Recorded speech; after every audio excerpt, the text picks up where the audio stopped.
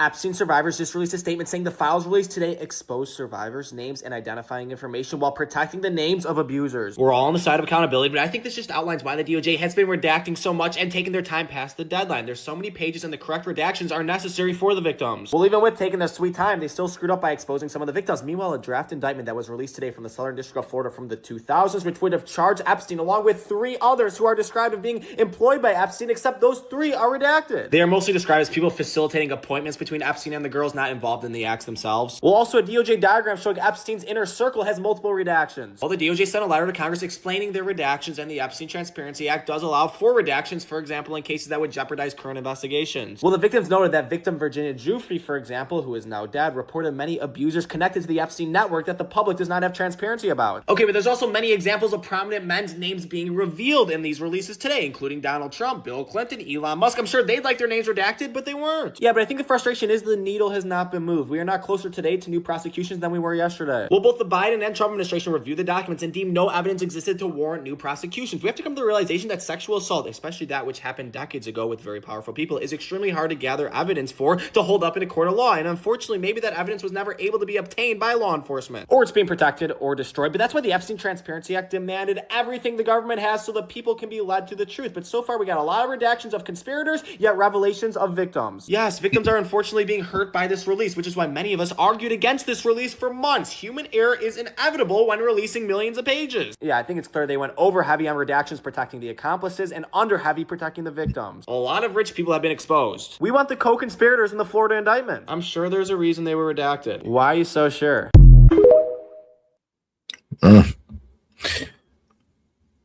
And that's where we are with that. And we are live.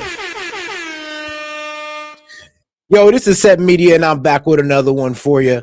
All right, guys, I'm about to go ahead and get into this Trump gaggle with the press. We're going to go ahead and get into this looming government shutdown, which actually is already here. And then, of course, we're going to get into the Epstein list because, yes, 3,000 pages came out. Everybody's name was called out. We're going to see what the defense, well, really what their defense is, because Trump, of course, was called out. Elon, of course, was called out. We got Epstein's lawyer that's being called out, and a whole lot more. But don't worry, we'll get right into that. But let's not forget to double tap that screen, like the video, and let's get right into it. Everybody, how you doing, Mr. President? I'm very good. We had a good time at the alfalfa dinner. We did well. I hope we did well, but it was very good. Tremendous people. So what's up?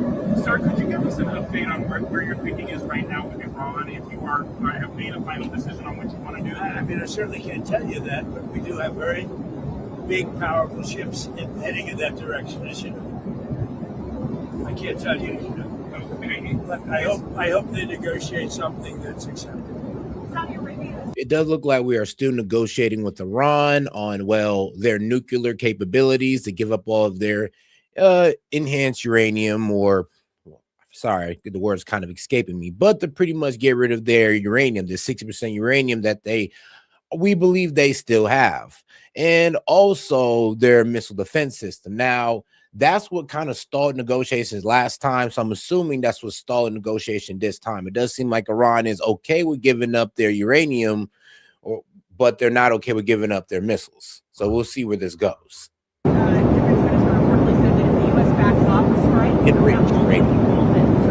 What's your reaction to that, sir? Some people think that, some people don't.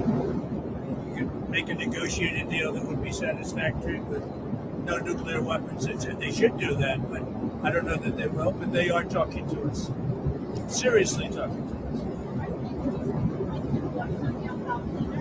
What about it? I did. Well, I met with Jeb Bush. I was on Jeb. I think you mean Jeb. No, I introduced him. Nice. He's a good fellow. And he's been very nice to me the last 6 months. I don't know what happened, but he was very nice. We had a good time. Mr. President, on your Fed nominee, Kevin Marshall, why are you willing to wait for Senator Thompson to leave the Senate, essentially, until, if you have to, if Senator Thompson... For Tillis? I didn't say I wouldn't wait, but I mean, he's leaving the Senate for a reason, because what he asked for didn't get done. So it's one of those things. I think he may get Democrat votes, too. I think he's so good that he'll probably get Democrat votes. He should. He's very good. My choice, my Fed choice, should get Democrat votes. Do you have a sense of what he's going to do as far as interest rates are concerned? I hope he's going to lower them. I mean, if you watch him on television, because I watch interviews and statements, I hope he's going to lower them, but he's going to have to do what he wants to do. Did he tell you? Did he make any commitments? No commitments. I don't want to do that. I couldn't do that, I guess, if I wanted to. I didn't. I based it on quality. I mean, he's a very high quality person. He should have no trouble getting through. Mr. President, did you make a comment at the dinner about saying that you would sue? About what? About suing or shaking does not lower interest Yes, rates? it's a roast. It's a roast. It's a comedy. So it's a joke. And I said, of course, it was all comedy. And the more serious note, you're suing the IRS. Talk a little bit about what it's like to be on both sides of a lawsuit. It's very interesting. I have another one where I've virtually won the Mar-a-Lago break-in suit. And So he's pretty much suing the IRS for his tax records being exposed, even though it was done by a separate individual. Well, maybe they're able to link this back to a leaker in the IRS. I mean, we'll see where this goes. But yes, that's what Trump is suing the IRS for, is for the leaking of his tax records. I have to work out some kind of a settlement. I'm supposed to work out a settlement with myself. Because, when the FBI broke in, we sued. Before I was president, I sued. And obviously, it was a very good suit. And I have that one, and I have to work out the settlement. Have you instructed Pam Bondi on how to handle that at Well, all? I think what we'll do is do something for charity. We're thinking about doing something for charity, where I'll give money to charity.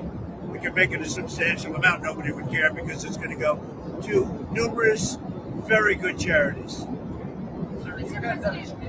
Okay. Today about Minneapolis and how He's saying, all right, so even if they paid me the $10 billion or whatever settlement amount, he'll just give it away to a charity, just like he does with his salary. Oh, guys, let's not forget to double tap that screen, like the video, guys. Let's get more people on the conversation by double tapping that screen. might not see federal authorities intervene. On what? Secretary Note not to send the DHS in Democratic states. No, I let them ask us if they want help. They're always complaining. If you go in, they complain. They complain no matter what. We brought crime to the lowest point in the history of our country, 125 years, 1900. Think of it. Year. Think of that, 1900. Can you imagine? We have the lowest crime in the history of our country, despite the fact that our country was riddled with a lot of bad people from the Biden open border. But we've taken a lot of them out. We're at the lowest point in history. We have the least number of murders in the recorded history of our country. That's incredible. But honestly, the crime-ridden cities are all Democrat-run cities. And if they want help, they have to ask for it. Yeah, I'm gonna be real with you. The cities with the highest crime ran by Democrats. Most expensive states ran by Democrats. Most expensive cities too ran by Democrats, and they got the highest crime. I mean, it's kind of crazy how they were even voted for. Actually, no, it was hilarious. Like I said in Virginia in one of the videos that I released, go make sure to go check out that clip. That I was kind of making fun of the people of Virginia for voting in Abigail Spanberger, because I'm like, you were really voting in a Democrat on the guidelines of affordability, for affordability. And what did they do? They voted her in, and what did she do? Make things more unaffordable by putting in a whole bunch of some pretty discriminatory laws. Like, it's pretty like she's discriminating against white contractors. Yes, they're gonna stop giving government contracts to white contractors who are charging cheaper, by the way, and start giving them to female and minority contractors. I mean, damn, way to discriminate against your own kind. Because if we go in, all they do is complain. White people, right? If they want help, they can ask for it, and they're going to need help. Los Angeles is an example. We went in, we solved it. The chief law enforcement officer in Los Angeles said they couldn't have done it without the federal government. A week later, he said they didn't need the federal government. So we don't want that. If they want help, they'll ask, but they have to say please. On DHS funding, sir, the Democrats have made 3 demands. They say they want no roving patrols, they want established rules for use of force, and they want masks off. Well, we'll talk about it. It's not appropriate yet. We have to let a little time go by, but we'll talk about it. But we want. I got elected for law enforcement, for the border, for the economy, things I've done a great job with. I mean, when you have the lowest crime rate in the history of our country, recorded in 125 years, to be exact. So I fulfilled so much. We'll have to talk about that over the next 3 or 4 days. Sir, Mr. President, what did you think of the latest release of S.E.T files, and do you think your critics will be satisfied with? Well, they should be, because it looked like this guy Wolf, was a writer, was conspiring with Epstein to do harm to me. And I didn't see it myself, but I mean, look, there was a lot that was revealed in the Epstein files. And, you know, the release of the Epstein files made things a bit more confusing because, one, there's still more to be released, like 3 million pages, a whole lot more pictures.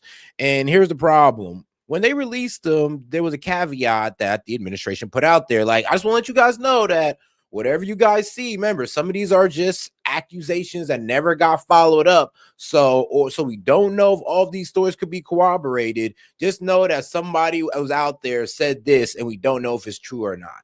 Like, this is why everybody's kind of going off on this whole, what was it, story with a girl said that she was raped by Trump and Elon and Epstein all in one setting. And it's just like, yeah, there is people out there that's saying damn near anything and everything, and it ended up in the Epstein files, and we don't know if it's true or not. We can't corroborate some of these things, but we'll see, because like I said, people's names were called, and this is what I wanted. I don't care who name was called in the Epstein files. Defend yourself. Where's your alibi? Because we need it.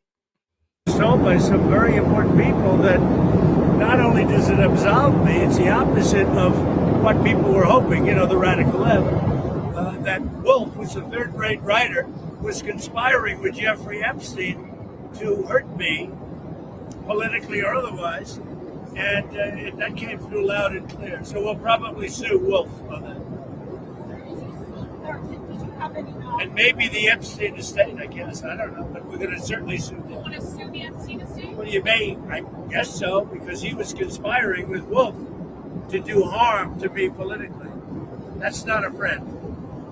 And what was also released was, like, what was it? It was a 2-hour interview that was done with Steve Bannon and Epstein. Yes, there's a 2-hour interview with Steve Bannon and Epstein, and it really wasn't him going over his crimes or anything like that. It was about him going over his financial career. So it really wasn't all too much of an interesting of a watch.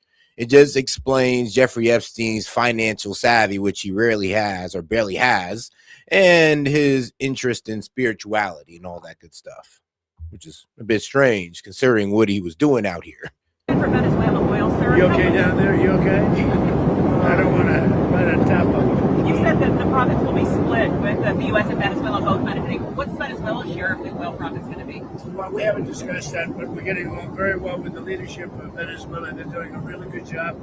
We're going to be selling a lot of oil, and we'll take some, and they'll take a lot, and they're going to do very well. They're going to make more money than they've ever made, and it's going to be beneficial to us. We're going to really, I think Venezuela is really going to turn around. You know, I opened up the airspace over Venezuela so that now people from Venezuela came from Venezuela here. They're going to be able to go back for the first time, go back to Venezuela. Yeah, just give you a quick little Venezuela update. So, well, pretty much give you the background of it. Now, since Trump done pretty much snatched Maduro and the Venezuelan oil, we've put a lot of countries on their heels. Like Russia was getting Venezuela oil. China was getting Venezuela oil. I mean, honestly, one of the biggest benefactor of Venezuelan oil, Cuba.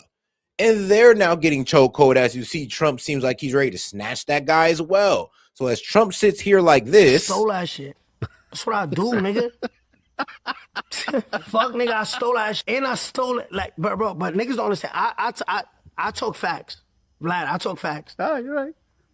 I don't even deny it. That's cool. I talk facts. What deny? What, nigga? Give me that, nigga. You don't know what to do with that. Okay. You know when a nigga got a girl, her shit fat, bro, you don't know what to do with that. Give me that. So, you know, when a country got resources and they don't know what to do with that, like their oil, and they don't know how to refine it as fast as us, yeah, we're like, give me that. You don't know what to do with that. And that's literally what we're doing. Stay, perhaps, or go back and see their relatives, go for a short period of time. Sir, do you think China's going to get their money back from all the money they lent to Venezuela? I don't know. I don't know anything about that, but I'll tell you what, China is welcome to come in and would make a great deal in oil. You know, we welcome China. We've already made a deal. India's coming in, and they're going to be buying Venezuelan oil as opposed to buying it from Iran. So we've already made In that Russia. deal, the concept of the deal. But China's welcome to come in and buy oil. On Venezuela, do you think that Machado should be able to return to Venezuela? I'd love to be able to do something with it and maybe putting the sides together, doing something. I think she's a very fine person. Do you think she'll But I think I have to say at the same time, the current leadership is doing a very good job. Did you have any knowledge of the arrest of Don Lemon before it happened? Did you have any conversation? No, I don't know anything about the Don Lemon thing, but he's a sleazebag. Everyone's known that. He's a washout. Probably from his standpoint, Yeah. the best thing that could happen to him. He's getting, he gets. Now, what Don Lemon got arrested for was violating the FACE Act, which pretty much says that you can't try to intimidate people or coerce them in their place of worship. So it's kind of the reason why people stay outside of mosque when they're protesting Islam and all that good stuff. Yes, that you're supposed to do that, because if you was to go inside the mosque, you'd be violating the FACE Act. So you're allowed to protest. Just make sure you're doing it outside of the place of worship, because it would be seen as intimidating or coercing these people to not be able to go inside their place of worship to worship, which is against our freedom of speech. So that's what he violated pretty much. He brought in a bunch of protest. Well, he didn't personally, but he followed a bunch of protesters into this church, and he tried to sit there as if he didn't know where they was going. But let's be real, once Don Lemon pulled up to that church, he should have seen immediately where this was going, was like, yeah, I'm not doing this. But no, he went in there. He was basically a part of the protest because they're in there disturbing the service, and so are you, by asking the pastors questions, keeping him from trying to maintain whatever orders left in that church. So he cooked himself on that alone, and he got arrested. Now he's been recently released, and he has some words like, oh, this goes against freedom of speech. We're in a dark time in America. But no, that's just him playing victim. No viewers. He was a failure. He was a failed host, and now he's in the news. I didn't know anything about it. So what's your response to Claudia Sheinbaum's warning that the embargo or the restriction on Cuban oil to Cuba could cause a humanitarian crisis there? Well, it doesn't have to be humanitarian crisis. I think they probably would come to us and want to make a deal. So Cuba would be free again. They'll come to us, they'll make a deal. But Cuba really is a problem.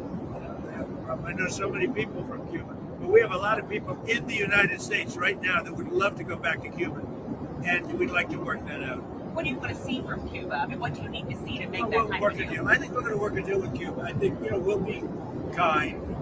We have a situation that's very bad for Cuba. They have no money. They have no oil.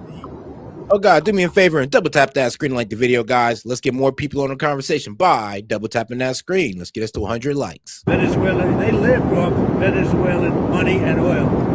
And none of that's coming now. And then the president of... And that's what I meant by we were putting the chokehold on Cuba, because they were making money from Venezuelan oil. Actually, they really needed it because they're already going through an oil or a fuel crisis in Venezuela. And they were going through that with Venezuelan oil.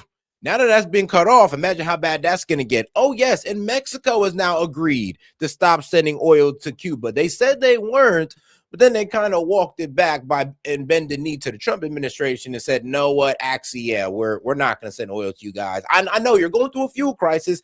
I know Hispanic brethren and all that, but yeah, we won't be sending that oil to you. And none of that's coming now. And then the president of Mexico, President Sheinbaum, was very good. I said, look, we don't want you sending oil there. And she's not sending oil. On your plans for Washington, D.C., sir, the Washington Post reported that you're considering an arch that's 250 feet high. Can you talk a little bit about that and address critics who say that might be a little bit too large for the space? We're considering an arc.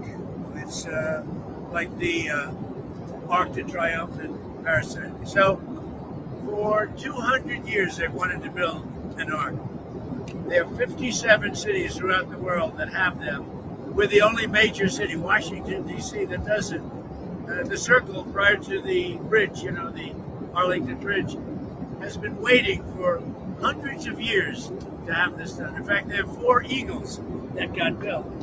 but it was interrupted by a thing called the Civil War, and so it never got built. Then they almost built something in 1902, but it never happened. So we have an unbelievable ark that I think will be the most beautiful in the world being built there. It's going to be built there. It's 250 feet. I don't know what the height is. It's just appropriate for the site. We're setting up a committee, and the committee's going to be going over it, but it'll be substantial. I'd like it to be the biggest one of all. We're the biggest, most powerful nation. I'd like it to be the biggest one. And to all the charity. It's a very exciting job, actually. They've been waiting for many years, just like the ballroom. For 150 years, they've wanted a ballroom. Now we're going to put up the most beautiful ballroom anywhere in the world, as far as I'm concerned. And I could have built a much bigger one. I didn't want to do that. I wanted to be in keeping with. I didn't want it to be taller than the White House, etc. So I wanted it to be in keeping. But it's a really beautiful building, done by some of the best architects in the world. The ballroom, likewise the Ark. I think it's going to be great. We're just setting up a committee now for the Ark. Could the money from the lawsuit that you may settle with yourself go towards paying for that arch or for the ball? Well, we hadn't thought of it, but we're going to probably, it's sort of a strange position because I have a lawsuit like the break-in of Mar-a-Lago, and I pay myself that somehow will never look good. So when I had other people, a lot of outside people said, what a great idea. Because nobody cares how much if it goes to good charity. So you settle by giving charities a lot of money. And I think we're going to do something like that. We're looking to do something like that. The charity be to pay for the ballroom and the arch? No, I don't think either of those two. I'm talking about American Cancer Society. A lot of I think they should be probably established charities. On a answer, you had. I would say established and respected charities. On a answer, you had threatened those secondary tariffs on countries doing business with Iran. We haven't seen those yet. What are you holding off on? Well, we're going to see. Look, we have a lot of things happening right now with Iran. We have a tremendous lead going in that direction, and they're talking to us. So a lot of things could happen. And the Canada tariffs, sir, that you talked about, are those coming? Well, that was on the airplanes. Are you talking about the China deal? Yep. If they do a deal with China, yeah, we'll do something. Which I'm actually happy because I don't know, like when Trump first heard about it, he said, "Oh, China can do a deal. I mean, not China, but Canada could do a deal. Whoever they want, they can get a deal with China, send their interest." That's what he first said. Then he turns around and goes like, "Well, actually, I mean, China, if you do that deal, I'm gonna hit you with 25% tariff." I'm like, "Whoa!" Now I'm actually happy he did that because I was just like, we did just snatch a president right out of his bed for being too close with China and Russia. So here we are, a neighbor of the United States, which is Canada, getting closer with China, and what, nothing's going to happen to him? We're not going to snatch him out of his bed? Not that I want that, but no consequences whatsoever. So I'm actually happy Trump is being consistent with keeping Chinese influence out of the Western Hemisphere. Very substantial. Because we're going to have a great relationship with China, President Xi, but we don't want China to take over Canada. And if they make the deal that he's looking to make, China will take over Canada. And the first thing they're going to do, end ice hockey. So speaking of China, sir, there was a military purge in that country a week ago. What do you make of that? Well, as far as you're talking about China? Yeah. As far as I'm concerned, there's one boss in China. That's President Xi. That's the person of him. Are there any concerns about stability or no? I think President Xi is the boss. I watch it very closely, and he's highly respected in China. He's the boss. Now, just to give you a little of a glimpse, when I was looking up in Chinese politics, there is a bit of concern with Xi still being in power. I mean, Xi has got rid of the generals and people close to him that was opposed to, be the next guy up, and he's gotten rid of them. And so we don't know how strong Xi's actual power is in China. It does seem that he is still the leader. I mean, he is still basically the dictator. I'm sorry, but prime minister of China, because for some reason we play nice with them. But yes, he's still the leader, but we don't know how well his power is actually holding because hard economic times are going on in China. They're actually upset that he's not more aggressive against Taiwan, which is actually pretty relieving. It's kind of funny that he's the guy that's kind of trying to hold off on Taiwan, And there's others in the CCP that's like a little bit more hawkish on it. It's like, it's funny to hear that because you would think he would be. But yeah, that's what's going on in Chinese politics right now. Collapsing economy built on debt, and an unwillingness to go into Taiwan hastily.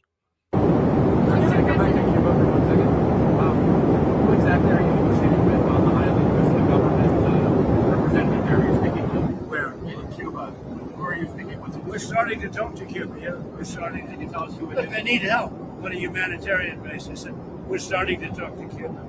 Don't forget, a lot of people that live in our country are treated very badly by Cuba, and we want them to be. They all voted for me, and we want them to be treated well. We'd like to be able to have them go back to home to their country, which they haven't seen their family, their country for many, many decades. So we'll work that. I'll be able to work that out. Yes. Do you have any update on what's happening with Greenland negotiations? Have you been in contact with Presidents Macron, Starmer, some of those European leaders? Are you talking about on Greenland? Yes. On Greenland? Yeah. We have started a negotiation, and I think it's pretty well agreed to. I mean, they want us to do it. I think it's going to be a good deal for everybody. A very important deal. Actually, from a national security point of view, very, very important deal. I think we're going to make a deal there. Mr. President, back to your post on ICE protests. What did you mean when you said people? Yeah, now when it comes to Greenland, the deal does seem to work out in his favor. Like I said, it's giving Trump mining rights, which seems like forever in Greenland. They're allowed to build more military bases. They're going to be building the Golden Dome and Greenland. So Trump's pretty much getting everything he wanted without pretty much making Greenland an American territory, or USA territory. Mr. President, back to your post on ICE protests. What did you mean when you said people will suffer an equal or greater consequence? If they do anything bad to our people, they will have to suffer. I'm sorry. If they start spitting in people's faces, punching our people, punching our soldiers, our patriots, they will get taken care of in at least an equal way. They're not going to do that. Like, you see it, the way they treat our people. And I said, you're allowed, if somebody does that, you can do something back. You're not going to stand there and take it. If somebody spits in your face, that will not be a pleasant thing for the person that spits. We're not letting people spit in our soldiers' face as they stand at attention, and they're not allowed to do anything. If they throw bricks at a car, at one of our vehicles, that are very expensive vehicles, they're going to be met with very, very serious force. Sir, do you think it's good having lots of cameras on these kinds of incidents between law enforcement and the people? I think it would help law enforcement, but I'd have to talk to them. I'm going to be talking to them tomorrow. Actually, I think it would help law enforcement. That works both ways. But I think overall, it's 80% in favor of law enforcement. Oh, guys, make sure you guys double tap that screen and like the video. And you have any questions, comments, jokes, or disagreements, I'll be happy to read it out loud. Just send $2 and up. Appreciate support, guys. Let's get back to the show. And like I said, don't forget to double tap that screen. Who are you talking to tomorrow on law enforcement? A lot of people. Well, I'm speaking to Christy, I'm speaking to Tom Logan, a lot of people. We have it in good shape. And, Minnesota crime is way down because of what we've done. We've taken out thousands of criminals. What we want in Minnesota, we want them to open their jails and give us their criminals, and we're gone. That's all we want, and they're going to have to do it. How are you feeling about Secretary Noakes handling the matters in the last week? Well, she's did great. I mean, we have a close border. We've taken out thousands and thousands of killers and murderers and everything else, removed them from our country by the tens of thousands, and we have the crime rate that's the lowest in history. I didn't do the crime rate stats. It just came out yesterday that we have the lowest crime rate in the history of our country. So how's she doing? I think she's doing well. She's a good person. She works hard. Tom Homan is a star. He's incredible. I mean, the guy's incredible. Now, look, I get that Trump's going to defend Kristi Noem. I get it. It's just that she jumped off. I mean, she spoke a bit too soon. Or as we like to say, man, she just jumped off the porch a bit too early when she said, "Oh, domestic terrorists and all this crazy stuff." And I'm just like, "Oh, assassin!" And we're like, "Whoa!" Oh, he was brandishing a gun or embellishing a gun. I'm just like, everybody's seen the video. We all know that's not what happened. Like, y'all didn't have to go out there and say all that craziness, and it just made them look bad. And it made Stephen Miller, Kristi Noem.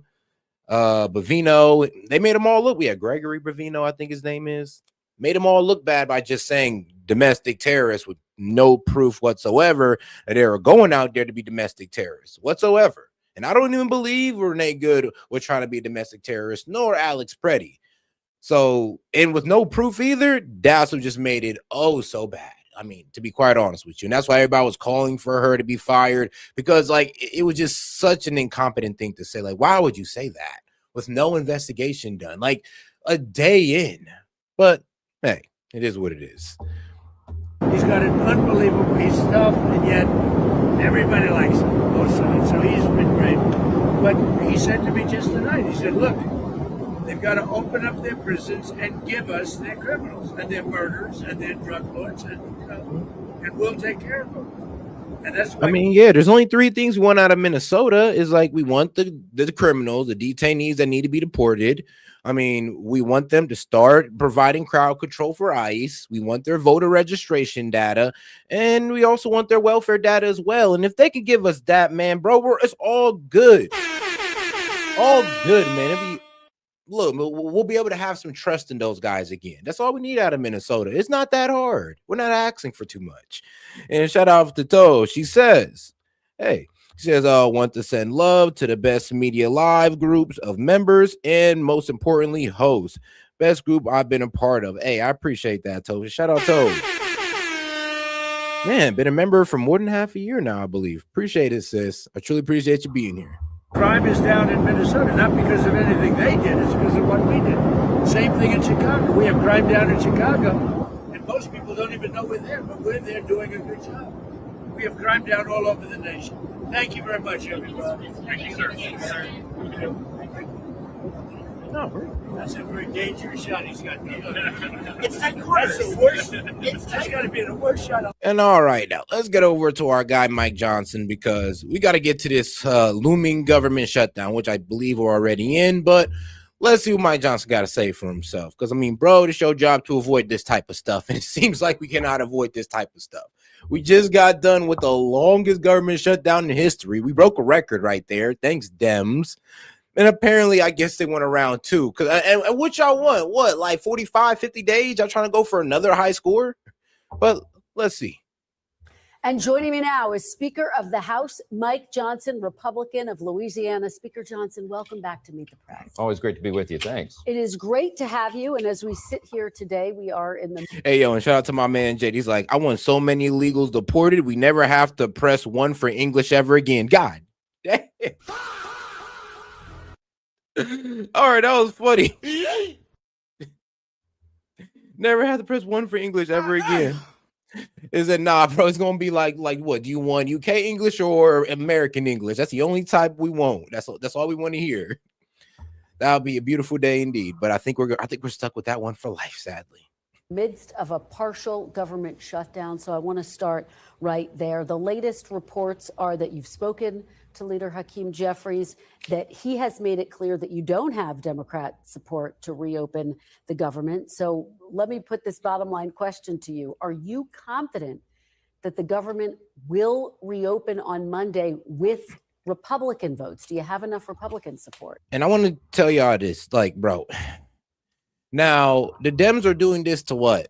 Defund ICE, right? That's one of the main goals, is talk about funding for ICE. Well, here's the crazy part. Funding for ICE has already been passed for the entire year, of 2026.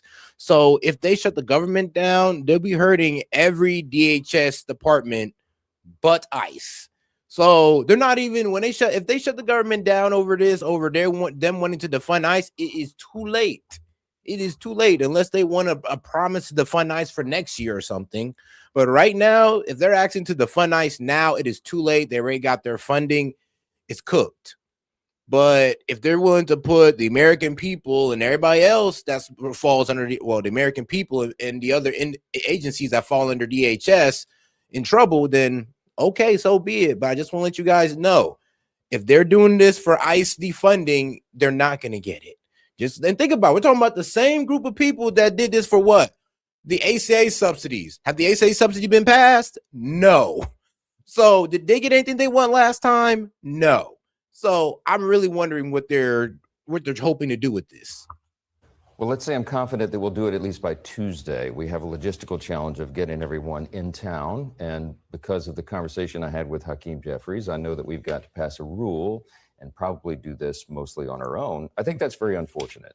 Here's what's happened. You know, the House and Senate appropriators worked very well together, bicameral, bipartisan, committee-led process, especially after the 43-day shutdown, the longest in U.S. history last fall. No one wanted to put that pain on the American people again. The Democrats forced it. We were insistent that we would not allow that to happen. But, you know, I tip my hat to everybody, appropriators in both parties who got this together. After the Senate acted over the weekend, we will now have 11 of 12 separate appropriations bills approved by both chambers. Because they modified our package, they've sent it over a little differently, which means we've got to address the bills again. So they're going to separate the Department of Homeland Security bill.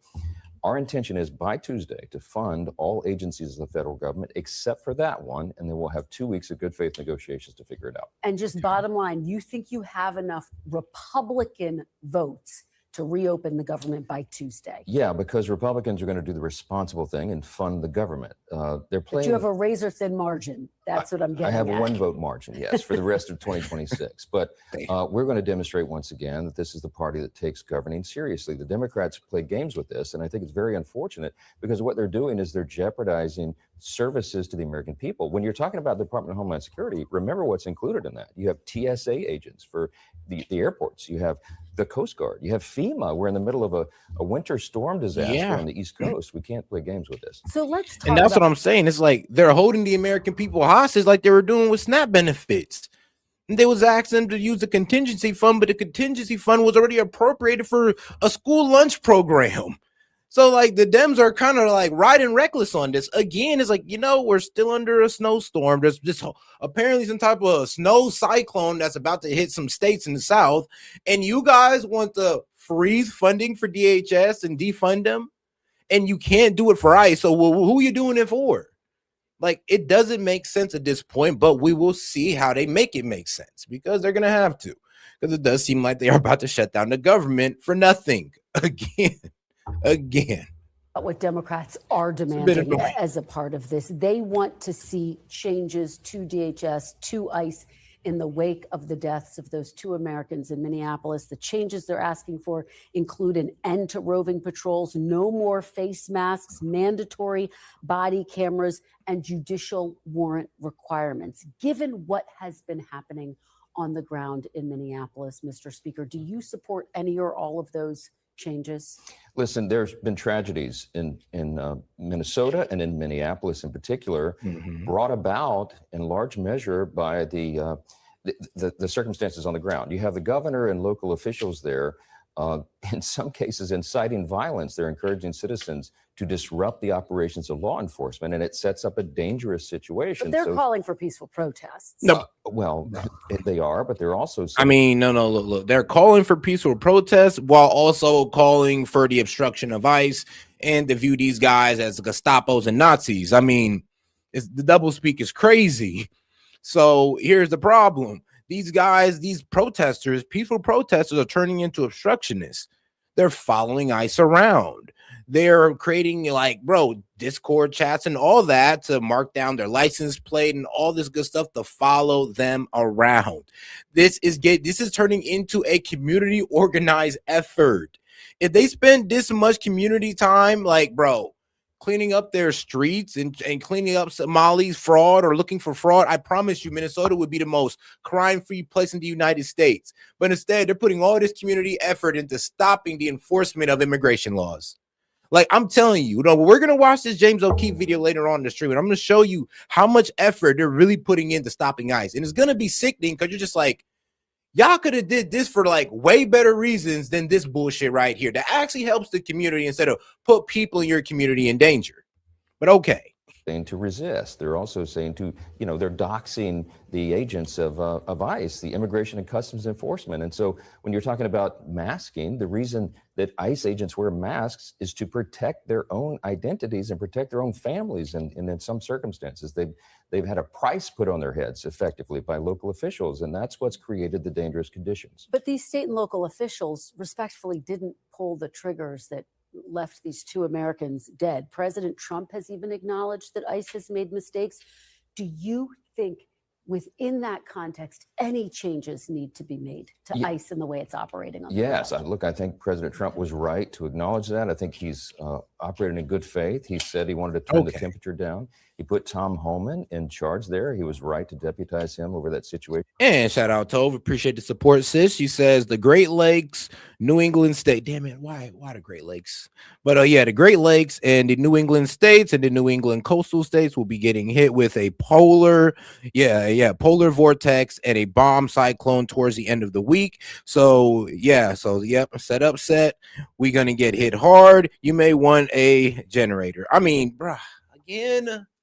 I just got done digging my car out of 14 inches of snow, bro. I mean, sis, you don't understand. I'm still dealing with the 14 inches of snow now. Like, this is some bull. But all right. I mean, it is what it is, man. Life hits you with snow, you get the shovel, apparently. Or the snow blower for you more luxurious types. Because I'm getting me that snow blower. I'm telling you that right now. But all right, though. Back to the show. Sorry, guys. He has 40 years experience in border patrol and in these issues. So I think that this is going to happen, but we need good faith on both sides. Some of these conditions and requests that they've made are obviously reasonable and should happen, but others are going to require a lot more negotiation. And you'll support some of those that you say are reasonable. Yes, in fact, I was in the Oval Office with the president a few days ago when he was on the phone with Leader Schumer, and they agreed, and Tom Homan was on the other line, and they agreed to most of those conditions. But the mask, for example, the additional judicial requirement for a warrant would be a whole other layer of effectively bureaucracy. Remember, the immigration judges have already issued warrants, and that's what the ICE officials are acting upon. So there's a lot of details in this. We could get deep in the weeds, but we will do that over the next 2 weeks. And I hope that Democrats will be in good faith, as Republicans are, to try to bring some order to all. I mean, here's the wild part about it. Like Dems, you do know that, yes, you are protecting your undocumented neighbors, but you're also protecting undocumented pedophiles as well. I hope you know this, because I know what you're thinking. Like, What did he say? yeah, but you are protecting pedophiles and child molesters and people who do the worst of the worst, who do pretty heinous crimes. And yes, but you're at the same time, though, you are protecting your undocumented neighbors. But just remember, you're also obstructing ICE investigations to catching these guys as well. When you block them off, when you blow the whistle, you're letting these guys know that ICE is in the area so they can get away and continue doing heinous crimes. Or, on the brighter side of things, you're just helping your undocumented neighbor who you knew for years get away because you don't want to see him go. Both things you're doing at the same time, simultaneously. Are there any proposed changes It is you what it would is. agree with? They're demanding also roving patrols and body cameras be worn by ICE officials. I think even Tom Homan has acknowledged both of those things are acceptable and what he was intending to do already. So I think we're on the path to get agreement, and I really hope that everybody will come to the table in good faith. That's what's going to be required here. Let me zoom out and ask you about Homeland Security Secretary Kristi Noem. As you know, there's been a lot of focus on her hours after Alex Preddy was killed. Secretary Noem accused him of being a, quote, domestic terrorist before the investigation had been done. She said he had brandished a gun at agents, which videos and DHS itself later contradicted. Do you think the Department of Homeland Security needs new leadership, Mr. Speaker? Look, I think Kristi Noem has been called to do a very difficult job. Remember, now, I do think it's unfair how they're already trying to call for her to be removed. When I'm going to be honest with you, Minneapolis is just a one-off situation. She's actually been doing pretty well when it comes to other states and other cities. So trying to fire her over what's happening in one city is a bit unfair. And it kind of goes to show that Minneapolis is a special case. If we're doing this in other places and it's not going this bad, it kind of lets you know that something different, is going on in Minneapolis that is making this turn into a pretty violent or protest, or not really a protest, that's really turning into a riot. That's looking like it's about to get sent into an insurrection because they are obstructing law enforcement. They don't want the enforcement of federal law, and they're willing to go against government authority to do so. So, I mean, that's the definition of it. We don't need an insurrection act right now. I'll agree with Monty when he says that, but to be honest, you guys are there. That The agency was effectively eviscerated. And I don't think we need to fire Christy Knowles because of that one-off situation. But she does need to be condemned for just trying to call them, domestic terrorists. And I mean, Stephen Miller went off he went off the rails with the whole assassin thing. For 4 years under the Biden Where he was administration, going wide open border. So nearly 20 million illegal aliens came across that border, and many of them are dangerous, hardened criminals and even terrorists. So she's taken over a crushing assignment. I mean, anyone who is in that position would have a difficult time with it. I think it's important for all of us at any level not to prejudge circumstances until we get all the facts. And I think that that's been a good reminder to everyone. We've seen now in the last couple of days that Mr. Peretti that passed, it was a tragic situation, that he was involved at least in the week before that tragic event in inciting law enforcement. And, everybody's seen the video now of him kicking the taillights out of an ICE vehicle. If local law enforcement had been involved, we have to ask ourselves this question: would he still be alive right now? Because if they had apprehended him and he was in jail safely, he would not have been on the streets to have been involved in that circumstance. But you don't think kicking a taillight amounts to something that's punishable by death? Well, no, of course not. No, and that was a separate. No, but I mean, he kicked the tail light out. He spit in their direction. They forced him to the ground. I believe he broke a rib in that situation. And then the man goes right back out there and gets himself involved again. And this time he ended up dying. It's like kind of crazy because it's like, hold on. So a week ago, or maybe more, I believe, they said it was like a week ago, before he got shot by Custom Border Patrol. A week ago, he got into it with ICE. They showed the footage. And when he got put to the ground, he broke a rib. He did not learn his lesson. He still went out there a week later and think it was okay to obstruct law enforcement during a law enforcement scene. And yes, I know it is tough to see an old lady get pushed down. I get it. But to go in there in front of an officer while you're like armed without letting that officer know, yeah, that's kind of what did him in, sadly.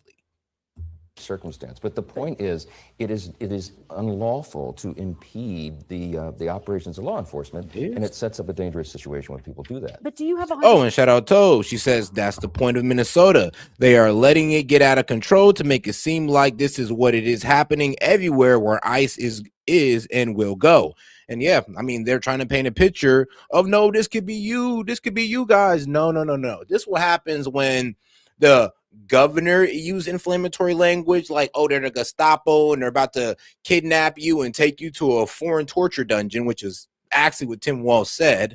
Then you got Jacob Fry not providing any type of crowd control to protect his own constituents, but he'll sit there and tell ICE to get the F out, but won't tell his officers to step the fuck in. It's like, okay. % confidence in Kristi Noem, Mr. Speaker? I do have confidence in Kristi Noem. I think that full confidence. Yes. Look, she has a difficult job. I have a lot of sympathy for her job. I've got a difficult job too. Look, I think that there will be a recalibration in some measure. This is President Trump saying that they're going to look at the way operations are conducted. The intent is to rid our communities of dangerous, illegal aliens, hardened criminals who are here causing great havoc across the country, and they need to continue that work, and that is fully supported by the American people. All right, let me ask you about another major story. On Friday, the Justice Department released what it said were the rest of the Epstein files. A group of Epstein survivors responded with a statement saying it's not enough, saying, quote, Epstein's enablers continue to benefit from secrecy.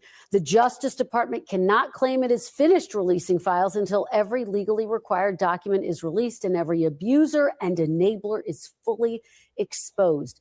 As long as the survivors say that not enough is being done. Has DOJ finished its work, in your opinion? We all want every abuser and enabler to be fully exposed. We want justice to be done. It's long overdue. But I do think the Department of Justice is complying with the law, that we have now 3.5 million documents. You have over 2,000 videos and I think 180,000 images out there. And as soon as they finish the final release, they give us the full report to Congress, which is required under the law. And then they issue I think in the Federal Register, they have to publish why they've made any redactions. The DOJ will have fully complied with the law and done their job. But think of the mass, the volume of documents No, I did they've hear had to about go that. through. No, I did hear about that wildness. Somebody did try to break Luigi Mangione out of jail by impersonating law enforcement or a federal agent. I'm just going like, bro, wait, they got James Bond coming after this guy? Like, bro, you just about to pull up, impersonate a federal agent, and just disappear with Luigi Mangione? And we was never going to hear from that guy again. Lord knows that. But they just shipped that man off to Cuba. So I'm glad we stopped that, because could you imagine if that actually worked? Remember, they have to go through and make sure that they're protecting the innocent. So some of these young women who were victimized, we do not want them to endure further harm. And so that's been the intention, is to make sure that their names are taken out of that. President Trump's name appears throughout the Epstein files, including in many of the new documents released this week. Now, we want to stress appearing in the Epstein files does not amount to or imply criminal wrongdoing. But do you have any outstanding questions, given that, about the relationship between President Trump and Jeffrey Epstein? I do not. I mean, I've spoken to the president about this privately and personally many times, and he's spoken very candidly and openly to the public. He says the same things privately that he does publicly. He's never had any concern about that. Remember, President Trump was one of the first people that called Epstein out. He kicked him out of Mar-a-Lago, off the property, because he heard of some of the nefarious things he was engaged in. He's never had any concern about that at all. He did at one point call these files a Democratic hoax. But let me ask you about something. Well, what he said specifically was the hoax of the Democrats trying to turn this into a political issue and use it against him. That was wrong. Let me ask you about something that Congresswoman Marjorie Taylor Greene, of course, who's now resigned from Congress last month, in part over this fight to release the Epstein files. This is something she said about you in an interview with the New York Times. I want to give you an opportunity to respond. She says, quote, "I want you to know that Johnson is not our speaker. He is not our leader. And in the legislative branch, a totally separate body of government, he is literally 100% under the direct orders of the White House." Mr. Speaker, how do you respond? Are you 100% under the direct orders of the White House? It's comical. If Marjorie had ever attended conference meetings and been involved as a member, as she should, she would know that that is simply not true. I vigorously defend Article 1 of the Constitution. That's the legislative branch. I was a constitutional law attorney before I became Speaker. They're closely together because we have unified government. That's what the American people voted for last fall. They gave the Republican Party control of the White House, the Senate, and the House. And the intention there is that you work efficiently and effectively together. So the president and I have conversations, sometimes multiple times a day, about policy procedures. We have a lot of our discussions and sometimes debates together behind the curtain, because you don't want to do that when you're in the same party out in public. That has made a very effective and efficient government. And I will say this. Now, look, like I said, I kind of agree with Marjorie Taylor Greene complaints on the administration, but the way she went about it was all types of wrong. And think about it like this. She never went on Fox News or News Nation to get any type of pushback. No, she went straight to CNN, MSNBC, to where she knows she could sit there and say whatever she wants with no pushback whatsoever. None whatsoever. I mean, like I said, I remember when she went on CNN and started talking about, oh, I'm not really agreeing with the immigration and they're reporting the innocent illegals. You know, I'm in construction. And I'm just like, are you effing serious? You're the people that we don't like the most then. These people, millionaires who sit in our face and tell us, oh, yeah, we want to hire undocumented immigrants because it's cheaper for us and not hire you guys. Why? Because it's cheaper for us. And you're saying it in our face? And she's literally said that on CNN in an interview. After that, I was just like, oh, yeah, she cooked. She cooked in my eyes. I don't really care what she got to say after that, because she kind of exposed it was all on self-interest, even though she brought up some relevant points in the Trump administration, how he needs to start focusing on domestic policy instead of worrying about foreign affairs. First year of the Trump administration that we just got through, was probably one of the most productive in all the history of Congress. And you can go back, that's what history is going to show. Very productive, very efficient, effective government. We had to reverse all the madness of the 4 years of the Biden administration. And we got so much of it done already and still more yet to do. Is there any area where you do disagree with President Trump? Is there one place that you can point to? Yes, but as I just said, we do this privately and not public. I'm going to support my president. Our party is leading. We are governing. We have closed the border. We've gotten the economy going again. We're fulfilling our promises. And that's why we're going to win the midterm election, by the way, and keep this going. Okay, you take me to my next question. In fact, I want to talk to you about the midterms. And I want to play you something. This was in focus this week. President Trump said this last week at Davos. This was about the 2020 elections. Take a look. It was a rigged election. Everybody now knows that. They found out. People will soon be prosecuted for what they did. It's probably breaking news, but it should be. It was a rigged election. Can't have rigged elections.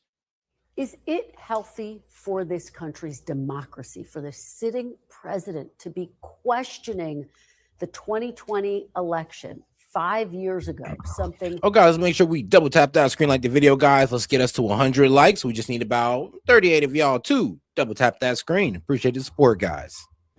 Claims that have been deemed to be false again now that he lost. What's healthy for our country and our democracy is for everyone to be laser focused on election integrity. If you don't that's have not election integrity, well, yes, Mr. Speaker. Yes, this was asked and answered and litigated and re-litigated. The page has been turned. He's still talking about an election that he lost, allegations which have been deemed claimed. The president. I'm be real with you. Nah, not really. I mean, there's been plenty of proof that there was tampering in certain areas in America when it came to the election. And those weren't relitigated whatsoever. So no. I ain't going to look. 2020, sketchy things were going on. Everybody knows it. And the funny thing is, the Dems love to sit there and play in our face like nothing happened because they're the benefactors of it. But you know what? I wonder if they'd have that same attitude if it was them. But they don't ever really got to worry about that one because they're the ones doing the rigging. I mean, this is why they want all these illegals in here, to rig it and not to have them vote. They could do it through the census. Being the focus on election integrity, it must be in the forefront of everyone's minds, because if you don't have a free and fair election, you cannot maintain a constitutional republic. He's bothered by what happened in 2020, and we all know there was a lot of irregularity and problem in that, and we're not going to relitigate it. That's not the point. What we have to do is go forward and ensure that we don't have these problems in the future. That's why the House has passed the SAVE Act twice already. We have further election integrity measures that we're working on. And here's a wild thing, though. You know, it kind of makes it obvious that the Dems don't believe in election integrity. Why was it such a big, why was we really pulling teeth with these guys to invoke voter ID? Like, really think about that. It should have been we're going to do that. Yeah, voter ID. Instead, they try to make it seem like minorities and minorities were dumbass and be like, well, they won't know how to fill out the paperwork, or that's just extra steps. Like, think about it like that. If they really cared about voter integrity, why are they making excuses on voter ID? Why are they making excuses to hand over their voter registration records? It's so easy. Just do it. I mean, that's why there's actually a case coming out of Georgia now about voter integrity or voting integrity. And don't worry, it will be. Well, actually, you can go look it up for yourself. You can go look up voting fraud in Georgia. And yes, new investigation into it. And it actually has some substantial evidence. We'll see what comes out of that. Now, and everybody in both parties should applaud that. They should support it. You're saying there were irregularities. State and federal election officials called 2020 the most secure election in history. But let me ask you about what's happening in Georgia this week. FBI agents executed a warrant at an election hub in Fulton County, seizing ballots and records tied to the 2020 election. I want you to listen to what Democratic Senator Jon Ossoff of Georgia had to say about this search. Take a look. And here's the thing. This is a shot across the bow at the midterm elections. He tried to steal power. Hold on. Executed a warrant at an election. It's hilarious. Both parties should applaud that. They should support it. You're saying there were irregularities. State and federal election officials called 2020 the most secure election in history. But let me ask you about what's happening in Georgia. Hey, no, that's how you know they stole it. When they sit there, be like, no, that was the most fair. No, there was no discrepancies. Nothing happened. No ballot stuffing, even though it was all caught on camera. But nothing. That was the most fair election ever. It's like, okay, bro. Okay. I mean, it kind of shows something when you got to sit there and you got to emphasize on how fair it was, knowing damn well people were asking questions all over America, all over. We was asking questions about it, but apparently we're not supposed to believe our lying eyes. This week, FBI agents executed a warrant at an election hub in Fulton County, seizing ballots and records tied to the 2020 election. I want you to listen to what Democratic Senator Jon Ossoff of Georgia had to say about this search. Take a look. I mean, why does he have to say anything at all? If he cares so much about voting integrity and there's nothing to hide, I mean, why even say anything? I mean, he should just sit there and be like, look, bro, we're just going to get proved twice right again. He's just going to prove us right twice. Go ahead. Take the records, like, look at them at your discretion and come back to us. Why does he even have to say anything? Doesn't it kind of seem that, like, isn't that a bit funny? But, hey, I could be overthinking it. And here's the thing. This is a shot across the bow at the midterm elections. He tried to steal power when he lost it in 2020. We have to be. No, he didn't try to steal power. He just wanted it to actually be investigated. That's all they was asking for, to be quite honest with you. It's funny how they try to frame Trump and January 6ers as trying to overthrow the government. And if they were, I mean, let's be real, January 6ers would have pulled up with the AR-15s and stuff, but they didn't. It was a peaceful protest that turned into a riot, not an insurrection. But it is kind of crazy how they're trying to bring that up as, oh, he's trying to overthrow the government. No, they were protesting the vote. They did it like 3 times before January 6th. They was protesting the election, asking for recounts, asking for it to be properly investigated. That's all they were doing. And they weren't heard on that. And it is what it is. Prepared for all kinds of schemes and shenanigans. We have to be prepared for him to try to deprive people of their voting rights. In Georgia, what do you say? So now it's about voting rights. Oh, okay. So us double checking your election records is now violating voting rights. I mean, okay, bro. You see, it's like y'all hiding too much. Every time we look into it, these guys get thrown into a frenzy as if, oh, we're wrong for even thinking about it. Think about it. Remember this. YouTube was taking down videos for talking about election rigging. They were taking down videos just talking about it. And of course, if you said anything against COVID, but those were the 2 things during the election you could not talk about, was COVID and election rigging. So it goes to show you how crazy it was, like, when it came to election, how crazy the topic was when it came to election rigging, because people were actually showing real proof and getting their videos taken down across all platforms. And I mean, shout out to Mark Zuckerberg, because admitting that the Biden administration did coerce him to take down anything that spoke on election rigging and COVID. And this has all been proven. But you know what hasn't been proven? That the election was stolen.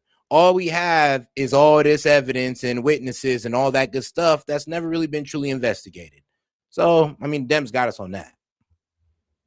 And shout out to Tove. Appreciate the support, sis. She says, whoop. Stealing power is a Democrat's move, my guy. Yeah, I mean, ain't that the truth? Look, here's the thing, though. Here's the thing about it.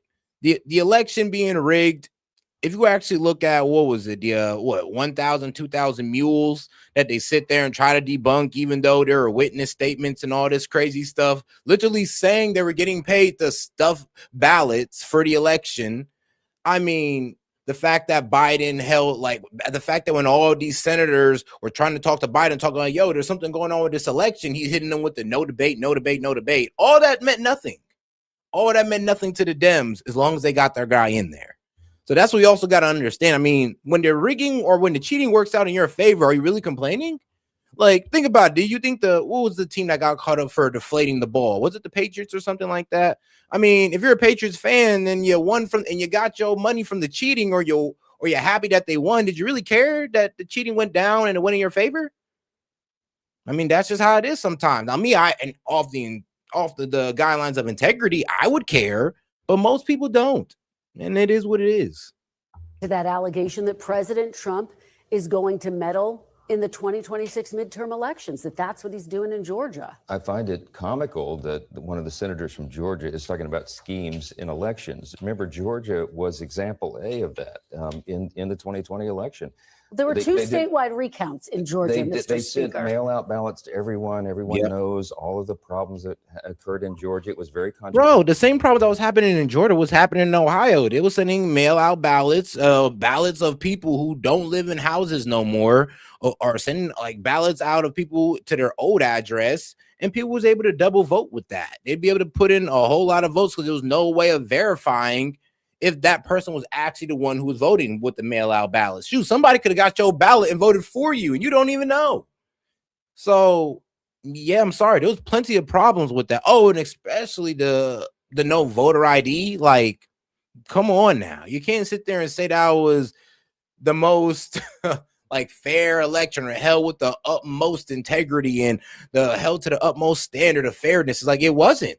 There was a lot of bullshit going down. And some states were more egregious than others, but it was going on across the country. We all noticed it. Controversial and remains so to this day because of all the things that happened there. Again, we're not going to relitigate that, but what we have to focus on is going forward to ensure that there are not questions about the elections. And that's why Republicans are working at the federal and the state levels to clean those things up, to clean up voter rolls, to make sure illegals are not voting, for example. That's what the SAVE Act is about.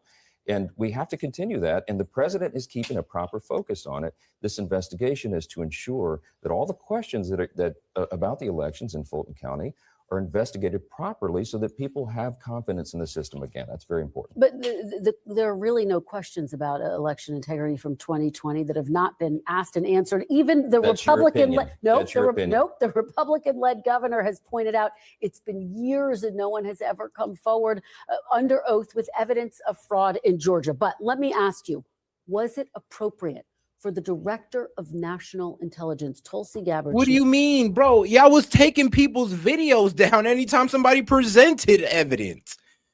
Bro, actually, there was governors and there was senators, and congressmen who was trying to present evidence. They was hit with the no debate by Biden. That's what I'm saying. They act like nobody stepped up to the plate. No, you're wrong. When people showed video, you took it down. When people try to present it to your face, you said no debate. I'm done listening. And then they want to call that, oh, well, nobody actually came up. No, people did. You just shut them down.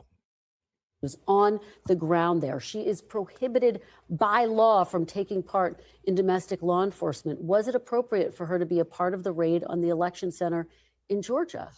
I don't know. I do believe the DNI has some involvement in some role to play in ensuring election integrity, but I don't know the details of that, and we have to reserve judgment. I will. The National Security Act of 1947 bars U.S. intelligence agencies from exercising law enforcement powers. But we don't know that that's what happened there. I don't know that she was part of a law enforcement function there. Okay, let me ask you, bottom line, do you have confidence in the results of the 2026 midterm elections that they will be free and fair? I do, because of all these efforts and the legislation that we've been working on, and the efforts and the attention that we're keeping on this subject. I think it's very important. And again, it's not a partisan thing. Every American should applaud that. We'll continue.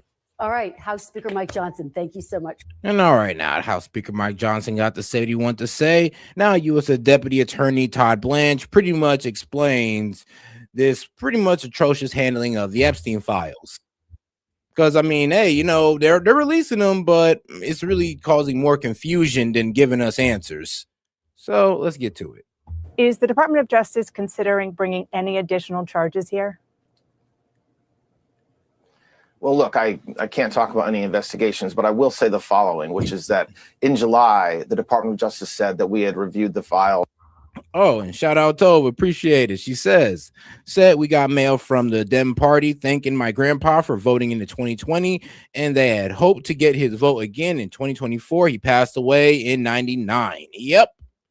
I mean, shoot, I remember during the 2020 election, what was it? I remember I pulled up to my mom's crib and she got mail from the previous owner of the house that she bought, and they was sending her mail to her, and they sent the mail-in ballot to her. Now, lucky my mom has integrity, or she might have been one of those folks that'd be like, all right, bet, nah, F Trump. We need double to vote for Biden. Now, she didn't do that, but you can see how that could have been done, especially if people are just getting people's vote in mail ballot. I mean, you see how that's kind of sketchy, Dems? But apparently, oh no, set the old people. How are old people gonna vote? And they kind of just like, pulled on our emotional strings on the old people. When really we're like, well, for voting integrity reasons, we need people to pull up. We need to know actual Americans are voting and participating in these elections and is not being defrauded in any way, shape, or form. But hey, man, the Dems didn't care. They just want to pull on emotional strings and be like the old people. The quote Epstein files, and there was nothing in there that allowed us to prosecute anybody. We then released over 3.5 million pieces of paper, which the entire world can look at now and see if we got it wrong. And so it's not performative, and I respectfully disagree with that statement. We were ordered to do so by Congress and then by the President of the United States, and that's what we did. And let me, I said it on Friday, this Justice Department, the FBI, DHS, we have gone after more sex traffickers, more child pornographers, more men who have done harm to children and young women than any administration in history. And so we need to separate those two ideas, the fact that there's the Epstein files and whether there's anybody there that we can go after, and the work that we are doing every day, which is extraordinary, and we will continue to do that. You just said that now these documents are out for the world to see and maybe something could come up. Are you suggesting that if a sort of civilian sees something that you should prosecute, that could open an investigation? Well, look, the way that we start many of our federal cases is because we hear tips from civilians or from others in the community. But my point in saying that was slightly different. It was that the review that we had done before concluded that there was no such information, and that's where we remain for what we've seen and what we've released from the Epstein files. Now, there's a lot of correspondence, there's a lot of emails, there's a lot of photographs, there's a lot of horrible photographs that appear to be taken by Mr. Epstein or people around him, but that doesn't allow us necessarily to prosecute somebody. And yeah, I mean, there was one picture that was pretty disturbing that BBC covered. It had Prince Andrews, a picture of Prince Andrews on all fours. I mean, I was like, yo, yeah, this is black man material. The bro's on all fours. And then, of course, they had other people in there posing with girls where we don't know their age or anything like that. So I don't know. Like I said, it's caused more confusion than giving answers. And because then, like I said, they also put the caveat of, now, we all know what you're going to read is pretty terrible, but just know that we don't know if any of these stories are actually true. We're just like, are you serious? What's important for the American people, and the victims want to be made whole. And so we want that. The Attorney General wants that more than anything, but that doesn't mean we can just create evidence or that we can just kind of come up with a case that isn't there. Among these new files is a list compiled by the FBI just in August of numerous salacious and, to be really clear, unverified allegations about President Trump. Why did the FBI create this list last year, and have all of these claims been investigated by the DOJ? So look, it's not about President Trump. It's about a ton of people, multiple people that were, quote, in the Epstein files. And what I think folks will see when they review the materials we released is that there have been hundreds of calls made to the FBI where allegations are made by either anonymous individuals or people who are very quickly determined to not be credible, whether it's the nature of what they're saying or the fact they won't provide any information or corroboration. And that's part of the Epstein files. So go ahead. I understand that. But the fact that you created a list, the FBI created a list about the allegations against President Trump, it is certainly noteworthy. I mean, he's a sitting president. And the question is whether or not the DOJ, but the question is, and I'm not saying that they're verified at all. And that's what my question is to you. Did you look into what you have on those lists? Yes, of course, but no, but you're not being fair in that question, because that index, that list you're talking about, was not just President Trump. It was all kinds of individuals, other politicians, other quote famous people, where we wanted to understand. Okay, there were members of Congress that were accusing us of hiding things, which we're not doing and which we haven't done. And so we wanted to understand why and where that was coming from. And it turns out there was a number of claims made by either, like I said, anonymous people or somebody, for example, calling and saying, I used to have a roommate who told me this sensational story. So just, obviously that's not something that can be really investigated, right? What's your roommate's name? I don't remember. Right. So that's what that's about. I don't know. Maybe. I mean, look, the way y'all compiled it together, you put it with the stories that could be corroborated and you put everything together. And now we got to sit there and decipher what can be corroborated and what can't. What is just witness testimony that never led anywhere, or a crazy story that never led anywhere? And what are stories that we can connect dots to? And 3 million pages is a lot to leave to the public to connect dots to. So, I mean, well, trust me, we'll have the dots connected, but it's going to be a while. And like I said, we got to chase down all the stories that might just not lead to anything. That might just be made up for all we know. But let's see. I don't appreciate it being directed towards Donald J. Trump, because that pushes a narrative that is completely false. There are all kinds of people that are mentioned in the quote Epstein files that we had to look at and run down. Yeah, no, I understand. He is the only sitting president who we're talking about. I do want to move on. Former CNN anchor Don Lemon and another journalist, Georgia Ford. I mean, no, that is a good point, though. It's like, we never really bring up Clinton's relationship with Epstein. And trust me, I mean, Donald Trump and Bill Clinton both had a close relationship with Epstein, and both deny being on the island, both deny anything's going any further with Epstein and his escapades. They both deny that. But let's be honest, though, we are focusing more on Donald Trump because he is the sitting president instead of trying to bring Bill Clinton in as well. And hey, does anybody not remember the fact that Bill Clinton was summoned by Congress, by an oversight committee, to testify on his relationship with Epstein, him and Hillary Clinton, and they both skipped out on it. And the Dems haven't said a damn thing about it. They were called to testify and skipped out on it, and nobody said anything. This is probably the first time you're hearing of it. But all right, let's move on to our guy Don Lemon, like they're about to do right now. I do want to move on. Former CNN anchor Don Lemon and another journalist, Georgia Ford, were arrested on Friday on charges they violated federal law during a tense protest. I'm weak. Shout out to Jay. When the Clintons getting the Bannon treatment. Yeah, low-key, when are they? At a Minnesota church.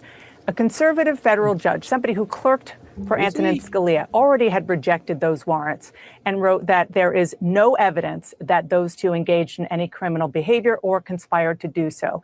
Then an appeals court held up that decision. Why did you then bring this case to a grand jury after it already had been rejected by multiple judges?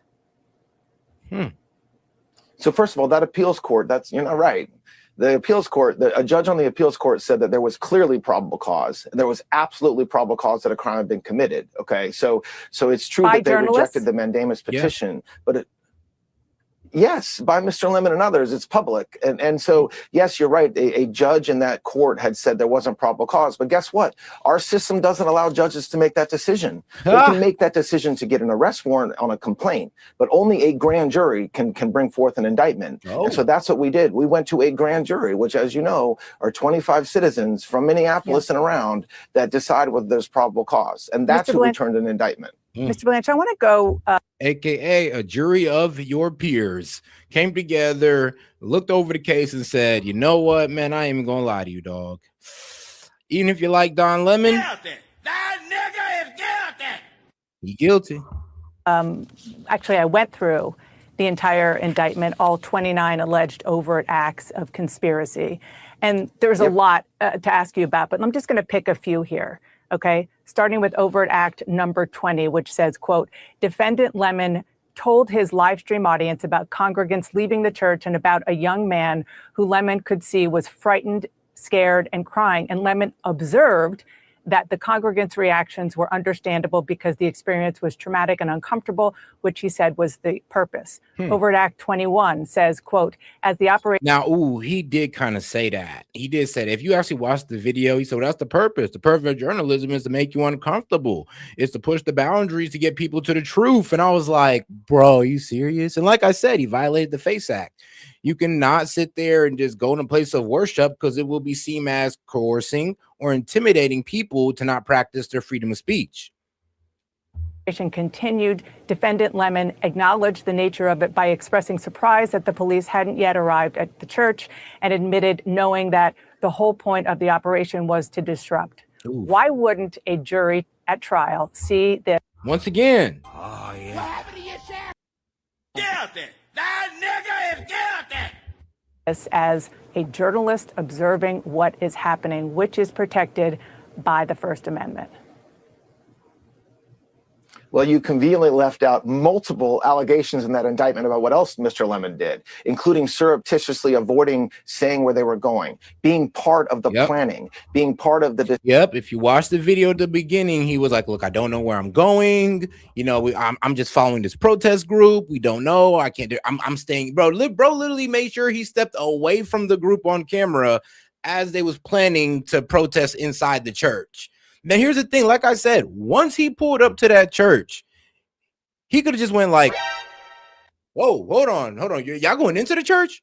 Oh, no. I can't do that. Oh, y'all about to get arrested for this. Which other protesters did get arrested for, by the way? Not just Don Lemon. They're not picking and choosing. Don't worry. There was a lady and a dude and some white guy with a beard that also got arrested for the same thing Don Lemon did. But yeah, he had every opportunity to turn around and be like, yeah, guys, we can't do this. If you're about to go inside that church, I can't be a part of it. But he said, F it. Knowing the law and all that. And remember, this is a guy, a self-proclaimed, oh, I'm just such a smart guy. I'm just better than all of you guys because of my intelligence and my faggotry and all that good stuff. But he wasn't smart enough to not know that, oh, well, once you go inside here, you've crossed that line into intimidating and coercion people on their freedom of speech and basically their freedom to express their religion. Decisions to make sure the police didn't know this was happening and federal law enforcement didn't know this is happening. There are multiple allegations there. And guess what? He gets to have a lawyer and he gets to have a defense. And so if he wants to go forward with the defense that, oh, shucks, I was just a journalist, he can do that. But obviously, as the indictment lays out, and which you didn't read on the air, there's a lot of things that Mr. Lemon did that you would never do as a journalist. You would never do that. Okay, let's be honest. This is not about me. This is about what happened, and this is about kind of the rules of the road. I mean, there are many. But let me finish matter. my question. Let me finish my question, and then you have the floor. Rules of the road. Now, before she gets into that, shout out to my man Jay. Says them's got to admit Nick Shirley's a journalist now too. Exactly. I mean. They were saying, well, you just can't go into the daycares and all that. That's going to disturb the people. And I'm like, well, I mean, look what Don Lemon did. And then here's the thing. He did it in a place of worship. I mean, there's a reason why people who protest against Islam don't go inside the mosque because they understand they're crossing that line. It'd be the conservatives that's doing so, and they're smart enough to realize to not cross that line. For some reason, Don Lemon wasn't. And he's been in the game longer than most of these people. I mean, bro been in the game since I was a kid. And you're telling me he wasn't smart enough to recognize this? Like, not recognize that once you cross that line and going into a church, you are violating law?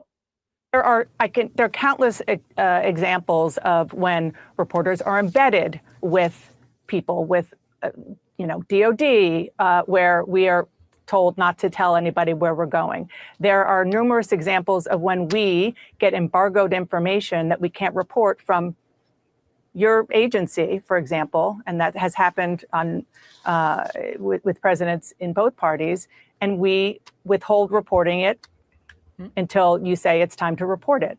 That's not unusual, and it's not unlike what happened with Don Lemon and Georgia Fort. Huh? Well, listen, you are totally correct that happens every day and it's happened for decades. But if you watch what Mr. Lemon did, okay, and I do not want to. Yeah, that's what I'm saying. I'm thinking like Dana, did you actually watch the video? I'd have to ask, did you watch that full video that Don Lemon did? I was like, did you watch it? Because bro snitched on himself multiple times. I don't even know what to tell you. I would have to sit there and look at her like, so you obviously didn't watch the video, because like he snitched on themselves. They snitched on themselves multiple times, especially the black woman who admitted she was a lawyer. I'm like, you're a lawyer doing this, breaking the law right on camera on a live stream. Hey, nah, I forgot about that part. That shit's funny, actually. Hey, yo, shout out my man Monty, though. It's like, yeah, we all know Dems are professional victims. And that's what he's doing right now, playing the victim. Have a trial right here. It's not fair to him. But I will say that if you watch the publicly available live streaming that he engaged in, the comments that he made, I mean, that's what it matters, right? It matters, like, how do we balance the FACE Act? How do we balance freedom of religion, the right of people to worship on a Sunday morning? Okay, and the freedom of the press, and it's a balance that we have to engage in. I agree with you, but my point to you is that I promise you that neither you nor your colleagues can honestly, with a straight face, if you watch everything that he did in the day before with the planning and the day of with what happened, when the comments he made while the kids were crying and screaming and racing away, while the parents were looking for their children upstairs, but he doesn't while they were just trying to have a church service. Okay. Bottom line question for you is, and so, was this really about what you just described, or was it about trying to make an example out of somebody who I mean, and this is the problem. I mean, Dems, you can't sit here and say every time we hold y'all accountable is, oh, well, this is about revenge. This is about like, oh, this is get back. Like, no, he broke the law. Okay. Not every time a Democrat breaks the law and we go after them, it's all about revenge, it's all about get back, retribution. No, he just broke the law.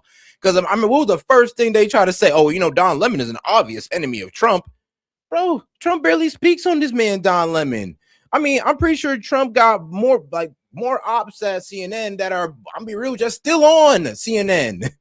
Like, he ain't worried about Don Lemon. Don Lemon ain't the top like enemy of Donald Trump, especially at CNN, since he no longer works there. So them trying to give all this importance to him, like, oh, he's an enemy of Trump. Not really. Like, yeah, he disagrees with Trump, but to call him an enemy, I mean, you know, maybe if Trump was to call him out publicly every now and then, we could say that. But nah, I mean, he's basically a nobody. He used to be somebody back when I was a kid, but not anymore. So no, it's not that. He actually broke a law, and you guys can't keep calling it retribution every time these guys step out of line, break a law, and you guys want to just say, oh, no, well, Trump can't do it because that person hates Trump. And if he hates Trump, then I mean, what? Trump can't prosecute them? Trump DOJ can't prosecute anybody that said anything bad about Trump in the past. Are you guys serious? President has sparred with. I don't even know that the president's even ever thought of Don Lemon. I don't know whether that's true or not. But I will tell you, we're not making examples of people. The day after that happened, the attorney general flew to Minneapolis. She was there for 3 days. What we saw, there is no scenario under which the American people are comfortable or think that was right. I'm sorry. So no, this is not about making an example. It's I want to move on. I want to move on. But earlier this week, the FBI went into the elections office in Fulton County, Georgia, to seize 2020 ballots, voter rolls. Man, like, again? So, bro, remember, we just got done seeing Speaker Mike Johnson speak on this. Now Dana's asking to Todd Blanche? All right. Well, what y'all hiding? What are y'all hiding? Why is this so important to you guys? Why are y'all even bringing this up? Like, it's like, let's be real. If you're so confident that the 2020 election wasn't stolen, then why are y'all complaining about these records being taken? To be honest, y'all should be sitting there ready to be proved right twice, if anything. Now y'all over here asking, well, oh, why are you doing it again? What's going on? I mean, why are you acting guilty? Can you explain that, please? Instead of, sitting back in confidence, waiting to be proven right a second time. Scanner images, and the president told reporters, quote, Oh, and shout out to my man Monty. He's like, LML, you don't do that. You don't do that with Criminals Act. And the DOD is not breaking the laws. Damn, the Department of Defense is not breaking the laws, Monty. You know what? I agree with you, but I know a lot of Dems are losing their mind over the fact of you saying that. Notice how every indictment that happened to Trump was law and order, but every indictment the DOJ hands down, now it's Trump's retribution. Like, literally. That's what's so irritating about it. It's like, are you serious? Really? So, like, We can't sit there and say that, oh, the government's going after Trump. The Dems hate Trump because of the TDS. You guys are going like, no, it's just law and order. Now that the tables are turned, what's your argument? Oh, it's all revenge, it's all retribution. None of it's real. They're just trying to go after his enemies. Nope. That's wrong. No, they actually did break the law on a lot of levels. And here's the thing: what kills me is the Letitia James and Comey part, and they're going to get away just because of the incompetence of Pam Bondi. But when it comes to Don Lemon in this case right here, y'all just got to admit the man broke the law. And he honestly should have been smart enough or have enough experience in the game of journalism to not do that. Like, to be honest with you, if this was like some YouTuber, like I expect Nick Shirley to make a mistake like this. I expect a young kid to make a mistake like that and not knowing the law like that to be going in there. I'm sorry, but we got younger people than Don Lemon out here doing stuff like that outside of places of worship, not actually going in there. How are they smarter than the man that's been in this game for decades? Got into the votes, you're going to see some interesting things happening. What interesting things is he talking about, and why was he so involved in an FBI and DOJ raid? Well, just because he said that doesn't mean that he's involved. I don't believe he was involved. This is a criminal grand jury investigation, and I can't comment on it beyond what you just said, which is that there was a search warrant that was authorized by a federal judge, by a magistrate judge in Atlanta, that allowed us to go and seize those records, and they have been seized by the FBI. Oh, guys, do me a favor and double tap that screen, like the video, guys. Let's get more people in on the conversation by double tapping that screen, and make sure to subscribe to the channel while you're at it. As part of an ongoing criminal investigation. He said interesting things are happening, so it sounds like he was briefed on it. I mean, I don't know. I'm not around when the president's briefed or not briefed. What I said is that this is a criminal investigation, so it's a tightly held, as it must be under the law. It's a grand jury investigation, and that's how we're proceeding. What are they investigating? As you know, we can't talk about specifics of any grand jury investigation. I will tell you, as I said on Friday, as the president has said, election integrity is of the highest importance to the American people, hopefully to everybody in this country, Democrats and Republicans alike. And so we are doing everything we can to make sure that we have free and fair elections. Okay. And as you well know, that when it comes to Georgia, claims of voter fraud there, because they got the 2020 ballots, have been debunked over and over again. There were multiple recounts. Why was the director of national? Yeah, no, but just like you guys, the Dems like to, criticize us. Oh, well, so you're going to tell me that ICE is going to investigate ICE? The feds are going to investigate the feds? Well, that's what happened in Georgia. I mean, the state investigated the state. I mean, they investigated themselves for fraud.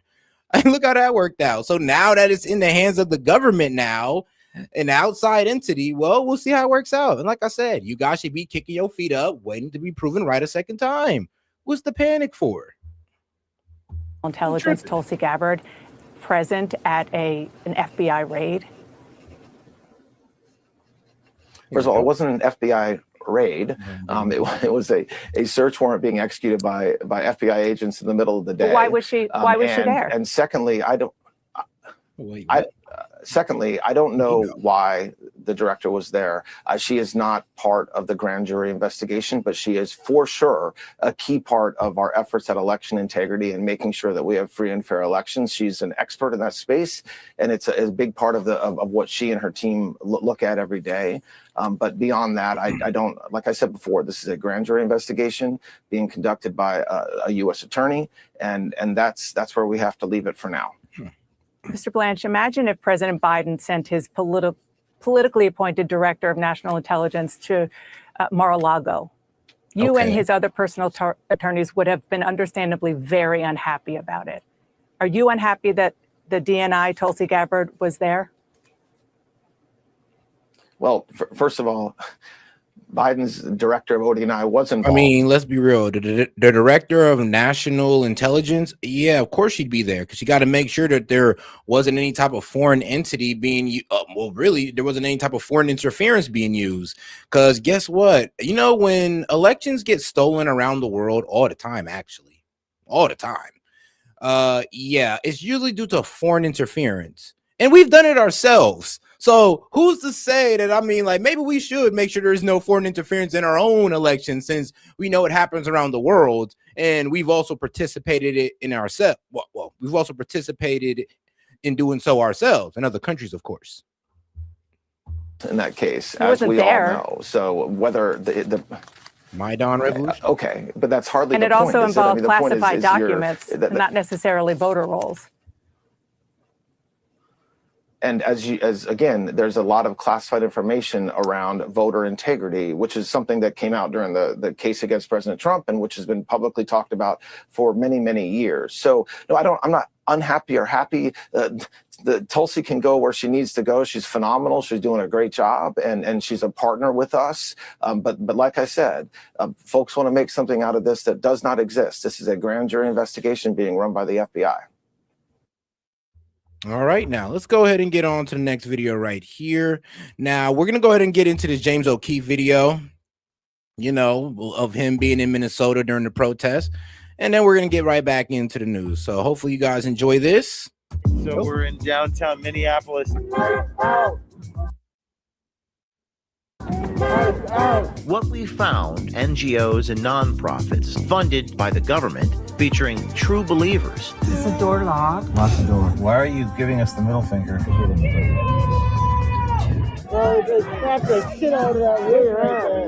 Our undercover people were inside the mob. Used to look up Make the Road New York. Are there chats and stuff? I'm trying to get linked up. Watch out. Here we go. Here we go. Hey, yo, shout out Bossy. He said, long mouth, liberal, white, woke woman, what do you expect? Jesus. Well, shout out to my man Bossy. Oh, yeah, Martha. Oh, yeah, we're bringing you up after this video. And shout out to my man Jed. He's like, they was nice. He's like, they was nice. Didn't hit him with trespassing, too. I mean, hey, that's true. I mean, they could have hit him with trespassing as well. But I guess the felony charge was just good enough. All right, let's get back in. These guys aren't pressed. Not the fucking feds. They threw something at me which hit the back of my bulletproof vest. They're everywhere. Shut the fucking doors. Shut the door. Whoa, whoa, whoa, whoa. They threw a frozen ice brick at the car. Oh, shit.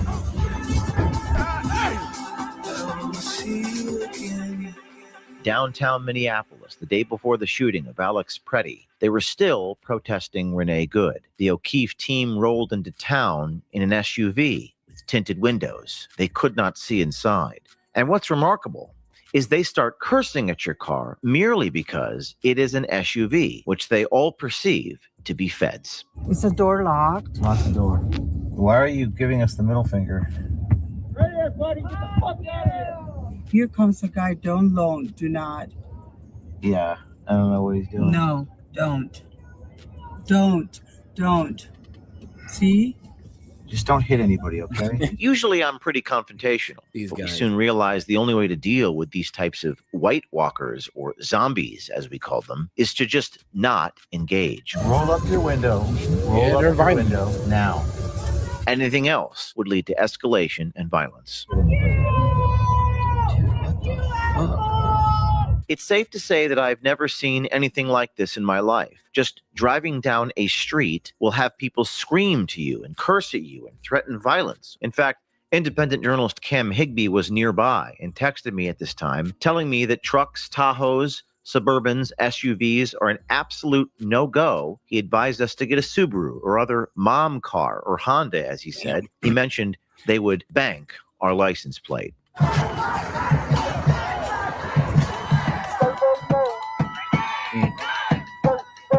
Yeah, you rolling around that SUV and you automatically get marked as ICE automatically.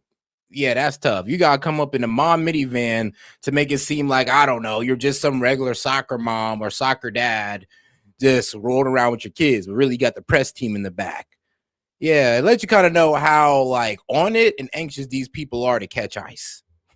Cover people arrived at the tail end of the protest that evening, including myself. Watchdog, how you doing? What's going on? It's Jay O'Connell, Watchdog. My fiance is a teacher. Is she? What's she teach? What's she teach? Special needs. Where are we going? We're gonna be at Ice Agents. Don't you have a thing to cover your face? Like this. We heard chants of ice out and fuck ice. Ice out. Ice out. Fuck ice. Fuck ice. Fuck ice. Fuck ice. Hopefully the audience will forgive this reporter for participating in these chants in order to fit in. Yeah, no choice. I would have got stomped out saying anything else. We found teachers, nurses, and union organizers all telling us, "We appreciate you, neighbor." Appreciate you, neighbor. Appreciate you, neighbor. I appreciate you, neighbor. A guy came by before and he stopped here. There was a bunch of young kids and they handed out weed to everybody. Really? Yeah. It was so cool. I gave all mine away, all but a little bit, because I wanted to at least try it. You got anything better than weed? Love? Are you a paid agitator? Just kidding. While many, probably many of you, might think this is all due to some specific centralized funding source, what we found is a hodgepodge of various NGOs and nonprofits loosely tied together through ideology, funded in part by the government, featuring 501c3s with nonprofit tax returns, a variety of funding sources. But most of these people we found were actually true believers, there to live and die by their cause. What is this about? Yeah, so we're national organizations.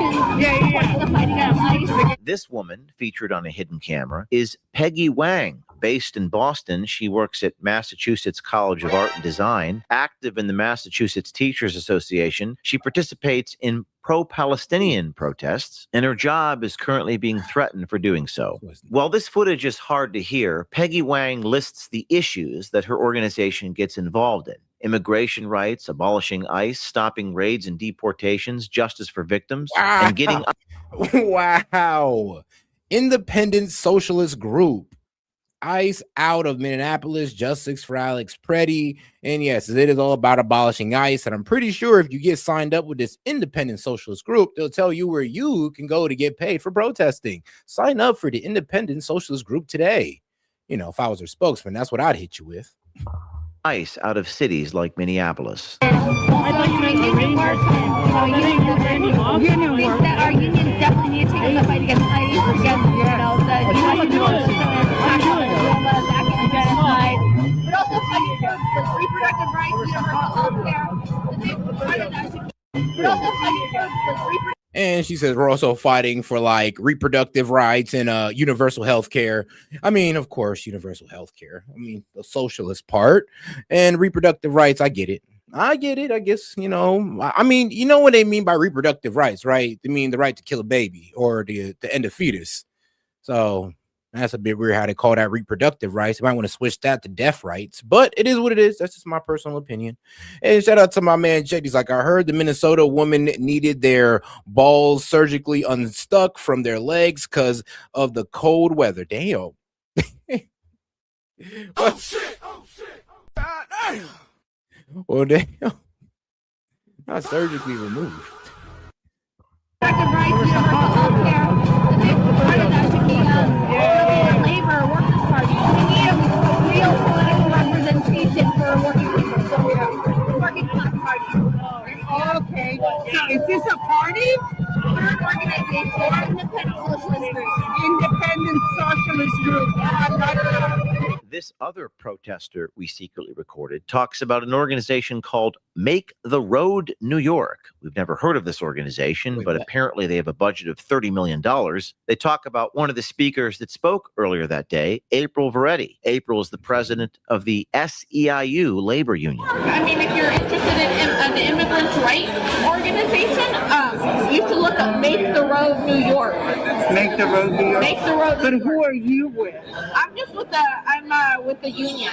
Oh. Yeah. SEIU, Service and employees for national. We looked at the tax returns of Make the Road New York and found they're a registered 501c3 that file a 990, and they received $16 million in grants. Lights out! Fuck ICE! We love our neighbors! As cars drove by, the agitators would ride on top of the cars. Hey, yo, shout out to my man, Mr. Paramedic. He said real fans will go to Rumble, S.E.T Media on Rumble. Yep, guys, go ahead to Rumble and join the Rumble army over there, man. Let's join the side that really loves freedom of speech and that won't censor your favorite creator, even if it's not me. Even if it's not me. They don't censor nobody. So head over to Rumble. One man's spoiler was broken off his car as one agitator tried to climb on board the car. What happened? What was that? Accidentally broke his wing on his car. Oh shit! Tough. The shit out of that wing right there. One of the comments they made was, I "There's no blood here, and you know there's no Trump people, there's no MAGA people, because if there was, there would be blood." We had one person. Oh, I would even go there. Did ashes fly through here today? Nope, not yet. See any blood on the ground? No, I haven't seen any blood. That's how we know there's no fashion. They haven't showed up. They haven't showed up. One of the advantages of it being so cold is we were able to cover every single part of our skin. But these conditions were truly dangerous. Many of our DSLR cameras actually froze. Our hidden cameras malfunctioned in minutes because it was so cold. You make this? I Is did. your thing? I made it for the Powderhorn Art Festival because I want to melt ice and get them the fuck out of here. It's not melting. Oh, it's like water. Oh, you know why? Because it's so cold out. Yeah. We watched water freeze in seconds. A bottle of water could quickly be turned into a weapon. Negative 17-degree weather. Let's see what happens to water. Let's see how fast that freezes. 1, 2, 3. It's already frozen. Man, the story of every water bottle in my car right now. But shout out to O. She says you had it right the first time. Reproductive rights equal killing unborn babies. I mean, literally. I mean, I wish it meant something else sometimes. I'm like, but you know what? I wish there was something else in there besides just the wanting to unalive your irresponsible sexual habits by killing babies. Like, I don't know, just getting away from your irresponsible sexual habits by killing unborn babies. It's like, how does that even sound right? But different argument for a different day. On our second day, January 24th, something happened that we never anticipated. Oh shit! What the fuck? There was a second shooting. We were only a few miles away when that happened. There was just a shooting. And any updates that you've seen while you were sitting there, you guys reading the news? The biggest updates that we have is that the mayor just announced that you need to decide what side you're on. Either you're on the side of Minneapolis or you're on the side of the federal government. Our streets! Our streets! Our streets! Our streets! No justice! And then shout out my man Monty on Rumble. He sent in you can go ahead and send support in on Rumble as well. It's a lot cheaper than YouTube because all you gotta do is send in $1 and you can pretty much write whatever you want.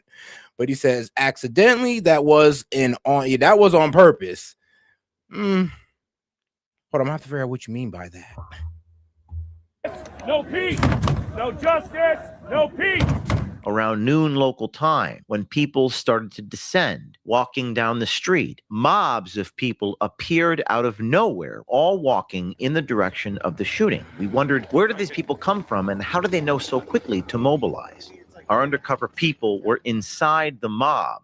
I can't believe this happened again. I drove down from Colorado to come yesterday. We were going to leave today, and then all that just happened. Like, You can help support the community. yeah, of course. I mean, I know, a good time. I mean, like, I'm glad you guys are here because, I don't know what the fuck is going on. Yeah. Like, I don't know how they're going to keep getting away with this. Yeah, and are there like group? Are there chats and stuff? I'm trying to get linked up and stuff, and Unfortunately, just because you're out of towner, I don't know if I feel comfortable like putting you in chats and shit, just because there's like so many fucking ops. I see what you're saying. Yeah. The agitator confirms the reporting done by citizen journalist Cam Higbee, who posted a video on X of all the signal chats. The agitator talks about the signal chats. Just seconds later, after having that conversation, our undercover reporter was tear gassed. I don't feel comfortable like. Oh no, okay, yeah. You're fine. Yeah, I just drove down here, me and my brother, and he's a film editor, so he's filming it. Watch out. Here we go. You fucking cowards!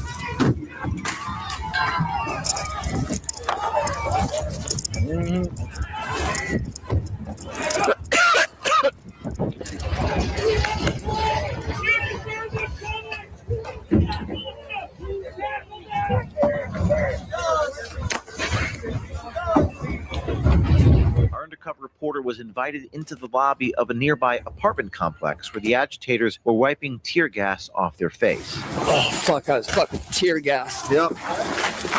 Let's say I live here if anybody needs in for a second. I got you. It stays like on your clothes. It burns. Yeah, you'll smell it on your clothes. And they'll keep burning. That's great. Go to upstairs and find Right, can I just sit right here, dude? I just.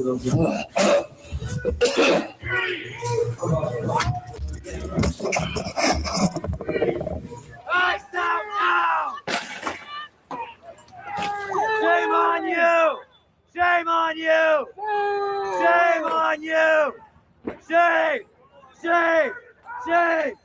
When that happened, I decided to arrive. We rolled up about 10 blocks from the scene of the tear gas.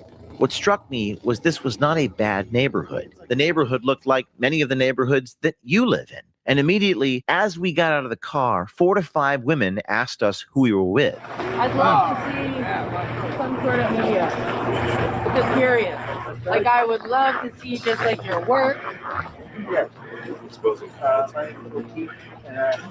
exposed to what's happening. Yeah, stop taking pictures of me, bro. Stop taking pictures. No, you're not. Mm-hmm. These guys are not press. No, we are press. They, like, Let's see them. Yeah, we got to take the best of.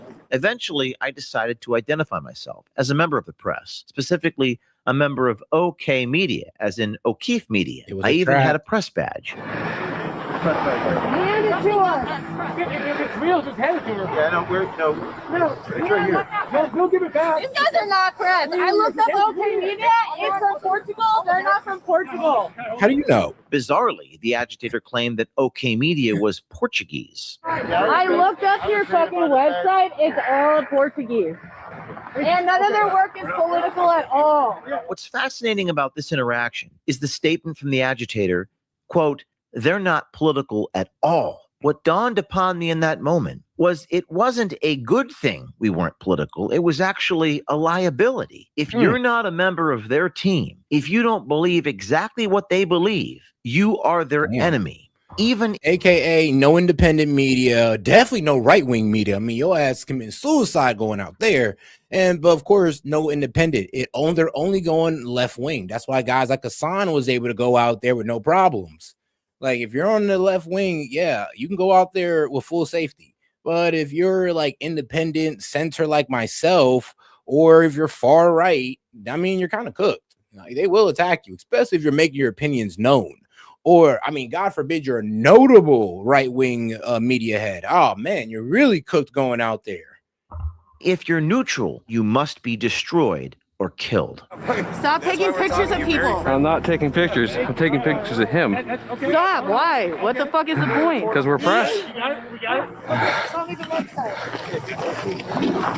Tell me These guys aren't press. These guys are not press. We are press. These guys are not press. We're press. Then they were able to ID me. A woman pulled up my Wikipedia page, which labeled me as a far-right activist, and it went all downhill from there. I don't know. Nah, yeah, that very moment, you fucked up. Actually, I had to make sure I looked at my Wikipedia and been like, you know, this whole right-wing stuff part, this might would get me in trouble. Maybe if it had said independent, you'd have been good, but even then, they weren't even accepting independence at that point. And now you are a effing fed, according to the agitator.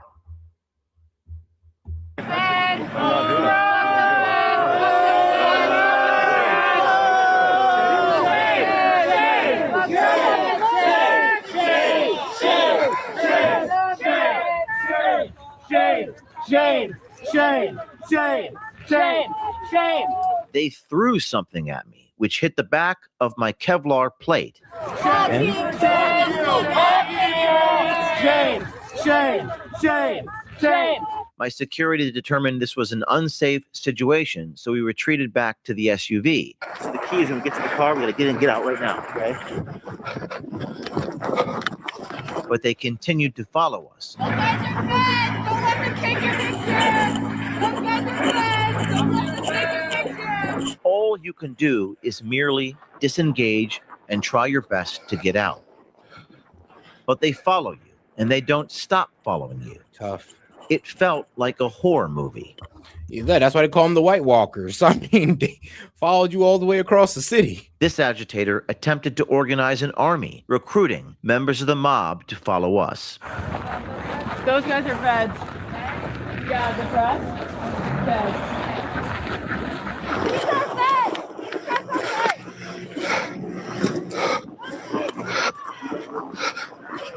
Our cameraman actually pulled his mask down to try to show them that we are actually press. If I was a Fed, I wouldn't take off my mask.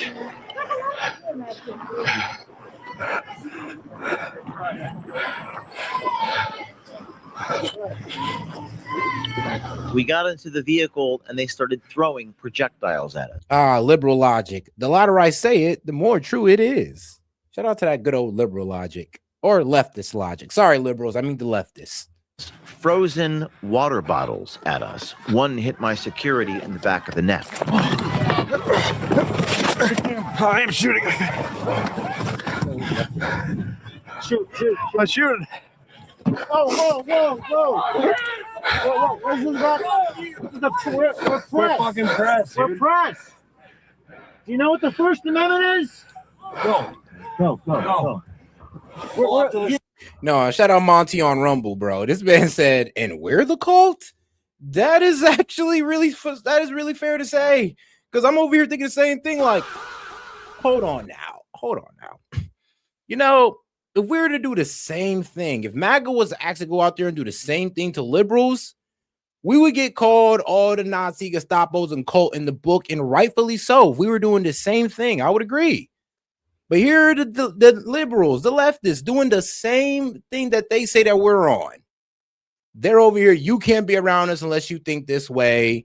If you don't think this way, you're not all the way committed. No, you can't teeter the line. You got to be all the way committed to the left. Then you just can't stick around us. And we never hold our own accountable because everybody's wrong but us. I mean, but we're the cult, though. But MAGA's the cult. I mean, bro, there's infighting on MAGA on all of Trump's decisions at this point. We can't get no infighting amongst you guys. And I mean, there should be. I mean, at least when it comes to immigration, there should be some type of infighting. When it comes to affordability and raising taxes, there should be some type of infighting, but y'all let that just skate right past. Do you support the First Amendment? Do you support the First Amendment? Yes or no? I'm against fucking ICE. You guys are yelling and throwing things. We're not doing nothing to you. You just assaulted us. We're press. We are. We're trying. All right. No problem, bro. I got you. Hey, it's just everywhere. Look, turn around. They're everywhere. Shut the fucking doors. Shut the door. Shut the fucking doors.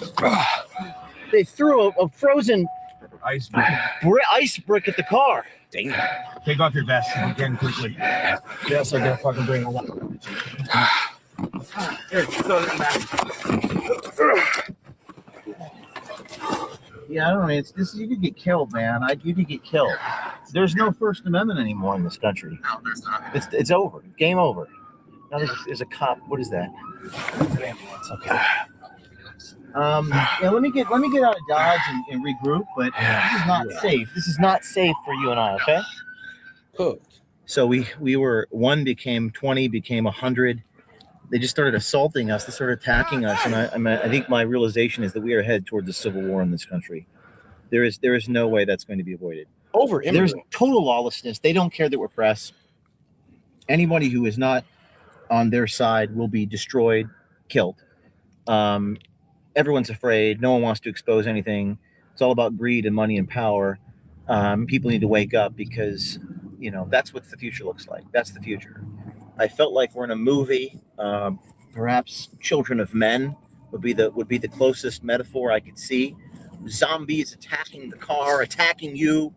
Cartel guys, you should put in the line in the sand. Cartel was running away from me when I pulled up with the press vest in California, but here they throw bricks at the police. They don't give a fuck. They're just gonna come for everyone. Oh, I'm just gonna protect my portfolio and make sure my kids are safe behind my picket fence. Okay, for another few years that'll work. Eventually they'll come for you. We went back to our hotel. My undercover reporter found spotters from their groups spying on us, following us, and reporting back to their signal chats. We have to get out of the hotel. James, go back. Okay, I need you with me. Yeah, let's go. We have to get out of the hotel. They got spotters in the hotel, so now we got to get just out of Minneapolis. Come on. We soon realized we had to change hotels and moved to another location 30 minutes away. They took 3 pictures of us, and then now they're changing lanes and trying to act like I didn't see them. You want to slow down so we can figure out what's going on? Yeah. Still following them. Okay, he's slowing down too. Yep. Dude, that's on wild. feet. Yep. People were following on us car. on the freeway. Reporter Cam Higbee also reported that people were following him. But they turned with us. Yep, here they come. White Chevy Silverado with the newly changed plates with the coexist sticker on the back. We're on Irving and Lake Street. Yeah, see, they have Discord chats and all that coordinating with each other to track down ICE cars, right-wing reporters, anybody that they disagree with. They're trying to run them out. They're literally trying to run them out of Minnesota. Going to be the only commuters following. They do not care. Just wanted to give an update on our location. We aren't ICE. We are not ICE. We're not ICE. We're not ICE. Don't matter. They will treat you like you ICE. We've come here. We're not ICE. Yeah, they've been following us for over an hour. We're just letting them know, and they. Not in a nice vehicle, right? No. Right. Right. Get in your truck and get the fuck out. Oh, this guy. Because you need to go. Confirmed ICE. Get the fuck out. Confirmed ICE through who? We're American citizens. We're not ICE. These are the people that you're abducting. Get out. It was incredible to see how people act when they're stopped. It was impossible to convince them that you are not ICE. That's dangerous. If you are not them, you are automatically ICE. If you don't hear your name called, they most likely think you're a Fed. That's actually better. They got that Chicago mentality, man. If you ain't from here, don't come here. Like, okay. Than them thinking that you're James O'Keefe. It's better that you're a Fed than James O'Keefe, according to our source. But again, if you're thinking about, don't try this at home, but if you do, come here to Minneapolis, get on the freeway, exchange the SUV or the pickup truck for a Subaru. You want to look like your mom. You want to look like you're a teacher. You want to look like you got that union sticker on the back of your car. You get that union sticker put on your car. You do not want to have an SUV like us. Lesson learned. Let's get inside the hotel. Yeah, Upon getting to our next hotel, my security detail showed me a text message that he had received from what appeared to be a burner number threatening to kill us if we do not vacate the city of Minneapolis within the next hour. We just got this message, and it says, we know that you're in Minneapolis. Do not vacate the city of Minneapolis within the next hour. We just got this message, and it says, we know that you're in Minneapolis. You're with O'Keefe and his crew of Nazis. You're in a white Ford license plate. They actually wrote the license plate down from Florida. You have 1 hour to leave or you're dead. You have 1 hour to leave or you're dead.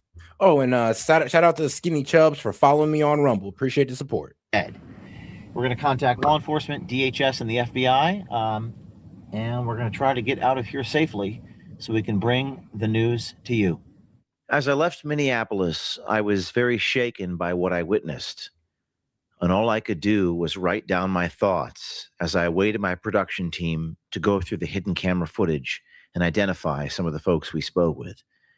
And what I realized is that self-preservation is the enemy of the American people. In the Peloponnesian War, Thucydides says, the strong do what they can, and the weak suffer what they must. Damn. There is absolutely no accountability in our country for those who are actually engaged in wrongdoing.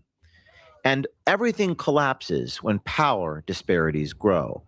Justice, as you want it, can only exist when there are consequences. But why be just if injustice pays better? The Minneapolis police stood down. They probably stood down because there was no incentive for them to stand up. People are only just if they're here's the thing. Minneapolis police stand up with ICE. They're going to get hunted down just like ICE. And ICE, these guys aren't from Minneapolis. Actually, no, some of them are. But a lot of these guys, they're wearing masks. Here's the funny thing is, if the police was providing crowd control, they'd be wearing masks too. So guess who'd also be on these protesters' hit list? The police. That's why they don't want to stand with ICE. They're seeing how ICE is getting hunted down, and we like, yo, they're like, I don't want that smoke. I'm good. I'll stay over here and just guard the government buildings. Because if I get involved with ICE, and I'm saying if I was local law enforcement, I would be getting hunted down. Like, who wants those problems? They got a family. Like, come on now, have a heart. Watched. And you might say that this report and investigative journalism doesn't matter if there are no consequences. But remember that justice only happens when they are being watched.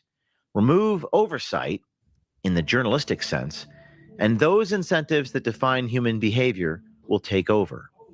Profits of corruption are immediate. Accountability or prison for bad actors takes forever. And there aren't enough prosecutors who can't be bribed or threatened. One of the most haunting things I know is that people tend to love money more than justice. They love power more than truth, and safety more than doing the right thing. Here's the thing. These guys are like, what? Ex-law enforcement. We're talking about ICE. ICE, ex-law enforcement and veterans. These are the people that you guys are supposed to respect. But here's the thing. You guys believe lies. Like, where is it? I just seen the lie, like, right here. This lie, like, right here. Those ICE people are most likely skinheads, KKK, and Proud Boys. What? Sweet Jesus. Sweet Jesus. One, they run background tests, right? Like, if you're a proud member of the KKK, they're not letting you in. And like I said, they're mostly ex-law enforcement and veterans. So if you're saying the KKK and the skinheads and KKK are in our law enforcement and in our military right now, then okay, sure. But you got to go across the board with that, because what is ICE mainly comprised of? Ex-law enforcement and veterans. So you're really trying to villainize the people you're supposed to respect the most. But okay. Perhaps the only thing that these people fear is exposure itself. And that's very good news, because at this point, it may be our only recourse.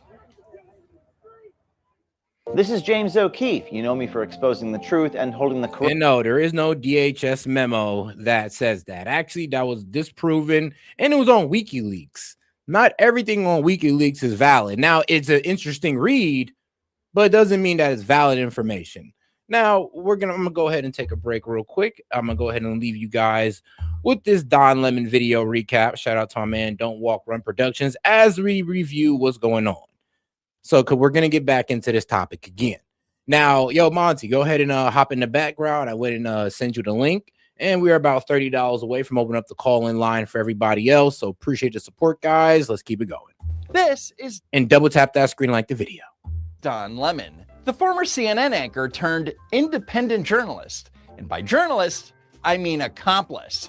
On Sunday, January 18th, 2026, Lemon joined up with a bunch of protesters led by Nakima Levy Armstrong of the Racial Justice Network. Hey, everybody. Welcome to the program. We just got into Minneapolis a little bit ago and did some...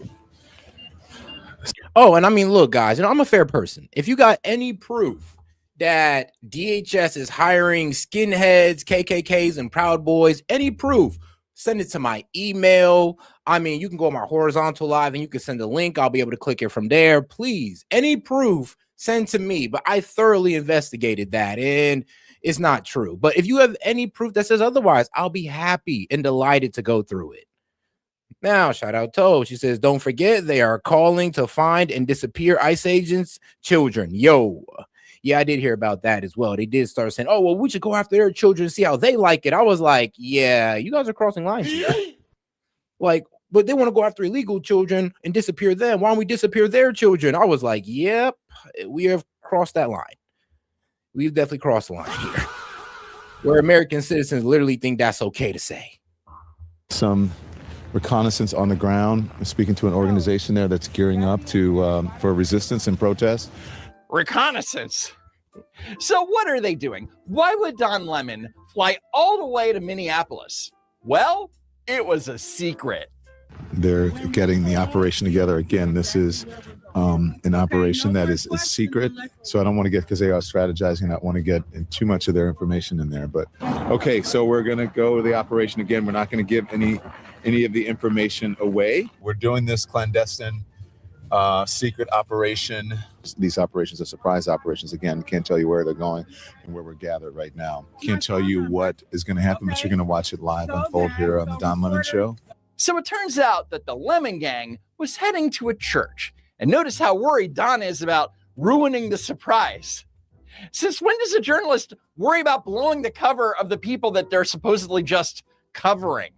We are here. Now, do you think if you just have it, I think maybe if you just have it on the church, but if they see me, they're going to know.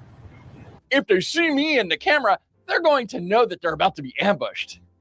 But, you know, if you're just there to chronicle a public event, who cares if they see you? You only hide your face when you know that you're doing something that you shouldn't be doing. And I'm going to go inside. Always bet on black. Always bet on black. So Lemon slipped inside the church, and it turns out that the activists weren't there to pray. They were there to interrupt the service at City's church.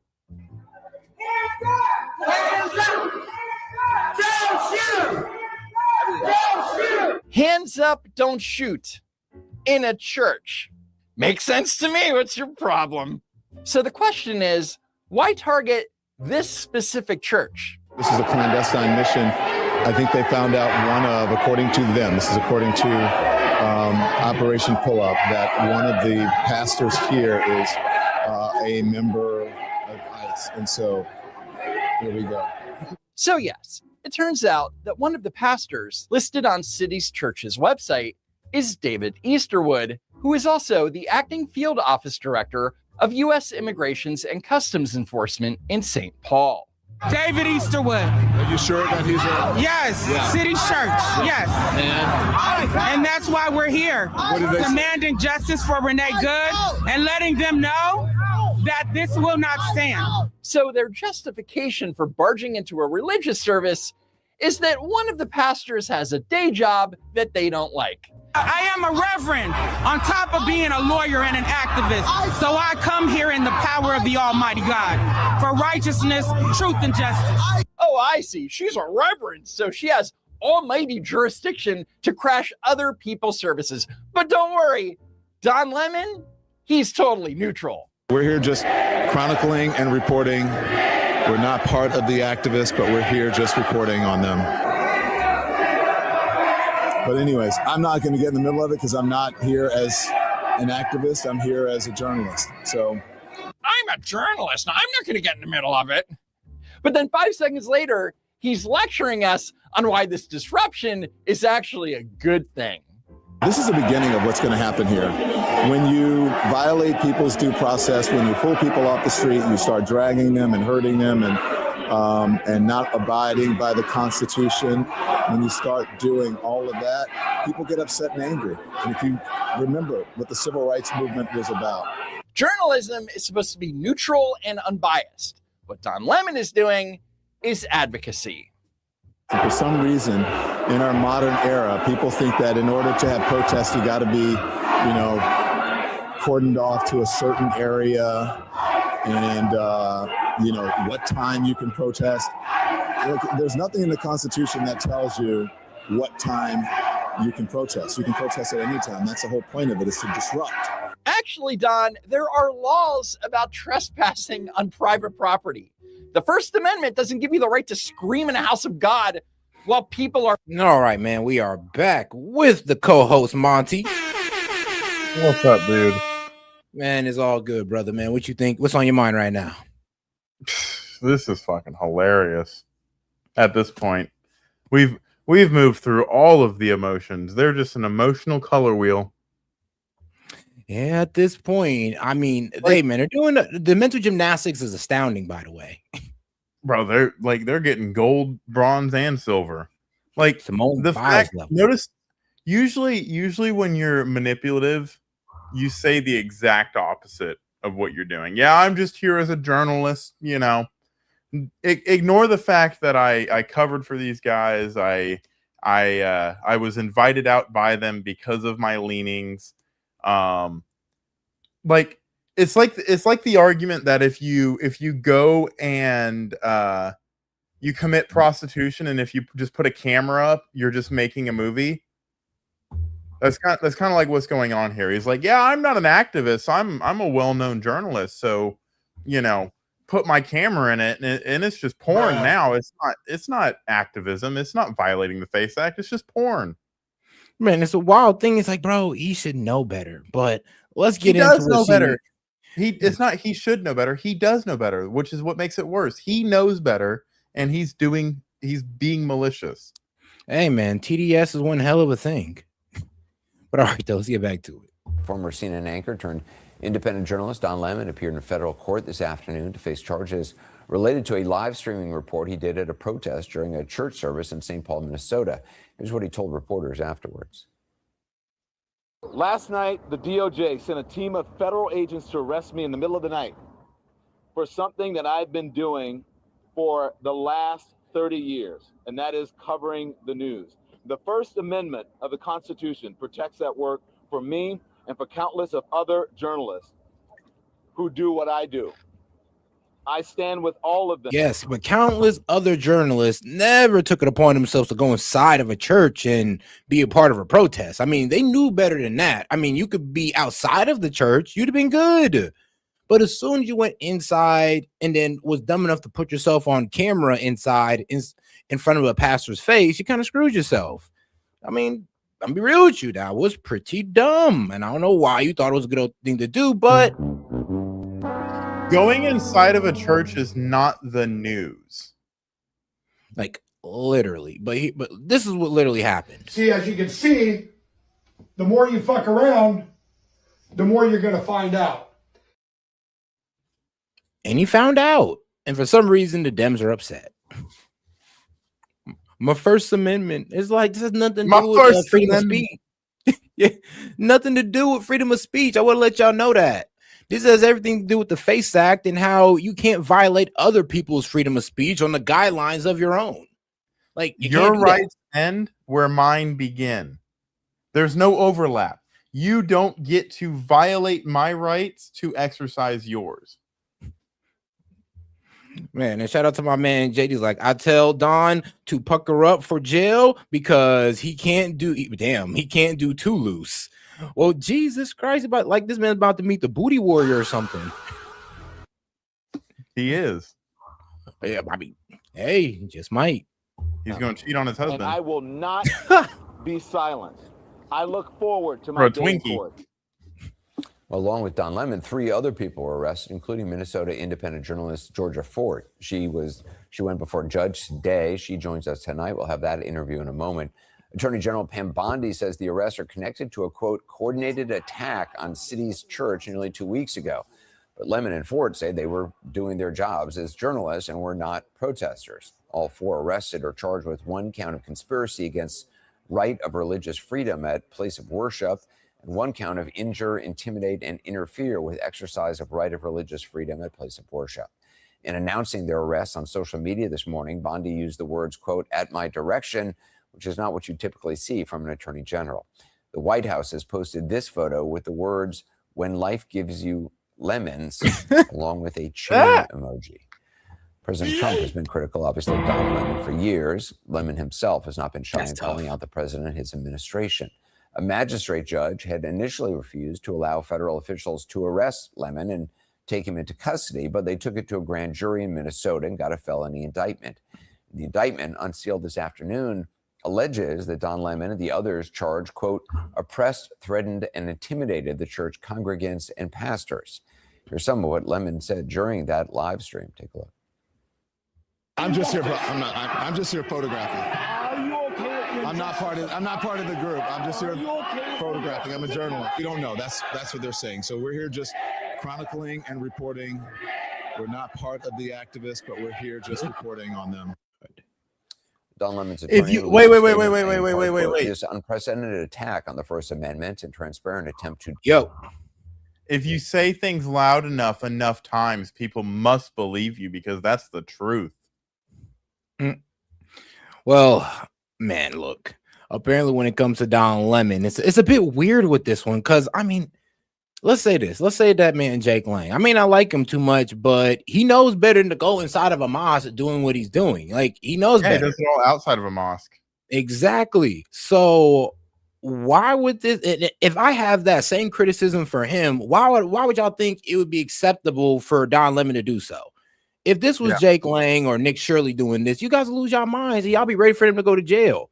Oh my God! As soon as it's one of y'all all of a sudden the law don't apply. Set. We know what they did to Jake Lang. They stabbed him. Man, they hit that man upside the head with a brick. I was like, and stabbed him in the same place. Did they stab him? Yeah, and he wasn't he wasn't even at a church. He was just protesting. But that's what they do. But Don Lemon, because he's fucking got a shiny forehead, somehow he's above the law. I mean, bro, he's a black liberal. I'm gonna be real with you. It's like you got special like privileges as a black liberal sometimes. Distract attention from the many crises facing this administration will not stand. Don will fight these charges vigorously and thoroughly in court. When agents showed up at Georgia Fort's door yesterday, she started recording. Here's some of her message. You guys, I wanted to alert the public that agents are at my door right now. Pause. This is all. Go ahead. So, remember right after the Nick Shirley daycare video popped out, what was CNN's headline? Wait, hold on. Nick Shirley. Hold on. Say that again. Yeah, I'm drawing a contrast. Just bear with me. When Gotcha. Nick Shirley's video on the Minnesota daycare fraud came out, how did they introduce Nick Shirley? MAGA. As a right-wing YouTuber. Yep, MAGA YouTuber. Now run it back like 4 seconds and see what the headline is on this. Yeah, no. You're good. Let it play. And I'll at Georgia Fort's door yesterday, she started recording. Here's some of her message. You guys, I wanted to Pause. alert the public that Georgia Fort, independent journalist. She is exactly the same thing as Nick Shirley, and Nick Shirley gets labeled as a right-wing extremist.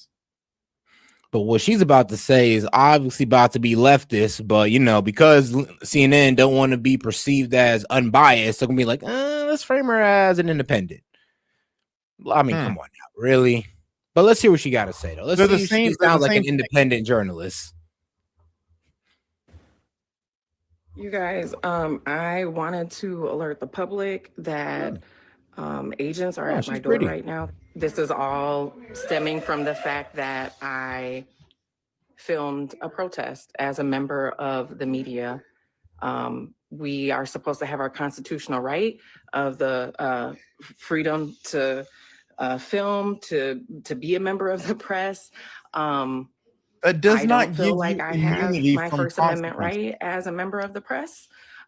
Because now federal agents are at my door arresting me for filming the church protest. Hold on, how are you independent? Well, I'm sorry, but you know what? All right, for sure, independent, whatever. Independent. So you thought that was a smart idea. See, if it was her and she was the only person who did that, it would make sense because I'm like, you know, she looks young. She probably hasn't been in the game longer than Don. So this makes sense that she would make this mistake. Don, no excuse whatsoever. Bruh. Set.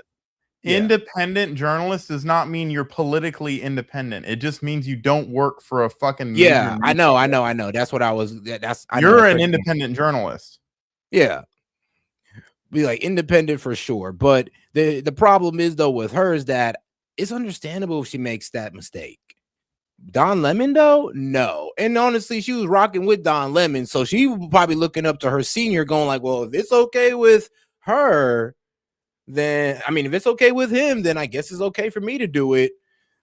And then someone said every church opens the outside public coming in. Yeah, until you're loitering, until you're trespassing, until you're being violent and disruptive.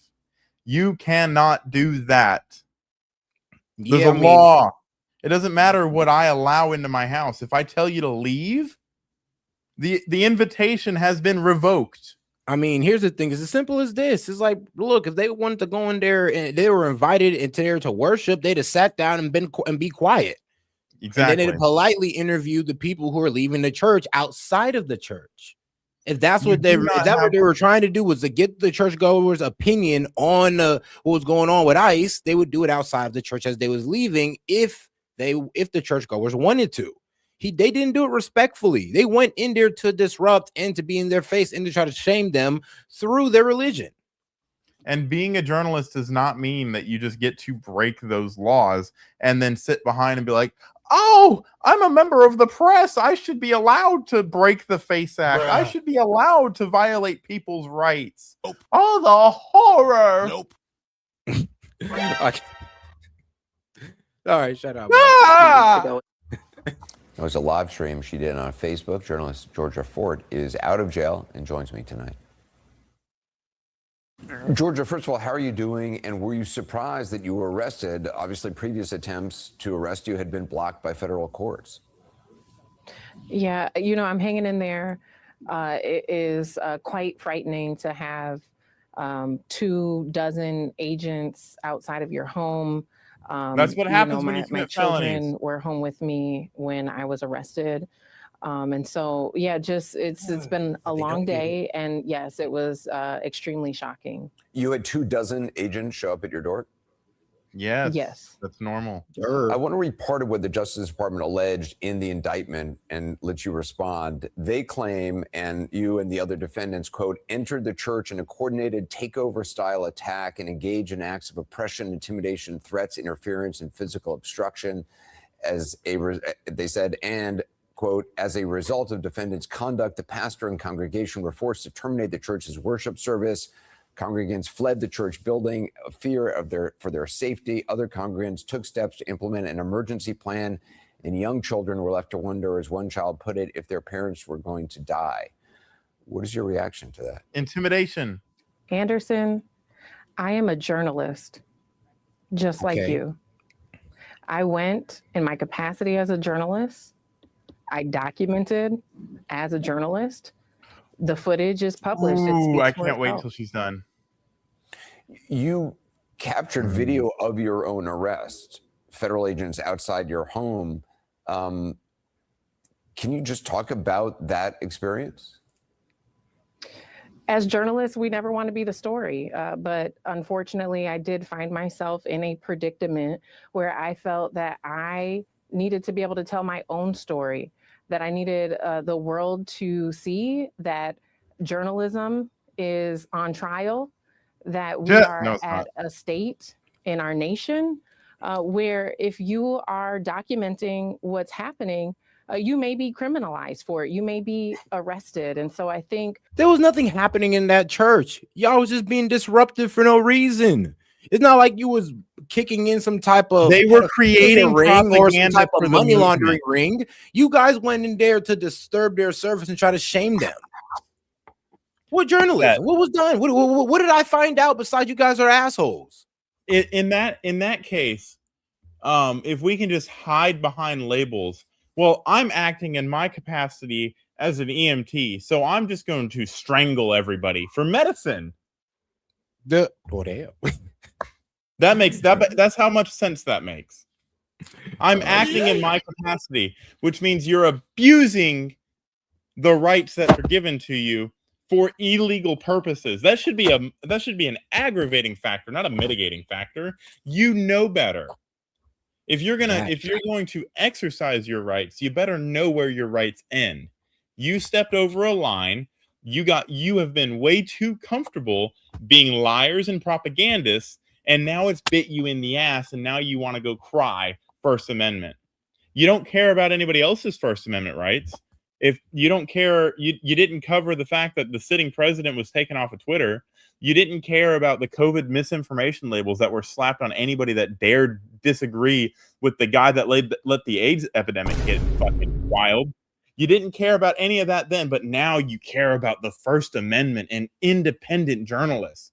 You labeled Nick Shirley a right-wing hack. You label anybody you disagree with so that you can defame them, so you don't have to debate them, and then you agitate and assassinate. So I really don't have any sympathy for you. You wonder why FBI agents are surrounding your house? Because it's considered a felony arrest. What you did was a federal offense, a felony. Easy as that, but they just don't get it. But all right, let's get back to it. What is happening in Minnesota overall should be quite alarming to the entire nation. I think what happened to me today as an independent journalist, what happened to Don Lemon being arrested for reporting. Go ahead. Pause. So someone said Twitter has its own policies, you dipshit. Have you not read the Twitter files? Where the government doesn't strip your socials? You remember when they said, either you're going to comply or you're going to be shut down as a company? That's the government stripping your socials. I mean, bro, did you not forget where even Mark Zuckerberg admitted that the Biden administration made them take down posts concerning COVID and election rigging and the Hunter Biden laptop? I mean, but yeah, you really thought you had something on that one, didn't you? What's happening? I think people should be alarmed, and I think mainstream. Oh shoot, my bad. I fell back on the. Okay, I fell back a little bit on the super chat. Shout out Toe for the baller alert. Appreciate the support, sis. She says Lemon and this chick violated FACE Act, possibly the KKK Act, were asked to leave and refuse, which is now trespassing. True. They intimidated and traumatized children, interrupted a house of worship, which is illegal. I mean, hey, she ain't say nothing wrong, but the crazy part is, for some reason, the Dems just can't get that in their head. Like, bro, take the political bias out of this. Let's pretend that Don Lemon was just I'm gonna be real with you, an independent journalist with no political affiliation.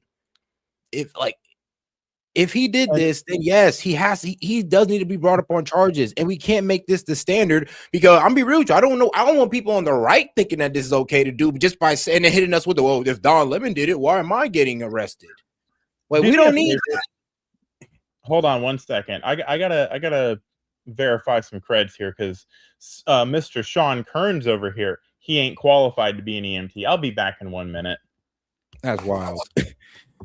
All right, and shout out to my man Jet. He said it's not a coincidence the Somali fraud gets uncovered and Minnesota is okay with rioting, storming churches, and attacking ICE along with journalists now. I mean, I ain't gonna lie. Maybe me and you are thinking too deep about it. Maybe we're thinking too deep about it, Jet.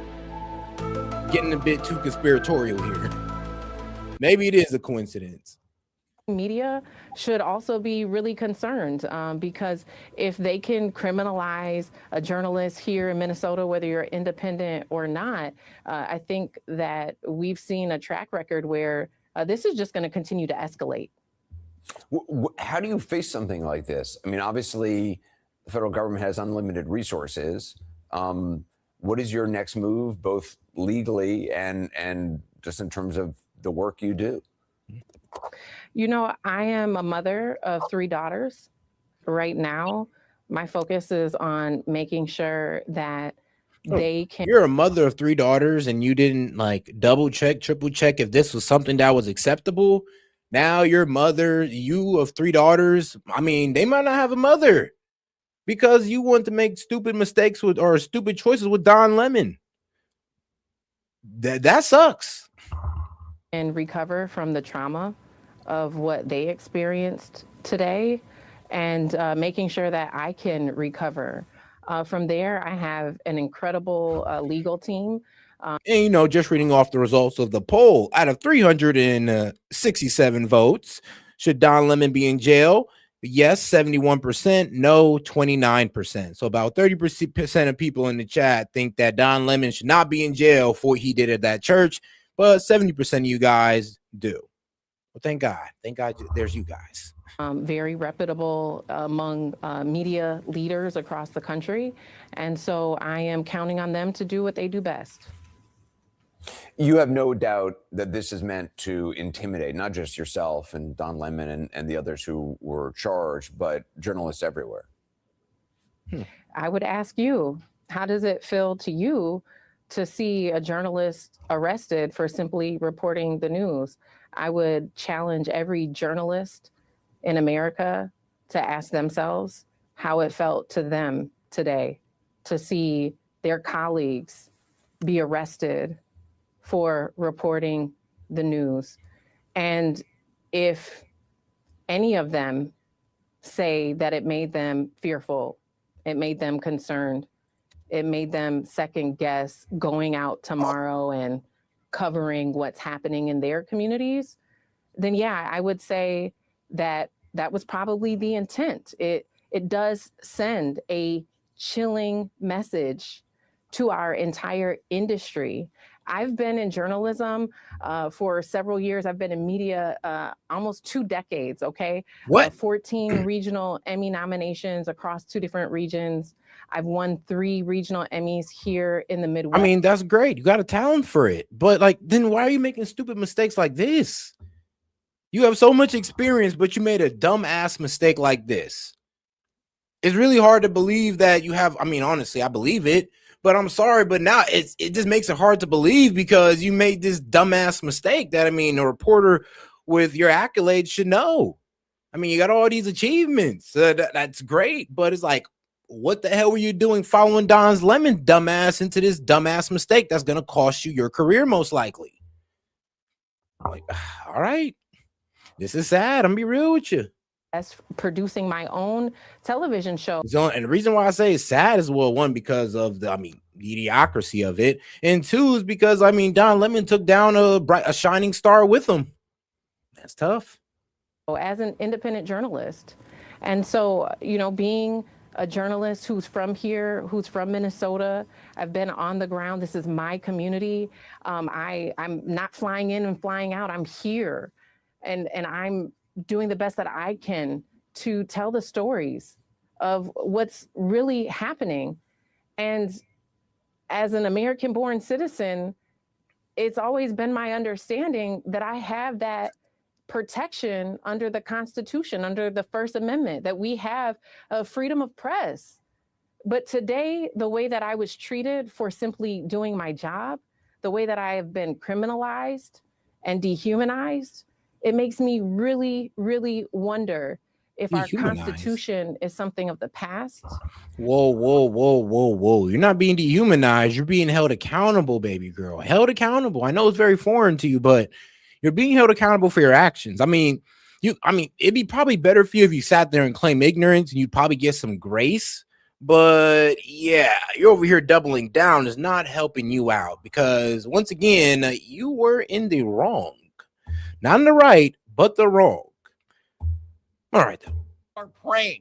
Our church had gathered for worship. While people are praying. Our church had gathered for worship, which we do every Sunday, and we were interrupted by this group of protesters.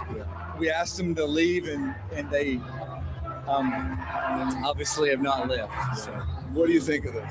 I mean, this is unacceptable. It's shameful. It's shameful to interrupt a public gathering of Christians in worship. So I have to take care of my flock. Okay, but listen, we live there's a Constitution and the First Amendment to freedom of speech and freedom to assemble and protest. Yeah.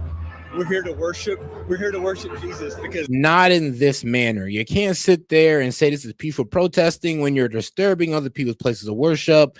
You're yelling in their faces. Yeah, you crossed the line there. That's the hope of these cities. That's the hope of the world is Jesus Christ. I want to be very respectful. Please don't push me, though. In no way was Don Lemon pushed. He's full of it. And he's manufacturing a confrontation here. we're here to worship. That's why we're here. I just sent you a link on Discord. Don't bring it up because it has my personal information on there. But just tell me what you see in that. All right, I got you. Hold on. Okay, that's why we're here. That's what we're about. Don't you think Jesus would be understanding we're about and love these folks? We're about spreading the love of Jesus. But did you try to talk to them? You got my whole government Everyone name is now. willing to talk. Okay. But then moments later, Lemon speaks to a parishioner and is like, why won't the pastor talk to the activists? I think maybe if the pastor would like try to calm things down and say, let's all talk together and make this peaceful and not be so us against them. I think that's good to talk, but then why don't we do that, right? Yeah. Fact check true. They had. Oh, dang. All right. You could pull yourself up on the provider credentials search in Washington State Department of Health. Yeah. Nice. But sadly, it sent me the blank version of it. Oh, I see. Okay. I'll Yeah. send you my name. Type that in. Zero intention of having a conversation. Just listen to one of the agitators, professional protester William Kelly, aka the woke farmer. Shame on you. Where are you? Where are you? Where are you? Where are your people? Why are you not at Whipple every day fighting for the humanity? You drink your coffee, you got your jewelry, you have your nice clothes. I mean, like, dog, really? You're just yelling at them? Like, why they having Starbucks? It's like, come on. It's like, they can't have Starbucks and worship. They got to sit there and be as mad and miserable as you? Well, that's not fair, and that's not the fun way to live life. But what do you do? What do you do to stand for your Somali and Latino community? What would Jesus do in this situation? I know. He'd interrupt a prayer service to scream at a random woman for the high crime of drinking a latte. This is a juxtaposition. This shows you just how divided America is. When you look at the protesters here, and then you look at the people there who are praying, and you know what was the interesting thing? If these two groups could just get together, they might figure out what to do. Listen to Don Lemon pretending to be the wise philosopher. If only they communicated. They are communicating, Don. One side is saying, please let us pray, and the other side is screaming about white supremacy.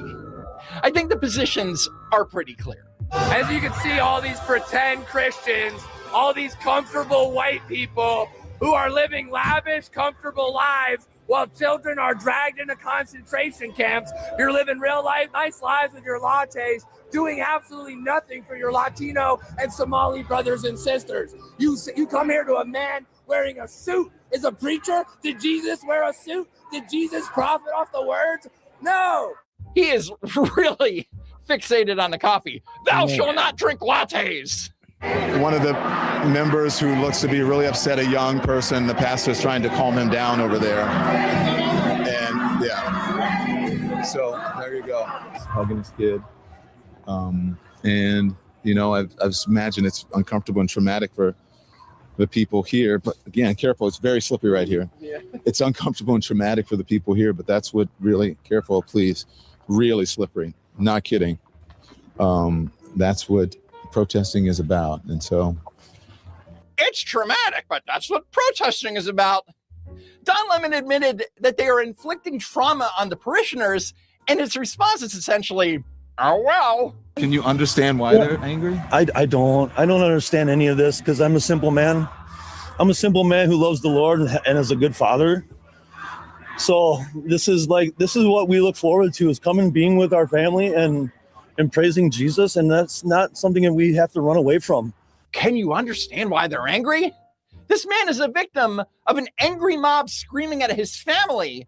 But in Don Lemon's world, this is the guy that needs to explain himself. Disgraceful. Oh, there it is. So Nakima Levy Armstrong, aka the alleged ringleader, was invited to go on CNN to make her case. Yeah, so I want to explain what happened. So we've heard reports that BLM. All right, now go ahead and verify my man Monty's credentials.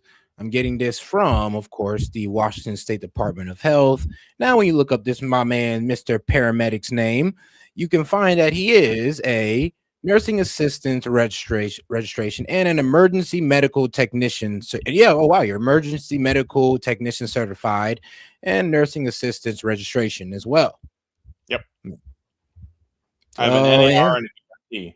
My EMT right now is inoperable because I'm not working anywhere, so no one has my license sponsored because I'm in school. But to the dumbass in the chat, he's not even registered to be an EMT. Quit slandering me. I'm weak. No, we got an actual EMT up here. Stormed, City's church, which is absolutely not true. We came in a very orderly fashion. Orderly? We just watched you and your gang shouting down a pastor in his own pulpit. We did not rush into that church.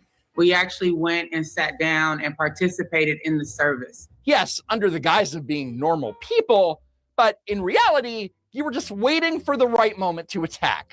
And after the pastor prayed, that is when I stood up and... Oh, and shout out Toe. She said, this shit is why my security company provides free armed security for my mom's church and any other church that requested.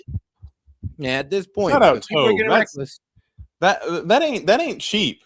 Like that is expensive. You gotta think of every body you put there, the logistics that goes into that, any sort of resources they provide, and they're providing it for free to any church that requests it. Shout out. Exactly. And it's kind of crazy because since stuff like this is going down, church shootings, I mean, at this point, it's necessary. Ask him a question in response to his prayer. And then he responded to me. And then oh yeah, and I already post a StreamYard link in the post tabs. You guys can go there if you guys disagree, or if you just wanted to support, or if you're just one of my supporters, go ahead and come on up. I proceeded to ask him about Pastor David Easterwood and how is it possible for him to serve as both the pastor and the director of ICE for Minnesota. And instead of responding to me, as soon as I said the name David Easterwood, the pastor said, shame. Shame. No, he said, shame, shame, because Nakima and her group had stood up and started walking to the front of the church to hijack the service. Renee good! Renee good! Renee good! So I want to clarify that. We didn't rush in. We didn't bust in. We were a part of the service until I got up and posed that question to the pastor. All right, and obviously, I'm not going to dispute your saying what happened. You're not pushback. Obviously, no pushback whatsoever. Got it. Gonna dispute what happened. That's hilarious. Why not, Aaron? This is literally your job. You have video footage of these thugs screaming and taking over the altar. But sure, just take the activist's word for it. I'm not just a lawyer and an activist. I am also an ordained reverend and itinerant preacher. Wow. And so for me personally, to help lead that protest, this was about a reckoning. Being able to go into a so-called place of Christianity. This lady's not too smart. So she's a lawyer and a priest. And you didn't think twice about this whatsoever. Yep, activism, radical activists, when all logic just goes out the window, even the logic that your profession should have endowed you with. But it is what it is, I guess. That is wild. All these credentials and you did this dumb shit. Like, it don't even mean nothing. Like, I swear to God, it's like if you're a liberal, it's like, bro, F all your credentials. Like, it don't even mean nothing. You're just going to do dumb shit anyway. Like, what? You heard that, right? So-called place of Christianity. And listen to Don Lemon kind of repeat her point. So there is a certain degree of racism there, and there's a certain degree of entitlement. I think people who are, in the religious groups like that, it's not the type of Christianity that I practice, but I think that they're entitled, and that entitlement comes from a supremacy, a white supremacy. What? What? So Did he say that they're white supremacists? That's why they're Christians? Okay. All right. Oh, Lemonade. no. Shout out Toe. She says, it's funny how Lemon cut out the part where he was asked to leave. Yeah. I mean, When he was doing it, when he was doing it live, I caught a little bit of it, and he was asked to leave twice by the reverend or the pastor. So, and on the point of the I'm a reverend, lawyer, and whatever. I'm an ordained priestess of the Nordic religion. That does not give me the right to go into another person's place of worship and do whatever I want. I have to be invited. And the same thing Unless you're goes a for the Democrat, though. Christian religion. Unless you're a Democrat, then it does. Oh, yeah. You know, Unless you want to gives you all stage the a riot and freedoms. scare children. Yeah, I'm sorry. It doesn't, at that point, no, journalism does not give you the right. Being an ordained reverend or pastor does not give you the right to walk into another pastor, another reverend's house of worship. You have to be invited. Yeah. Oh, and shout out to my man Jed. He says, damn, the leering law degree strikes again, Set. I mean, because yeah, at this point, bro, it's like, are you sure you learned law, lady? Are you sure you're a lawyer? Because I mean, I don't you think you would have looked up any laws to make sure you're not violating anything, or this just didn't even go across your head? I almost want to ask him that question. Like, so the FACE Act didn't go, like, just go through your mind when you say, let's go into a church and just yell at them and protest. Yeah, that's not right. That's not cool. That's not funny. That's not cute. And it's not legal. Exactly. But all right. Primacy. So if you want to worship in peace without being screamed at, you're a white supremacist. Got it. I mean, my mother is a pastor, and so I grew up in Christianity. I grew up in the church. And one of the things that I remember about Jesus Christ himself is that when things weren't going right in the church, he went in and he flipped tables. Today we had the honor to protest with Nikema Armstrong and the racial I mean, that's not the church. That was the temples. Like, that was not the church. That was the temples of, the Pharisees and all that good stuff. He was against that. He didn't go into the church that he established and did that. He went into the temple that the Pharisees established. So it's like, I don't even got the goddamn story right. Because they'll quote the Bible to you to make points. It's there, and they don't even understand what they're talking about. So, I mean, can you expect any due diligence from the side that fucking frankly has none?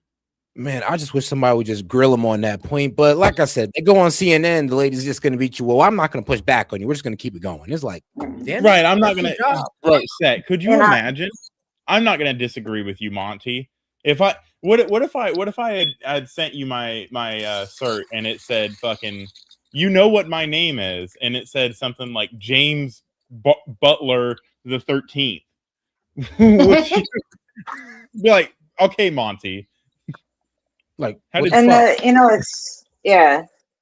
the sad thing is I'm as I stated earlier, I am not Christian, but I know and understand the Bible a hell of a lot better than have these people like Don who claims to be a Christian.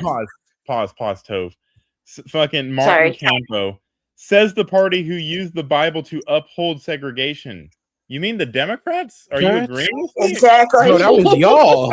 Bro. That was the Dems. Who voted against the Civil Rights Act? The Democrats. God, who instituted Jim Crow laws?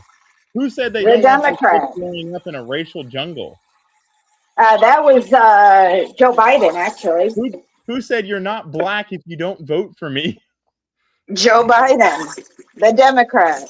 And what's funny is the Civil Rights Act was written, championed, and passed by the Republicans. Hold on, wait. What's the governor of New York's name? You remember what she said about, black kids in impoverished communities can't use laptops. Though? Oh my God. Oh God. Who's doing that? it I now? was like, wow. I'm like, the blatant racism, but it's on accident though. It's like, she ain't mean it, but she meant it. Yeah. And what's crazy is what they in the chat currently and every other day, it is people on the left that I am kicking for racist comments towards sex. It is always people that are arguing for the left. There are still people in the Republican Party who want to uphold segregation, though don't see anybody on the Democratic Party doing that anymore. You mean like the Democrats that will lie in your face? We don't see Democrats doing that. We didn't see Joe Biden say you're not black if you don't vote Democrat. We didn't see DEI. DEI I'm basically. sorry. Hold on, bro. Abigail too dumb. Spanberger is saying that they won't give government contractors out to, I don't know. Didn't they make it race based? Like white? Yeah, white, That is straight men. segregation, you dumb shit.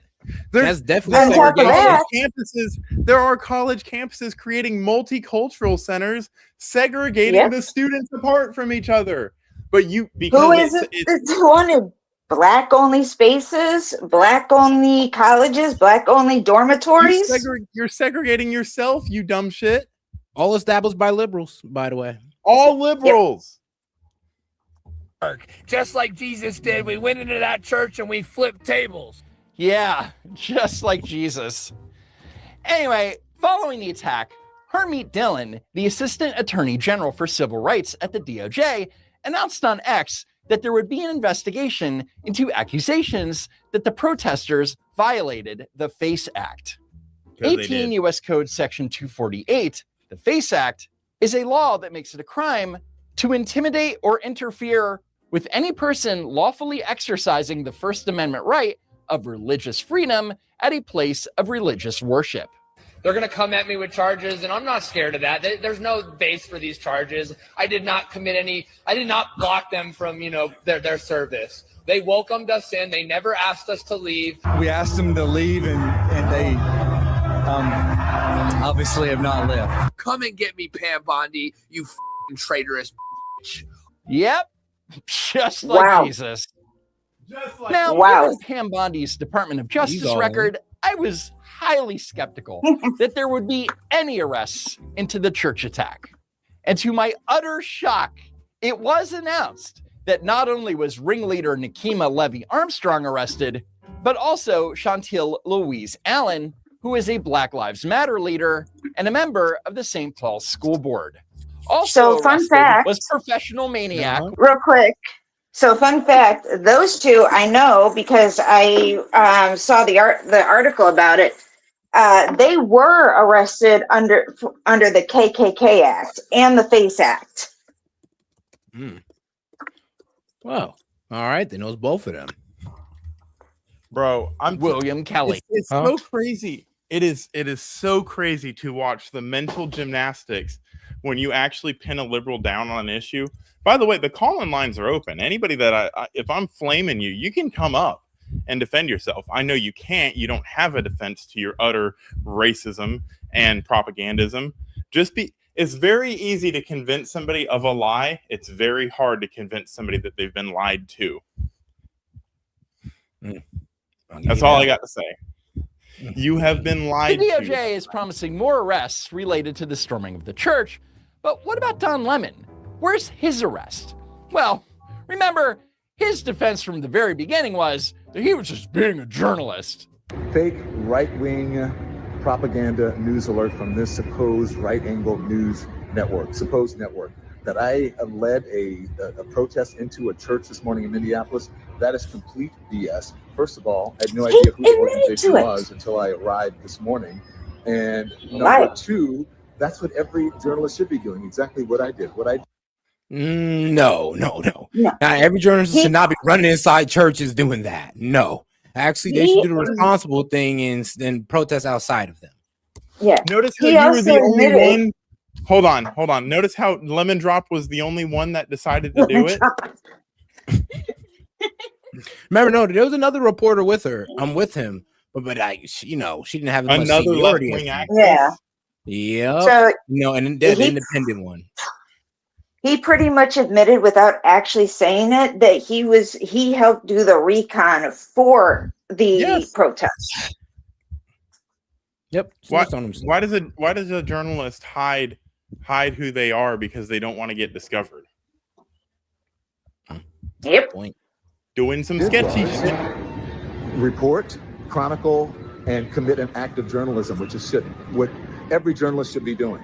So first of all, we're supposed to believe that Don Lemon had no idea what the Radical Justice Network was, despite the fact that the leader of the group, Nikema Levy Armstrong, was on his show 2 days prior. Nikema Levy Armstrong is here. She is a lawyer and activist and the former president of the Minneapolis NAACP. Look at How are this you? face. Good. Look at See, this face. we're on. We're not saying what it is. Like, bro, when you're this caught, bro, it's just like, wait, you had him on 2 days ago? Like, like, bro, you can't sit here and tell me you're not guilty. Right? You had him on 2 days ago, but I don't know. I didn't know about their operation. You was in contact with them 2 days ago, and then now you're with them now. What do you mean? But Yeah, and I'm like, pretty- that was I just had them on an interview, and I'm just conveniently here protesting with them now. Like, right? What you think I'm retarded? I feel Yes, like, bro, they do. at a certain point Bro, now, I feel like I'm being let me- insulted. Let me Do you want explain me to this. get her out? Let me break this down for you. You asked a rhetorical question. Do you think I'm retarded? Yes, they absolutely think you're retarded. They think that you're that dumb insert word here that can't think for himself, can't do anything for himself. That's why you need DEI, because if you didn't have DEI, you would amount to nothing ever. Yeah, they think you're retarded. Yeah, they think that you're dumb. They want you in chains, metaphorically, not physically. And they want you subservient to the federal government and to their message. If you're not, then yeah, you are retarded. You're just lost. You're not woke yet. You notice how everything that every label they put on everything is, it sounds so virtuous. It's almost like they're virtue signaling, and they want an excuse to make themselves feel better about the harm that they're doing to the country. What's going on? But thank you. Yes, thank you for inviting us to the thing that we have absolutely no idea about. Why are we here?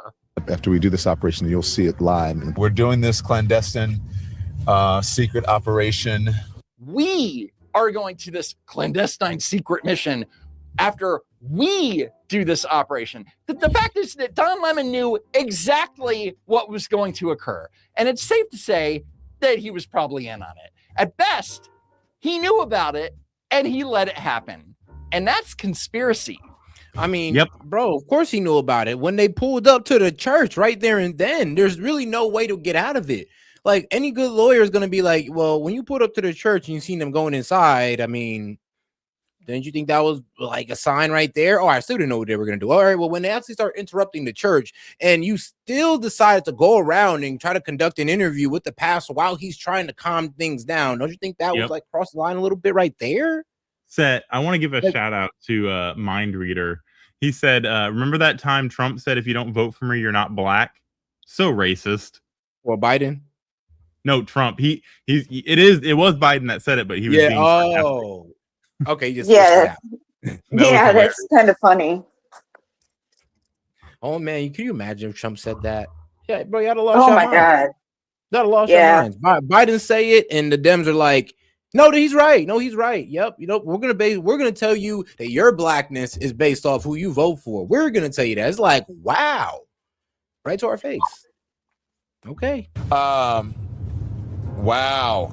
I kept thinking, seriously, while we were there, I kept thinking, holy crap, they're going to come in and try to arrest us. Notice he said, I thought they were going to arrest us, not I thought that they were going to arrest the group.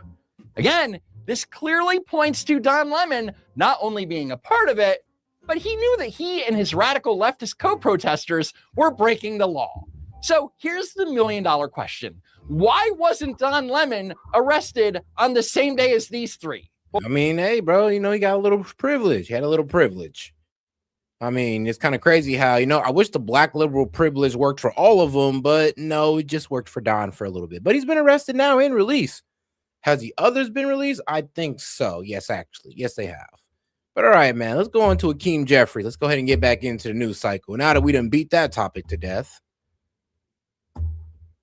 Democratic leader Hakeem Jeffries Congressman Jeffries, thank you for joining us right now. So this passed the House. So they passed the bill to keep the government open for another couple of weeks as you try to negotiate reforms on Homeland Security funding. Really? All right, hold on. They agreed to keep the government on for a couple of weeks. This came out 4 hours ago. Okay, then. Will the House follow the Senate's lead and vote to keep the government open? Well, it was a meaningful step in the right direction. Certainly the separation of the 5 bipartisan bills, which in our view promote the health, the safety, and the economic well-being of the American people, need to move forward. Fucking Timu Obama. We're on this afternoon as a caucus to discuss what we believe is the best path. What is clear is that the Department of Homeland Security needs to be dramatically reformed. We share that view, as does Leader Schumer and Senate Democrats, in a variety of different ways. Body cameras should be mandatory. Masks should come off. Judicial warrants should. Now, you know what? I agree with the body cam should be mandatory, but absolutely. But the mask coming off, no go. No, they're literally trying to dox these people, to harass them and their family members, to intimidate them from joining ICE, intimidate them and coercing them not to join ICE if they want those threats on their family members to go away. So no, the mask stays on, but we can go ahead and give them body cams. I'm okay with that. I'm gonna have a controversial take here, so bear with me. Mm-hmm. I think that if they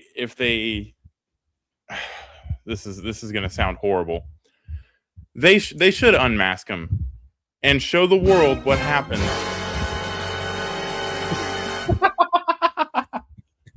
Unmask him, put body cams on him, unmask him, so that we can see what they do with that information. You're gonna have to arm their homes and put security watches on them. But I just want to see what happens when ICE agents' faces are in public, when they're literally saying we're going to kill you. Let's to their face. Let's let them find the information. Let's let people dox them. Let them come to their house with the intent to do harm, and all these peaceful protesters can get arrested. Just sit there waiting for him. Wait for him. Just wait for him. Jesus. Here's a problem, though. It's like we basically be throwing them to the wolves, because bro, what are you gonna do? Wait till one ICE officer. I know you're not for serious with it. Yeah, but it's almost like, damn. It's almost like hypothetically you're saying, well, hey, I guess one got to die for these guys to know what we're dealing with. And here's the thing, I'm gonna play along with it as well. Yeah, we should unmask them, give them the tape, so we can also expose how these protesters are coming at them. Yeah, and like it's all gonna be there on tape. So both sides are gonna be exposed: ISIS conduct and the conduct of the protesters. Yeah, and I mean, obviously you can't do that because it would be completely unsafe for them. And I don't want to live in a world where we give terrorists, because that's what they are. They are terrorists. If they're going to go do this, they are terrorists because they're doing this for political reasons. I don't want to give them more ammunition to do more harm. However, I'd like them to try. I'd like them to come to ICE agents' houses armed, ready to kill people, and have the federal marshals waiting right on the other side of the door. So as soon as they walk in the door, they get arrested. Yep, I would like for that too. But the problem with unmasking these guys is that you guys want them unmasked so you can sit there and coerce them not to want to be a part of ICE. Yeah, that's I mean, no man is going to sit there and risk their family safety for, I don't know, 80 to 100K. I mean, it's good money, but nothing's worth my family's safety. And that's what that's what they want. But all right. Mandatory. Masks should come off. Judicial warrants should absolutely be required, consistent with the Constitution, in our view, before DHS agents or ICE agents are breaking into the homes of the American people or ripping people out of their cars. We need to make sure that there are complete and independent investigations so that when ICE or DHS agents break the law, they are held accountable, not by the Department of Justice, which has no interest in actually conducting a fair investigation, in our view, but by— in your view. Thank you for throwing in that word. Think about this set. They are attacking random motorists in SUVs. What do you think is going to happen if they actually can refine that information?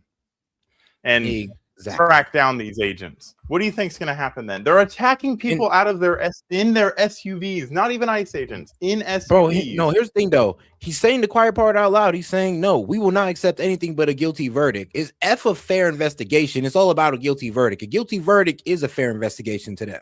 A non-guilty verdict or it's a lawful shot. They're gonna see that as this wasn't a fair investigation. This was very biased. I'm like, no, it's only biased because you didn't get the results you want. That's what they're going for. That's why when I exposed Sid, I was like, so will you accept the results of the investigation? Or if it doesn't go your way, are you gonna bitch and moan and look for things to complain about? And move the goalpost again. That's what I'm saying. No investigation is going to do anything for these people. We're going to have it regardless of what they want. We don't succumb to terrorists. We don't negotiate with terrorists. But there will be an investigation because we hold ourselves accountable, because we're not in a cult that randomly stalks people for half of a city. We're not in a cult that goes outside of people's hotel rooms and riots and screams so people can't sleep. We're not in a cult that decides that people you disagree with should be shot. We're not in a cult that decides that people you disagree with should be stabbed. We're not in a cult. You're the ones in a cult. And I hate to burst your bubble, but cults don't last. Go ahead. Wait until you drink the Kool-Aid. Wait until you actually drink the Kool-Aid. In fact, I would encourage you to drink the Kool-Aid the Democratic Party sent to you, because it is suicidal. And you will take care of the own problem. All right. Investigations so that when ICE or DHS agents break the law, they are held accountable, not by the Department of Justice, which has no interest in actually conducting a fair investigation in our view, but by state and local authorities. And we need to reiterate that the detention and deportation of American citizens off the table and using taxpayer dollars to brutalize everyday Americans or violently target law-abiding immigrant families needs to be off the table. That's a list of serious Targeting law-abiding immigrant families. No. We're attacking the documented immigrants. You know, the one that didn't follow the law and get documented. You know, did it become a legal immigrant? Yeah. Those are the guys we're going after. I don't know why you got to sit there and lie. I mean, if you want to tell the truth and say we're going after undocumented families, well, shit, I know it sounds bad on paper, but it is what it is. At least you're being truthful. But when you say we're going after immigrant families, no. We're going after undocumented immigrant families. He's making it sound like we're going after both sides here when we're not. reforms. Will you vote to keep funding Department of Homeland Security for the next 2 weeks as you negotiate those reforms? Well, we're going to have that conversation later on today and as we return to Washington. But the one thing that we've said publicly is that we need a robust path toward dramatic reform. The administration can't just a whole lot of words to say nothing. They need to walk the walk. That should begin today, not in 2 weeks, today. But can you get these reforms that you're calling for? No masks, body cameras. You just heard Deputy Attorney General Blanche say that he's very much in support of these administrative warrants, not judicial warrants. Can you get them? How can they be enforced? The administrative warrants, in our view, aren't worth the paper they are written on. This is an extreme administration unleashing brutality on the American people using taxpayer dollars. So we absolutely, as a condition of moving forward, in my view, I think this is a broadly held perspective shared by Democrats in the House and the Senate, need judicial warrants. More importantly, George, it's a perspective held by the American people, and we're standing on their side. Even if you get the agreement, with Republicans in the Congress, can you trust the administration to actually enforce the changes? This is one of the, well, you're absolutely correct that this is an untrustworthy administration. They've been lawless from the very beginning. It's one of the reasons why we need to actually build these strict requirements. Lawless, but the Supreme Court goes in their favor every time, basically. But they're lawless. Okay, they not violated not one Supreme Court order, not one time, but they're operating lawlessly. Yeah. I mean, just because they don't listen to y'all crybaby federal judges doesn't mean anything. It gets taken up to the Supreme Court. And Trump is low-key got a good record with that. The only group of people that act the way Democrats act are children. That's how they're acting. No, I'm not. You are. No. Trump illegal. Trump do bad thing. Get out of here with Sorry that. about that, guys. Yeah, you're good. Absolutely correct that this is an untrustworthy administration. They've been lawless from the very beginning. It's one of the reasons why we need to actually build these strict requirements in terms of behavior into the law so that the courts can hold them accountable and the American people, through their representatives at the state and local level, can hold these individuals accountable. But, you know, from the very beginning of this effort with respect to the Department of Homeland Security, our premise has been simple, that ICE agents should conduct themselves like every other law enforcement agency in the country. Yeah, but here's the problem though. ICE agents is not getting treated like every other law enforcement in the country. We're not sitting there trying to dock regular policemen and try to go after their families. We're not doing that. Like the left is not doing that. They're doxing the ICE officers and going after their family members. That's why they're masked up. So and they're trying to sit there and act like that's not happening, but it is. But go ahead, Toph. No, I was gonna say, yeah, that's pretty much they're acting like, you know, they don't have any kind of power or any kind of legalese in the or legal abilities, that they don't have the same power as the police force that's part of Minnesota, when in reality they have way more authority than the regular police do. That's why, because they are a federal police force. Hey, Set. Yeah. I am removing Tim Friedson for slander and libel. Wait, Dan, what did he do? The convicted rapist needs to go to jail. Oh. He is not a convicted rapist. In fact, they really shouldn't even have get him for SA, because there was absolutely no evidence. It was a he said, she said argument, and it should have been dismissed with prejudice in all The problem reality. is though, they take that SA case as if it was done in like a criminal court when it wasn't. Right? It was done in civil court, and they don't want to mention that because in civil court, for the evidence. Yeah, it's like, you know, in criminal court, it got to be without a shadow of a doubt. I mean, in civil court, I mean, you just got to be held liable in some way, shape, or form. Well, it don't mean you did it. Rape is a criminal charge. Rape is a criminal charge. Yep. But all right. Opposed to running around, mass thugs, in many instances, unleashing brutality on law-abiding American citizens and violently targeting immigrant families and communities, or even, you know, holding in detention a 5-year-old boy with a superhero backpack. No, that's not the type of violent felon. I mean, that the administration promised they were going to target. I mean, yeah, here's the thing. No, the kid went into Child Protective Services because let's be real. When they pulled his undocumented father over, they had to take him away. They took him they tried to give him to the mom. The mom didn't want to take the child because she was afraid that she was going to be arrested too. So it looks like we got an anchor baby on our hands. And that's what it was. Not even the mom wanted to take the kid, but the kid has been reunited with a family member, I believe. Ilyan Omar actually posted about it. And if I remember correctly, the dad actually ran and left his child there. Yeah, he started to run, and they had to take him. They had to tackle him. He ran, didn't care that his kid was still in the car, so they didn't detain a 5-year-old child. Just like that one little person that they detained wasn't a child. But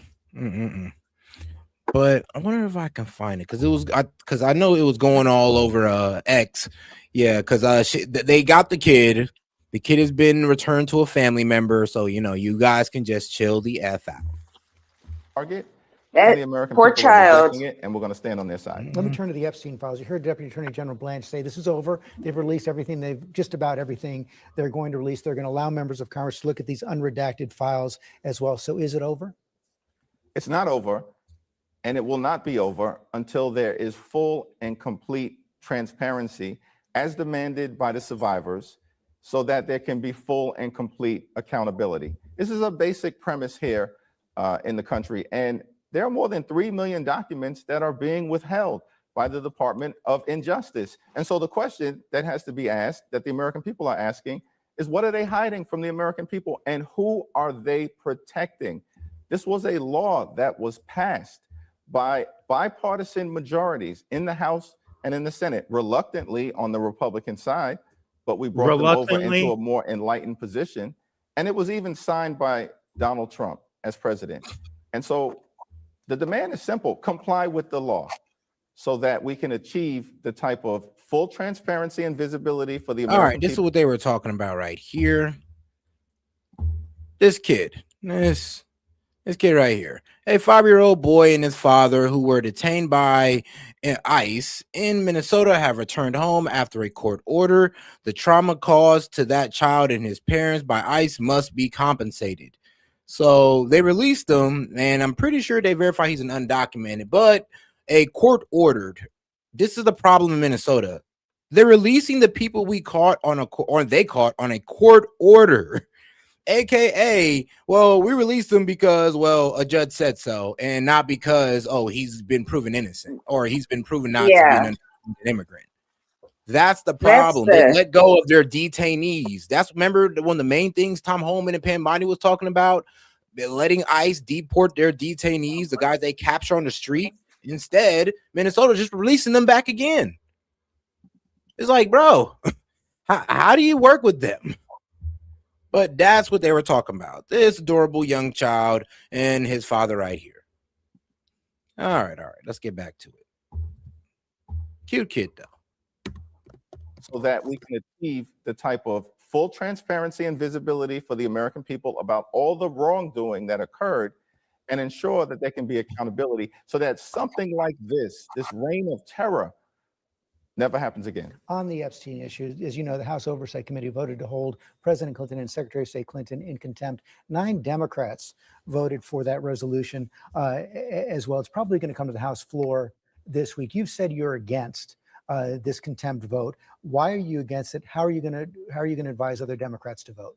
Well, we'll have a conversation about that when we return. I think our view is that my view, at least, is that the Clintons have engaged in good faith negotiations. No, they haven't.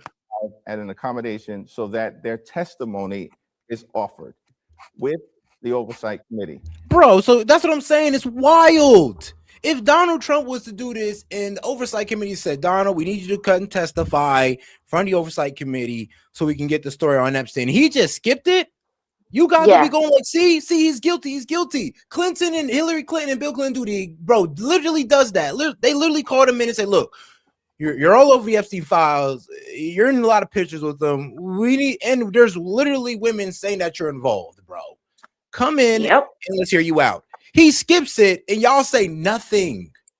Nothing. And you know what? I would actually respect it if you said Don and Clinton need to be in jail. Oh, these pedophiles. I respect it if you at least added Bill Clinton in there. I would disagree with you on the Donald Trump part and disagree with you on Bill Clinton because none of it's been proven without a shadow of a doubt. But at least you're being fair and mentioning both sides. Yeah, that's really crazy. For one, that them saying that he was doing, what was it? He was in good faith. No, that is not good faith. That is literally skipping out on a congressional I'm not going hearing. to do that, that's not good faith. Yeah, that's bad faith, and can get anybody else in a hell of a lot of trouble. It's just amazing how they were able to do that and nobody said anything. And now I'm finally hearing somebody talk about it. And he says, well, you got to understand, you know, they probably need to get their stuff ready and all that. I'm just like, what do you mean? Like, bro, they were kicking it with Epstein for years. What you mean get their story together? You mean probably, their lies? You know, they're making sure their lies all match up with each other's. And the Dems, bro, y'all kill me. This is why I say y'all don't hold your own accountable no matter what. If you're outraged about Donald Trump being on the Epstein files, you should be twice as outraged as Bill Clinton being called in to testify and him just dipping out on it. I mean, what does that tell you? To be quite honest with you. And James Comer, the so-called chair of the Oversight Committee, he just needs to take yes for an answer, because it's clear that the Clintons are prepared to appear and to have recorded testimony so that there's a track record that everyone Prepared can to subsequently appear? evaluate. Yeah. Well, I gotta hear the excuse again, but go ahead, Tove. I was gonna say, what do you mean they're prepared to appear? That doesn't. They have not appeared at all. I mean, it's just wild how they just can get away with it. But all right, Yeah. Oh, and shout out to Pat Jagger and Nurse Terry Irvin. Appreciate you guys for the gifts last night. I forgot to shout y'all out. Our view is that my view at least is that the Clintons have engaged in good faith negotiations to try to arrive at an accommodation so that their testimony is offered with the Oversight Committee. And James Comer, the so-called chair of the Oversight Committee, he just needs to take yes for an answer, because it's clear that the Clintons are prepared to appear and to have recorded testimony so that there's a track record that everyone can subsequently evaluate. The notion that they're going to go after Secretary Clinton and Bill Clinton with criminal contempt, in other words, this is sort of a lock her up approach, seems completely inconsistent with the law if the goal is to actually try to get the information as opposed to create a political spectacle. Do you think it's possible that they can reach? Bro, hold on. What do you think you're doing with always bringing up Trump and the Epstein files and Trump was best friends with it? What do you think you're doing? You're doing the exact same thing you're complaining about being done to Bill Clinton. Yeah, that's. They must think people are stupid. Talk about defense. Man, I mean, it's crazy defense he playing right now. The fact that he was able to word salad his way through, Bill Clinton got called in to testify about Epstein and he skipped out on it. So if the word salad around that after harping on Trump and Epstein for that long is crazy work. I don't even know how you bring yourself to that type of hypocrisy, but good job, man. Good job. I'm impressed. With the House votes on contempt? Yes, and I'm very hopeful that an agreement will be reached so that the testimony can be adduced and the chips will fall where they may. The Clintons are ready to testify. That's been made clear. The Republicans need to take yes for an answer. As you saw, I had several questions for Deputy Attorney General Blanche about conflicts of interest. The Republicans need to take yes for an answer. They told us no. They told the Republicans no, we can't do it right now. There is no yes for an answer. No, this is what actually happened. They were told to come in and they said, no, we can't right now. Sorry, another time. And never made another time. Including about this new report in the Wall Street Journal showing that the National Security Advisor to the UAE made an investment in the Trump family company just before the inauguration. As you know, there's been several actions taken with the UAE since then. He says there's no conflict. How do you respond?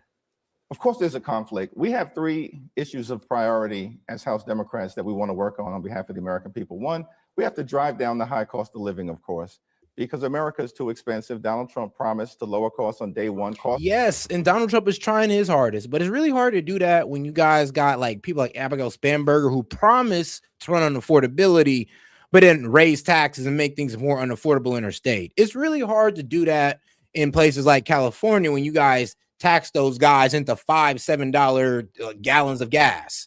I mean, it's really hard to do it.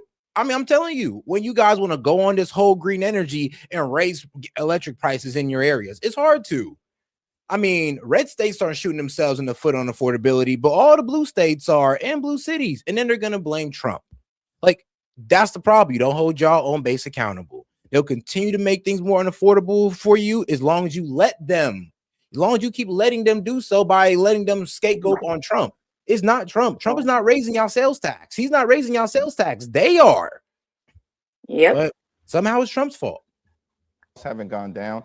They've gone up. Housing costs out of control. Grocery costs out of control. Utility bills, electricity bills, totally out of control. Healthcare costs, of course, childcare costs, all of it out of control. We need to deal with that. We need to fix our broken healthcare system, particularly in the midst of the assault that Republicans have launched. In their one big ugly bill, they enacted the largest cut to Medicaid in American history, ripping healthcare away from millions of people. And in that same bill, gave the Department of Homeland Security $191 billion, including $75 billion that went to ICE so that taxpayer dollars could be used to brutalize the American people.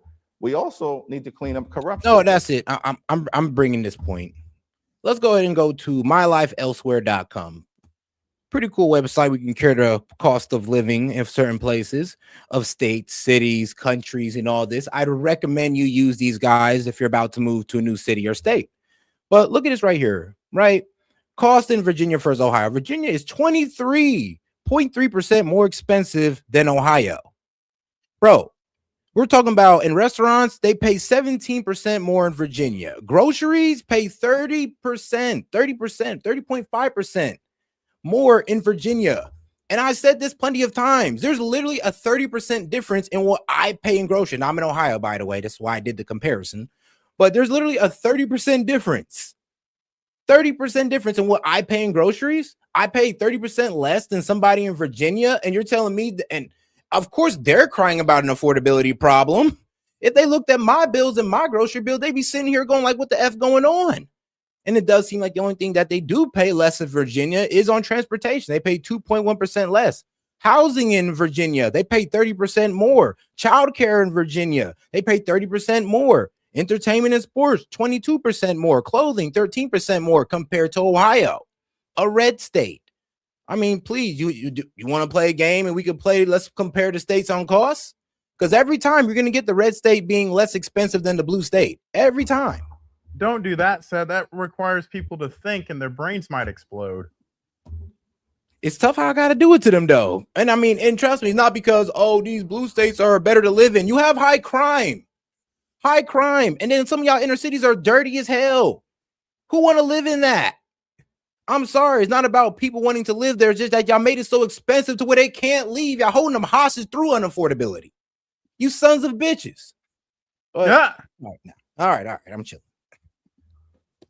Wherever it's found, in the Congress, at the Supreme Court, and certainly with the administration, I think the most corrupt administration in American history.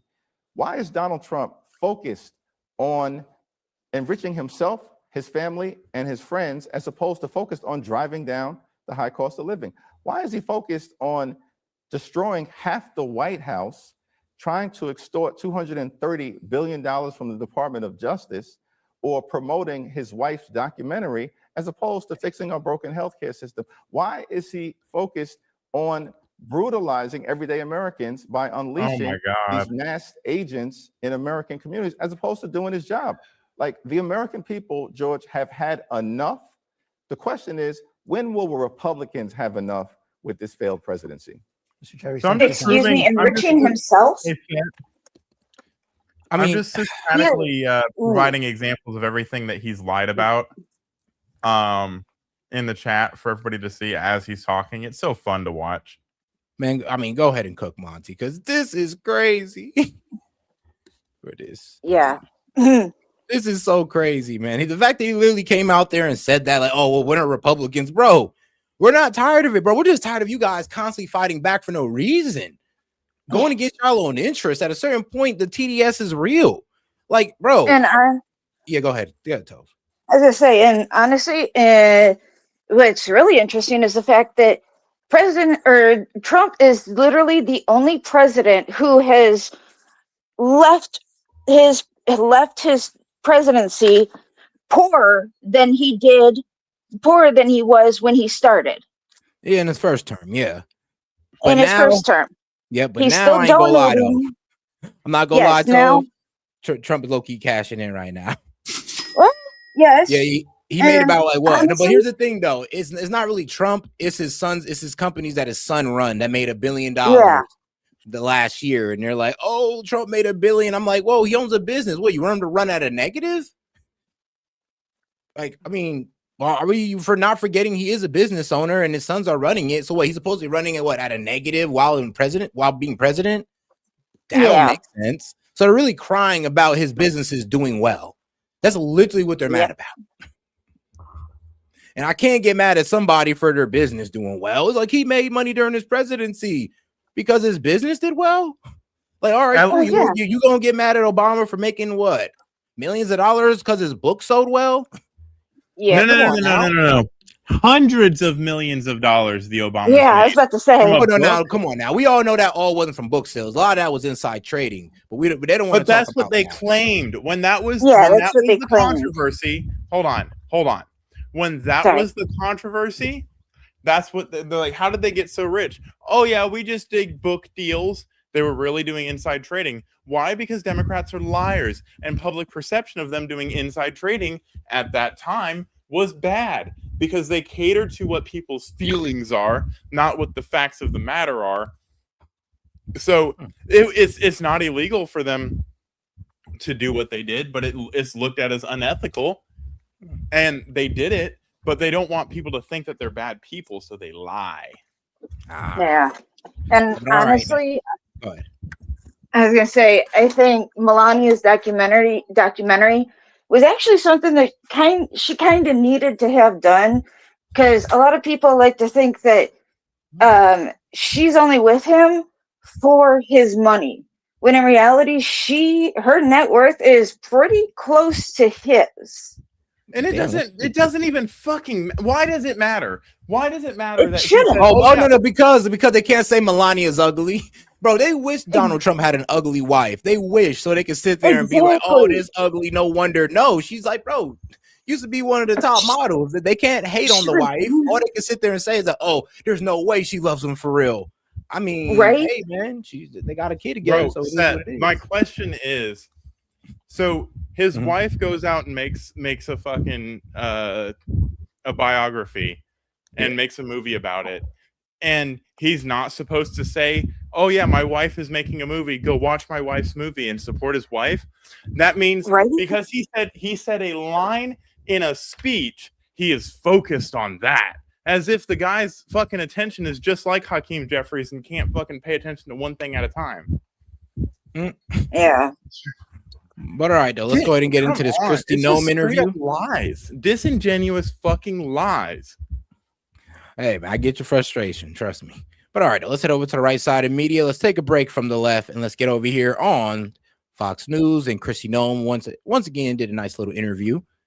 Let's see what she got to say. President Trump is telling DHS Secretary Noem to, under no circumstances, should her department intervene in Democrat city protests until the city itself asks for help. Please, he said. It comes as a federal judge rejects Minnesota's request to block the surge of ICE agents in the state. DHS Secretary Kristi Noem joining. Yeah, they try to get a judge to get them to remove ICE. The judge is like, you're pretty much telling me to not allow federal law to happen. Can't do it. Sorry, guys. Now, Madam Secretary, thank you for being here. We have a lot to get to, but obviously the president's most recent statement there on Truth Social, your reaction and thoughts on where this is headed now. Well, the president's exactly right. We've got the Department of Homeland Security that is coming off its most successful year under his leadership in the history of the department. We have secured the border. We've driven down the murder rates and the crime rates to historic lows in this country, saved hundreds of millions of lives by interdicting drugs across the country and in our maritime borders. We've seen the left violently react, perpetuate violence and mob rule in our cities in retaliation for President Trump enforcing the law. And we're going to continue on a tactical plan to confront this violence that they're bringing to make sure we still continue to do the right thing. We're going to enforce the law, focus on the successes that we've had for the American people and bringing public safety to them. And we're going to go into this next year delivering even more results, making sure that our officers have the ability to conduct operations to get these dangerous criminals off of our streets that are perpetuating violence, and continue to go forward and deliver FEMA funding and help these states that have been so hit hard in these storms recently, and run TSA and keep our airlines and air traffic control safe. All of those are jobs of the Department of Homeland Security that we need to continue to push on, even though we have these violent monsters that are attacking law enforcement every day, continuing to use their tactics. We will outsmart them, and we will make sure that we keeping America safe. Well, indeed, President Trump obviously sent Tom Homan into Minneapolis to change up the strategy, as you just mentioned. Tom Homan gave a press conference earlier last week saying that there were mistakes that DHS made on the ground in Minneapolis. What were those mistakes? Oh, you know what I would say is that we can always do better, and we learn from every situation that we're in. We see a very organized, well-funded campaign of violent protests against our law enforcement officers. And so we're going to continue to get as much information as soon as possible to give a strategy to protect people, protect our federal buildings like the president laid out yesterday. And we're going to make sure that the American people are safe, that we still continue to go after violent criminals who are trafficking drugs, trafficking our children, and bring them to justice and get them out of our country. If you think about last year of the Biden administration, over 125,000 children just in that year were trafficked across the border. And by securing that border this last year, zero children have been trafficked in the last 12 months because of President Trump's leadership. And that's what we're going to continue to bring. You've heard about all these children that we found and returned. We actually have countries that are asking for their children back. The president of Guatemala wanted their children back that had been trafficked in our country. And we tried to facilitate that, and an activist judge stopped us from giving those children back to their families. So we're going to continue to work no matter what these left violent protesters are doing to stop law enforcement and to put people's lives in jeopardy. Yeah, speaking of the And children, by the way, honestly, it's incredible. Not just have you not had any. Go ahead. I was going to say, and what's really funny is that in the first year, at least 80,000 of those 300,000 children that disappeared from the border were found. It's pretty funny how the media did not report on that, or if they did, it was very, very little. And I think they were actually found in the first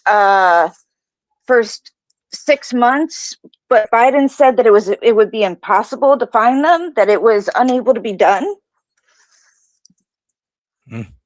I mean, they look. The thing is, they was complaining about how much it would cost to clean up the immigration problem. It's going to cost us $88 billion, and it's just like, or oh no, it's impossible to close the border without a bill, and we did both. We did both. So it's kind of crazy how they'll always sit there and tell us what we can't do, but then when Trump goes and do it, it's kind of crazy how the Democratic base don't see that as embarrassing. It's like, you know how they kind of told you we needed a border bill, and then Trump comes in and does it without a border bill. Doesn't that kind of show the inefficiency of the Democratic Party if everything got to be done by bill instead of just upholding federal law? I just want to say for the record, because I saw someone saying that no one's going to watch the Melania movie. It's in third place on the box office charts, for the record. Shoot, I'll play the Melania movie. Like, shoot, after the live, why not? To the Discord. Oh God.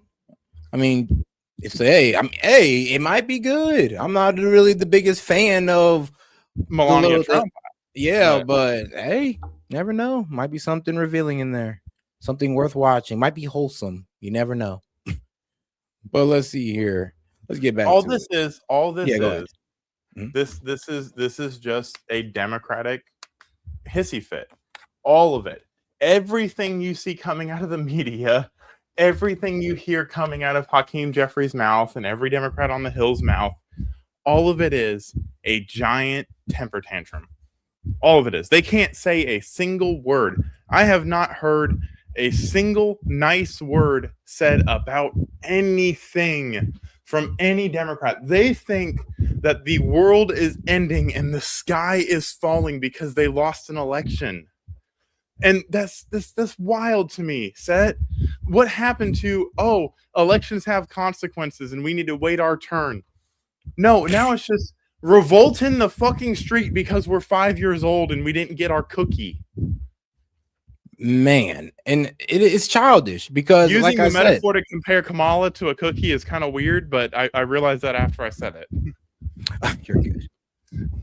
You're good. But all right, no, back to it. Children trafficked over the border, but you have returned almost 150,000 of them to either their parents or located them. They were literally lost in the system. It's truly remarkable. 150,000? I know that many of them had fallen into sex trafficking. So it's an incredible story to tell, and it happened under DHS.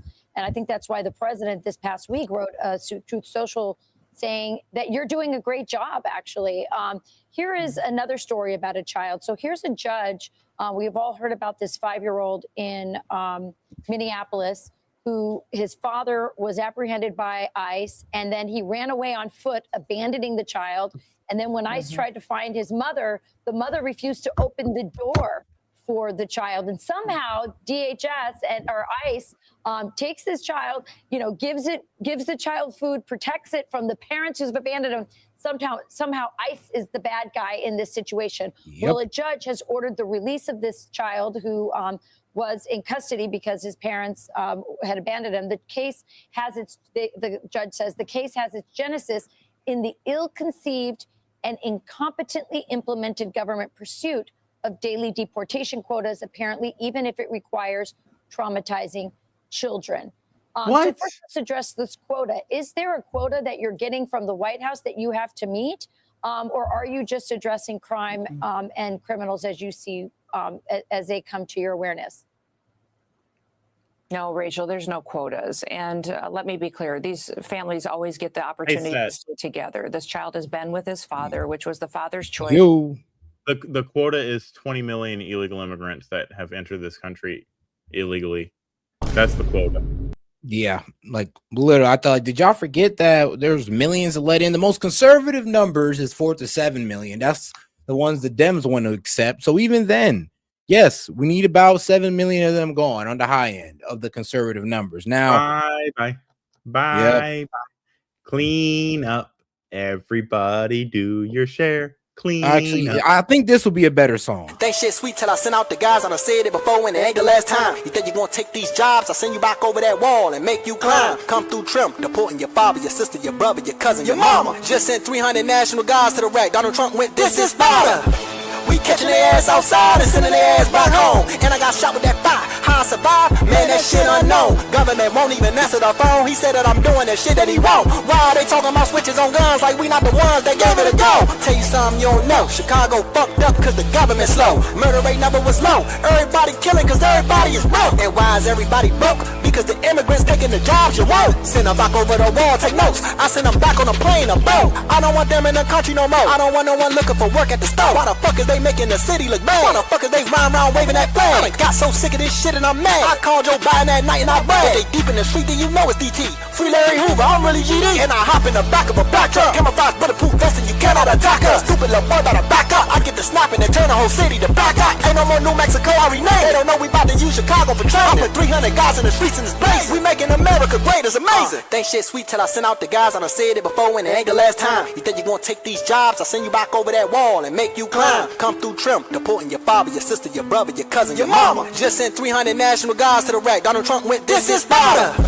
We catching their ass outside and sending their ass back home. And I got shot with that fire. How I survived? Man, that shit unknown. Government won't even answer the phone. He said that I'm doing the shit that he won't. Why are they talking about switches on guns like we not the ones that gave it a go?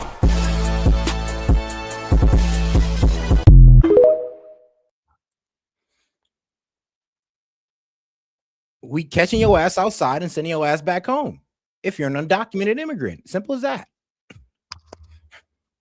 Hey, let's give a shout out to somebody real quick, Set, because apparently you didn't read his jewels, or you didn't.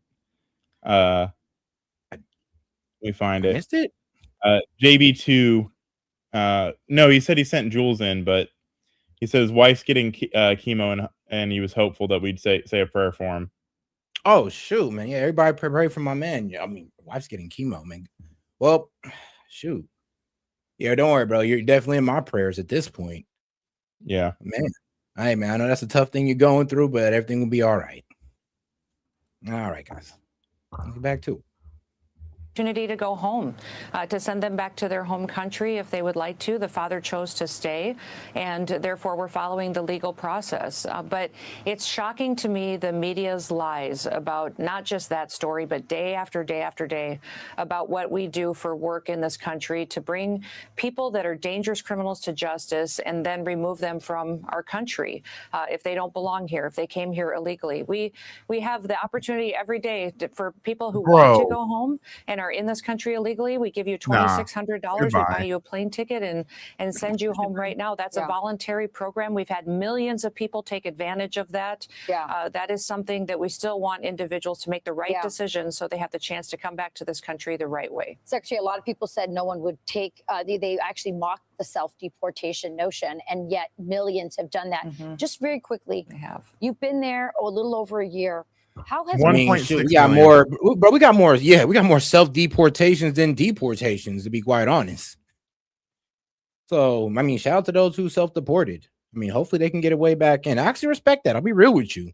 Y'all may think I'm just Mr. Hard Ass on all undocumented immigrants, which somewhat I am. But I mean, if they do things the right way, I'm all for giving them a second chance. I'm all about second chances. They were told if they self-deport, they would be able to apply to come in legally after 6 months, I believe. Don't take that as gospel. But I know there was like a time frame they had to wait before they could apply to come back in. Hey, but it's better than getting caught by ICE and never being able to come back in. Like, boy. Because if they get deported by ICE, then they will not be allowed back in, and I agree with that. All right. Morale changed at the Department of Homeland Security. And hold on, I actually want y'all to take that into your head or take that into account. Think about it. We've already put out the nice way. The nice way is you self-deport with an opportunity to come back in. All of those guys who have not self-deported by now, I mean, I can't feel too bad for them. We already gave you the nice way. You didn't want to take it. Now things are going to get done the hard way. Like, sorry. In spite of all this media. Oh, the people at the Department of Homeland Security and law enforcement are so excited they get to do their jobs. They're so proud to work for a president that is strong, that is decisive, and that wants to make America safe and enforce our laws again. So they're doing great. In fact, Rachel, just at ICE, we had over 220,000 applications for 10,000 openings. At USCIS, we've had tens of thousands of applications. Secret Service applications have more than doubled. We've got people in every department that are asking to come and work for the Department of Homeland Security because they recognize that we want to defend the homeland, that a country with no borders is no country at all, that people who live here and our citizens deserve safety on their streets, and that we deliver a response of protection of our critical infrastructure and relief to states when they face disasters through FEMA as well. It's a vast department with a lot of responsibilities, 23 different agencies, all tasked with keeping people safe, and that's exactly what President Trump is doing. And, Madam Secretary, you're getting a lot of criticism recently. Now, in the wake of Alex Preddy's tragic shooting, you described him as a domestic terrorist, and that has seemed to have led to many Democrats, including Minority Leader Hakeem Jeffries, who you just heard in Chad's report, now threatening to try and impeach you, calls for your resignation. So my question is a little bit twofold. One is, do you still hold that view that Alex Preddy is falling in the category of a domestic terrorist? And your response to those like Jeffries and Democrats? All right. I mean, this is the moment of truth. Is either you going to back off or double down, sweetheart. Like, please, just take it back, man. Just take it back until you got proof. But twofold. One is, do you still hold that view that Alex Preddy is falling in the category of a domestic terrorist? And your response to those like Jeffries and Democrats that are calling for your resignation and threatening impeachment? Well, Griff, in those situations, there was chaos on the ground. You're relying on information and facts that you're getting from the ground. And the president and this administration has been incredibly transparent with the American people. And so when those reports are given, you give as much information as you possibly can. And we continue to go through with the FBI leading on these investigations to get to the bottom of this situation, these protests and fraud that we see in Minnesota, who's funding them, where the billions of dollars have gone that were stolen from the American taxpayers and citizens. We'll continue to do our work. And, this job is an honor to do. I'm very blessed that I get the chance to lead the department.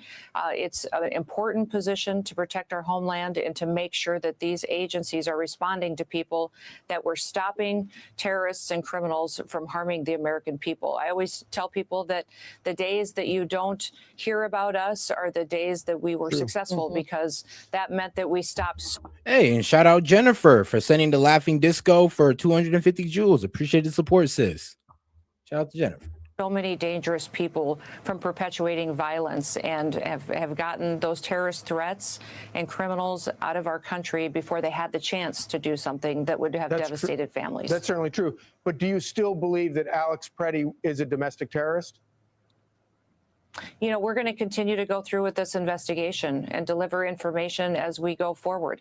You know, you learn something new from the reports all the time, and we'll continue to do better and give factual information to people as we go through every situation that's on the ground. So it wasn't just I mean, that was a masterful dodging of the question. I mean, but she said she'll do better. Yeah, she said she'll do better. I would have liked, you know what? I was wrong for coming out and saying that. Our bad. We'll wait for the investigation, but this is second best. Yo, shout out Monty. Vote red 2026. Yeah, let's make sure we vote red 2026 for those midterms. Of course, a lot of governor races are coming up as well. I mean, everything's up in the air, and when it comes midterms, it's about to be the most intense moment in politics for, well, until 2028. Democrats that you stirred up some controversy with. There were a lot of Second Amendment defenders who were upset about your comment. And shout out to my man JB for sending in the 2 jewels. Appreciate the support, my friend. Send it to 100 for 2. About Pretty saying, I don't know of any peaceful protester that shows up with a gun and ammunition rather than a sign. And a lot of people, gun owners who are, rely on you to be a faithful defender of the Second Amendment, saw that as undermining Second Amendment rights. Oh, Charlie, I'm a carrier as well and a lifetime member of the NRA. There's nobody who's more pro Second Amendment than me. What I would say to that as an individual. Yeah, I think, well, with that situation, we had someone who was impeding a federal law enforcement operation and had been doing that for quite some time ahead of time and a background in this. And everyone knows that it's against the law to impede a federal law enforcement investigation with no ID on you and be carrying in those situations. That's the law in this country. You've missed like 7 super chats. I have? I just want to say, holy crap. Hold on. Let me go check real quick. My bad. But now I was looking at, I guess, I don't know. I guess I was warned that one of my members' channels has been deleted. I'm not sure which one, though. What do you mean their channel's been deleted? Oh, man, I'll talk to you about it later. It just says channel's been deleted. One of my members. I'm like, damn, what you do? Out there talking to wild, man. And hopefully you didn't get banned off there, because I mean, whoever it is, I can't let you back on the platform or they'll ban my channel. Oh, yeah, that's literally how they played at YouTube. I mean, I see one of my homies lost their channel like that. They had somebody, he didn't even know he was banned. That's the effed up part. They won't even let you know, and if they see the face on there, they're thinking that you're trying to play slick with them, and they'll ban your channel. Oh wow, that's messed up. They don't even ask. They should, at the very least, ask you if you or inform you that they're banned. I'm pretty sure you can make your case. I'm pretty sure you can make your case to them, but I mean, I don't know. I don't know what happened in my homie's case specifically, but that's what he said. Got his channel took down. I'm just like, dang, you're probably playing too buddy with them to the point where you can even deny your association or something. But you never know. Yeah. But shout out to my man Monty, because he says vote red 2026 and again vote red 2026 and again vote red 2020 and again vote red 2026. Monty, goddamn it, vote red 2026 and then again vote red 2026. I wish you to put this all in one super chat and again vote red 2026, because Jesus. Another one and another one and another one and another one. Monty. Like, jeez. I did want to say something real quick on the whole, bringing a gun with 2 mags of ammunition to a protest. It's instead of a sign. Actually, when you do training and stuff, when you go to classes and everything, it is actually hammered into your head that you do not show up to volatile groups if you don't bring it to a protest like that, especially. There you go, Seth. Situations that knowingly can get out of hand. Situations. Exactly.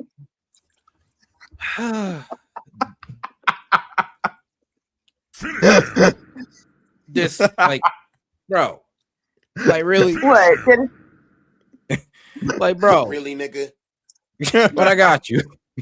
Vote red 2026, vote red 2026, vote red 2026 forever. How many times this man Monty wrote it? Because it's vote red 2026 till the cows come home. We're gonna vote red 2026 until the entire country is red. The country will be so red you would think it was bleeding out. So vote red 2026, guys. Vote red 2026. I'm sorry, I had to have a little bit of fun with that. No, shout out my man Monty for the baller alert. Because appreciate the support, bro. I'm gonna do it with a $500 super chat next. Oh my God. Whoa, bro. I'm gonna have to actually think of a whole bit at that point. Right? This whole situation has brought a lot of attention onto your role. At the same time, we're hearing from the administration that they are touting the crime rates that have come down. The murder rate has come down. It's the lowest it's been in over 100 years. Wait, pause. Set. This is what I'm glad someone said it, because I was waiting patiently, ever so patiently. Yeah. Vote blue in 2026 so Trump can get impeached.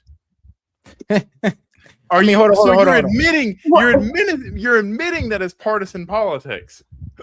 I mean, yep. Not because he's actually done anything. Not because he's actually done anything. Well, I would think you would. All right, how about this? Well, like, it would be a little. You sound a little bit more smart. You said vote blue for affordability, which would be a complete lie. I don't know. Right. Vote blue for, more transgender rights, which would be pretty much in y'all lane. But come on now, vote blue just to impeach Trump. Where's the improvement in America? Like, Dems, ask yourself. All right, if I vote blue and Trump get impeached, how does that make America better again? JD Vance becomes the president. Trump's in jail and we'll all feel good for like 3 months. So you could go with that. Can I get something with more substance? Bro, right? Wait. Set. If you think about it. If Trump gets impeached, JD Vance becomes president, appoints Trump as vice president, resigns. Yeah, it could do. And actually, or even still, Vance becomes president, and he is more radically right than Trump. Oh yeah, like he just doubled down on whatever Trump was doing, and the Dems really lose their mind. Yep. It's like, bro, switching that Babino out for Tom Homan. I'm like, whoa. You really got the hard ass here, right? But yeah, that works. Oh man, please impeach Trump. Go ahead. Right? I would fucking put my popcorn up. Man, you want to talk about the Insurrection Act getting signed? Holy shit! A corporal in the Marine Corps is gonna fucking rain hell upon you. The E4 Mafia is gonna come after your ass. God. Right? But all right. Wonderful statistics that have been put forward, and you were behind so much of this. I know you're kind of a quiet Midwestern kind of a person who doesn't like to take a lot of credit for what you've done. I've seen that in you, but you were doing exactly what the White House asked you to do, and the successes also are attributed the hilariosity. Do you want to talk a little bit about these? I'm sorry, but the hilariousness of that statement was so funny. I'm just like, but she does though. Come on, we call balls and strikes on both sides. Yeah, she does like being on TV. She does like talking a lot. She does like being seen. That's why they like to call her Ice Barbie. Like, come on now. That was funny though. Way to try to clean up the image. And what your department and your leadership has done specifically towards that? Well, the statistics speak for themselves. With crime rate at historical lows, it's at the lowest rate across this country since it started to be tracked over 125 years ago. Oh no, you don't want that dramatically coming dropped. out, Christy. We've got drug trafficking down, fentanyl coming over the southern borders down by almost 60%. We've interdicted math is racist. Tons and tons of cocaine on the seas. Our Coast Guard has been working with the Department of War on these Venezuelan shadow fleet oil ships.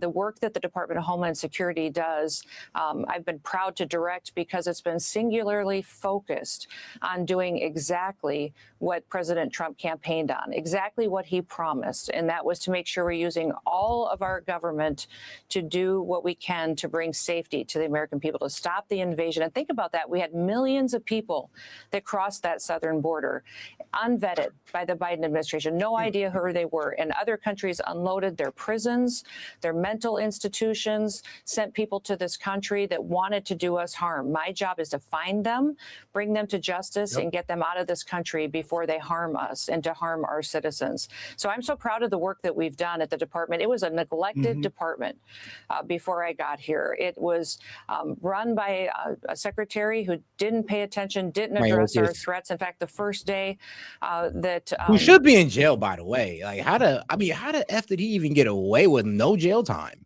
after the atrocities at the border? I mean, you could really, I know we like to sit here and like bash Kamala because, oh, you know, borders are and all this good stuff, but really it's Mayorkas. Like, this man, like, he literally was sleeping at the job and giving us all the excuses in the world why he could not account for the immigrants that came in. I mean, they should have put charges on that man that day. Especially with all the children that disappeared at the border. That's like, yeah, if you're telling me, yo, I don't know what happened, and the consequence of that is that now there's children being trafficked, you need to go to jail. Yeah, exactly. That's just disgusting negligence on so many levels. At the cost of children is crazy. Grown adults, that's sad, but children is even worse. Yep. President Trump was in office, and on New Year's Day, even before he took over, we had a terrorist attack in this country, in New Orleans.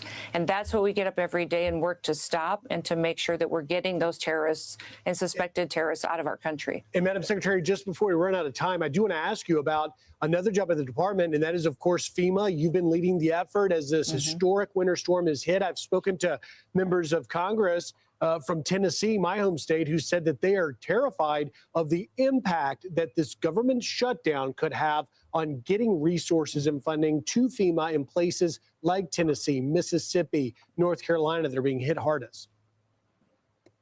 Yeah, this winter storm Fern that devastated dozens of states. There was 12 that were major disaster declarations, and we worked with all of those states to pre-deploy resources to send them funds immediately. FEMA's been responding and delivering support to these states that are managing through these disasters 3 times faster than they ever have before. And we just last night had this bomb cyclone that hit the Carolinas, and in talking with their governors and talking with Virginia and their government as well, we can pre-deploy. And shout out to my man Daniel Castro, because he's out there in the Carolinas, so I hope he's all right. Food and meals generators, teams to help set up those generators, keep people warm through this cold snap. That is all proactive work we're doing to help support these disasters that are managed by states but executed by I do want to say something real quick. For anyone, especially down in the South, if you can get up to Walmart, they have these Caro Safe heaters. They are about 2 feet tall and around, and they have a type of keros, and they're tip safe. So if they fall over or get knocked over, they completely shut off. And then they have Caro Safe kerosene, and that will heat your house. It doesn't need to be plugged in. It doesn't need to be nothing electric or anything. It will keep your house warm for 8 hours at a time. So all you have to do is refill it, and you've got another 8 hours. Don't tell people to do that. You're not. No. Tove, I love you, but you're telling people to poison themselves with CO2. Stop it. No, it doesn't. You do not burn lamp. Anything you burn puts off CO2. Okay. Well, it's also something that doesn't have to be plugged in. Is what I'm saying. No, stop, and listen. If you're telling people to burn CO2 causing things in their house, never mind. Do not tell people to burn heating lamps in their house. That's like running a generator in your house. You don't do that. All right. Let's keep it going. Local officials, and I think it's been phenomenal to see that partnership. FEMA was a political disaster before President Trump came in and said we're going to reform it, make it responsive, and that's exactly what we've done. But it needs to be funded in order for us to be able to give this kind of support. And this Department of Homeland Security bill is critically important to make sure that FEMA has the dollars it needs to respond. FEMA is charged with running our critical infrastructure and maintaining our government on our very worst day. That's the agency that ensures that our government continues to run should we be attacked, should we have a terrorist attack in this country, and we have a leadership situation where that needs to be in place. So this is a critically important agency that to not fund would be not just devastating for states in a disaster, but also for the continuation of our government. Well, let's hope the lawmakers on Capitol Hill are listening to you this morning. Madam Secretary, thank you so much for your time today. Thank you so much. Great to see you. Thank you, Secretary. Appreciate it. Have a good. And all right, now let's get over to the next video here because they had a roundtable of American mayors. Yeah, American mayors panel on Face the Nation. So let's see how this goes. Welcome back to Face the Nation. We're joined now by a bipartisan group of mayors from across the country.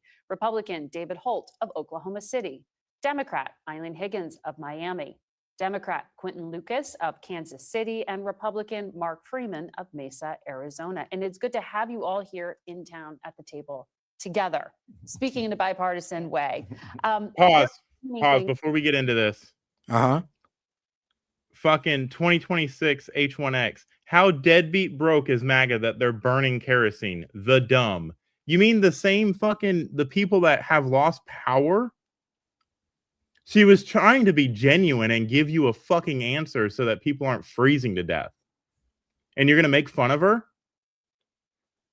Yeah, Just because she was wrong and gave bad information doesn't mean she wasn't trying to be a nice fucking person. How about you try that? I mean, bro, the only time they can ever really say anything is to put people down. It's kind of crazy. Yeah. It's like she's actually sitting there trying to say that genuinely to help people. Assholes. But F it. Let's take a. But you know what? Shout out to my man Daniel Castro because he says clean around your HVAC condenser outside before it gets cold or the nightfall. Yeah. So yeah. Yeah, But it's gonna help you people out are for a little bit. losing power and freezing to death, and she's trying to give a solution that, I mean, in her head before she said it, it made sense. I just pointed out that fucking burning things inside your house to stay warm is is dangerous. So don't come in here and try to make fun of her because she said use kerosene. Yeah, she said use kerosene because it doesn't require electricity. It's a good idea in spite of the carbon monoxide. Yeah, sure. Be complete fucking assholes for no fucking reason. But all right, let's get back to it.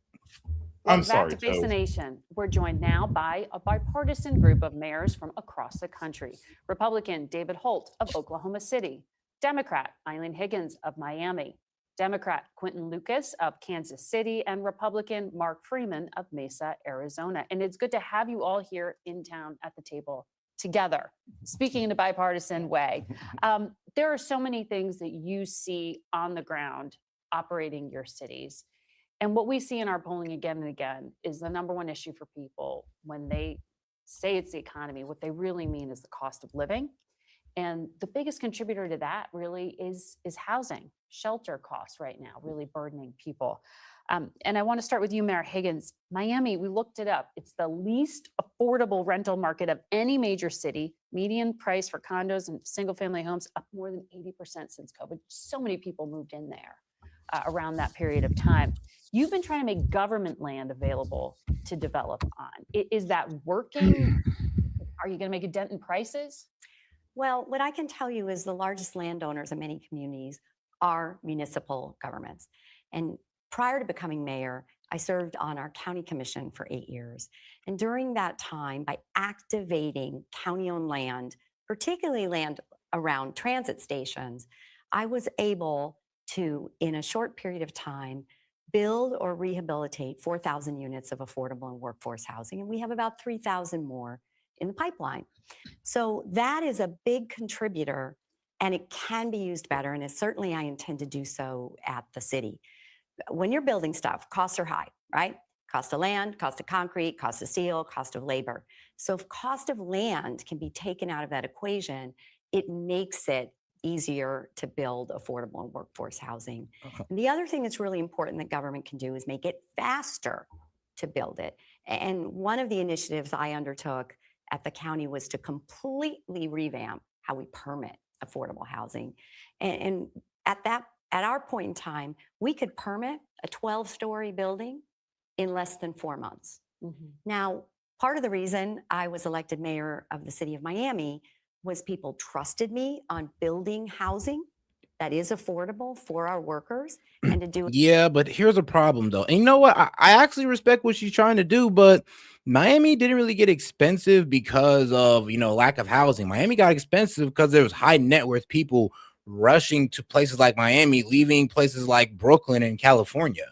I mean, and they had a lot of money. And those high net worth individuals who was leaving, New York and California, they had two choices, Texas or Florida, and they chose Florida. So it was all these high net worth individuals who were paying top dollar for these penthouses and paying top dollar for rent, which is basically driving up prices. Like Miami's basically become a city for the rich.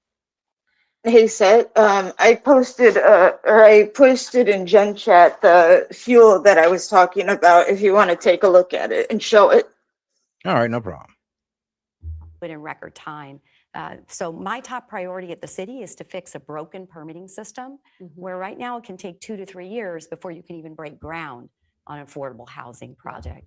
So very important that cities pay attention to their bureaucracy, make it as small as possible, because every day you're waiting in permitting is a day the costs go up. Yeah. And this has become such a national issue. I mean, Mayor Holt, you've heard President Trump issue this executive order saying he's going to ban institutional investors from developing in real estate, single family homes. Is it institutional investors that are really the problem? I mean, what is it in Oklahoma City that's sort of holding up some of that free space to develop affordable housing? I mean, cost of construction, cost of materials. As Mayor Higgins just referenced, of course, we all are looking at our permitting and regulations and making sure that's all local level stuff. That's all local level stuff. Yeah, I think at the national level, we certainly see. Hold on now. You know what I also missed to comment on? The fact that she was talking about, what was it? If she can take away land cost. I mean, what do you mean by that? So is the government going to own the land and then people are going to build on that? I mean, let's see how that's implemented. Everybody's got to do their part. And certainly we can't ask the federal government to be a partner in this if we're not doing the kind of things that you could ask every one of us. And I bet you we've got like 5 different things we're working on right now on housing. But we've been here in Washington speaking with one voice on this and seeking a federal partnership. And it has been just as bipartisan as this table. We are meeting this week. We heard and had a visit from, Senator Warren, who has a bill with Republican Senator Tim Scott, who also sent a message. And of course, we've been working on the House side as well with a bipartisan group, Congressman Flood, Congressman Cleaver. So there's a lot of movement here and there's a lot of interest. And certainly we also welcome the continued interest of President Trump and the administration. But none of this will be the silver bullet. But if we're all working on it, we will be hitting at what you described correctly, which is that housing is the single greatest cost in every household budget. So if you want to address affordability, if that's the political watchword of 2026, then I would add to it housing. I mean, your biggest expense is usually your rent or mortgage. Well, it should be your rent or mortgage. I mean, I know some people got car notes that are like the price of your rent, but those are them wild people. But yeah, rent is your housing, living is usually the biggest bill we have to deal with. And the fact that it's going up and it's spiking up without wages going up as well, that's what's crushing people. Is how you're going to do that. Right. And when you talk about convening all these people, you're the president right now. I am the current president of the United States Conference of Mayors. And of course, there's a gentrification where there's, people of higher net worth just move around you, thus making your place a little bit more expensive and unaffordable for yourself. Landlord might raise your rent by like $500. It'd be like that. A 100-year-old organization that has speaks for 1,400 mayors, had 300 mayors here in Washington this week. And they all have the same problem. Absolutely. Yeah. I mean, to different degrees and in different ways, but there's not a single mayor who said, no, I'm good on housing. Right. Yeah. Everybody, this is our number one issue. Number one issue. Mayor Lucas, out in Kansas City, you've tried to create affordable housing via a trust fund. Yes. I think that's winding down, though. Did it make a difference? Do you still have the kind of shortage that is a problem? It made a tremendous difference. The challenge in all of our cities, my city of about 500,000 people, I think needs about 28,000 more units. I think everyone around the table will have similar numbers challenges. And so we are making a dent in a problem. But I think the first step we need is to identify more resources, in a lot of cases to identify more land, and we are seeing progress. The question, I think, for the American city is, how do you fund it long term? If we don't see more federal funding long term, states aren't as heavily in the business as they used to be. Are you looking on bond obligations for local taxpayers, more private investment? Permitting and regulatory burdens are a huge part of what we're trying to do. But it is interesting. You are seeing necessarily nonpartisan solutions to this because you need private sector, public investment, land use reforms, everything under the sun to make sure you can make a change. And do you see the working with the federal government actually being collaborative at this point? You know, the federal government has been very collaborative. There are certainly always some holdups and issues, and I think that exists from administration to administration, making sure we can get funding from HUD more efficiently, making sure that there's a focus on true housing reform. But frankly, we recognize that there's not a lot moving in Washington some days, but this bill on housing is one of them. And so we do see progress. We see an administration that's talking to us on it, and we hope and believe that everyone understands that housing is core to how we make our cities better long term. I can confirm that a lot is stuck in Washington. Your comment is correct there. Mayor, let me ask you, because out in Arizona, we look, there's just like statewide this population boom that has happened. And that's adding to not just the housing shortage, you got a water crisis out there to support this population. We checked, and the renters in Arizona are spending at least 30% of their income on housing. How do you offset all of those strains?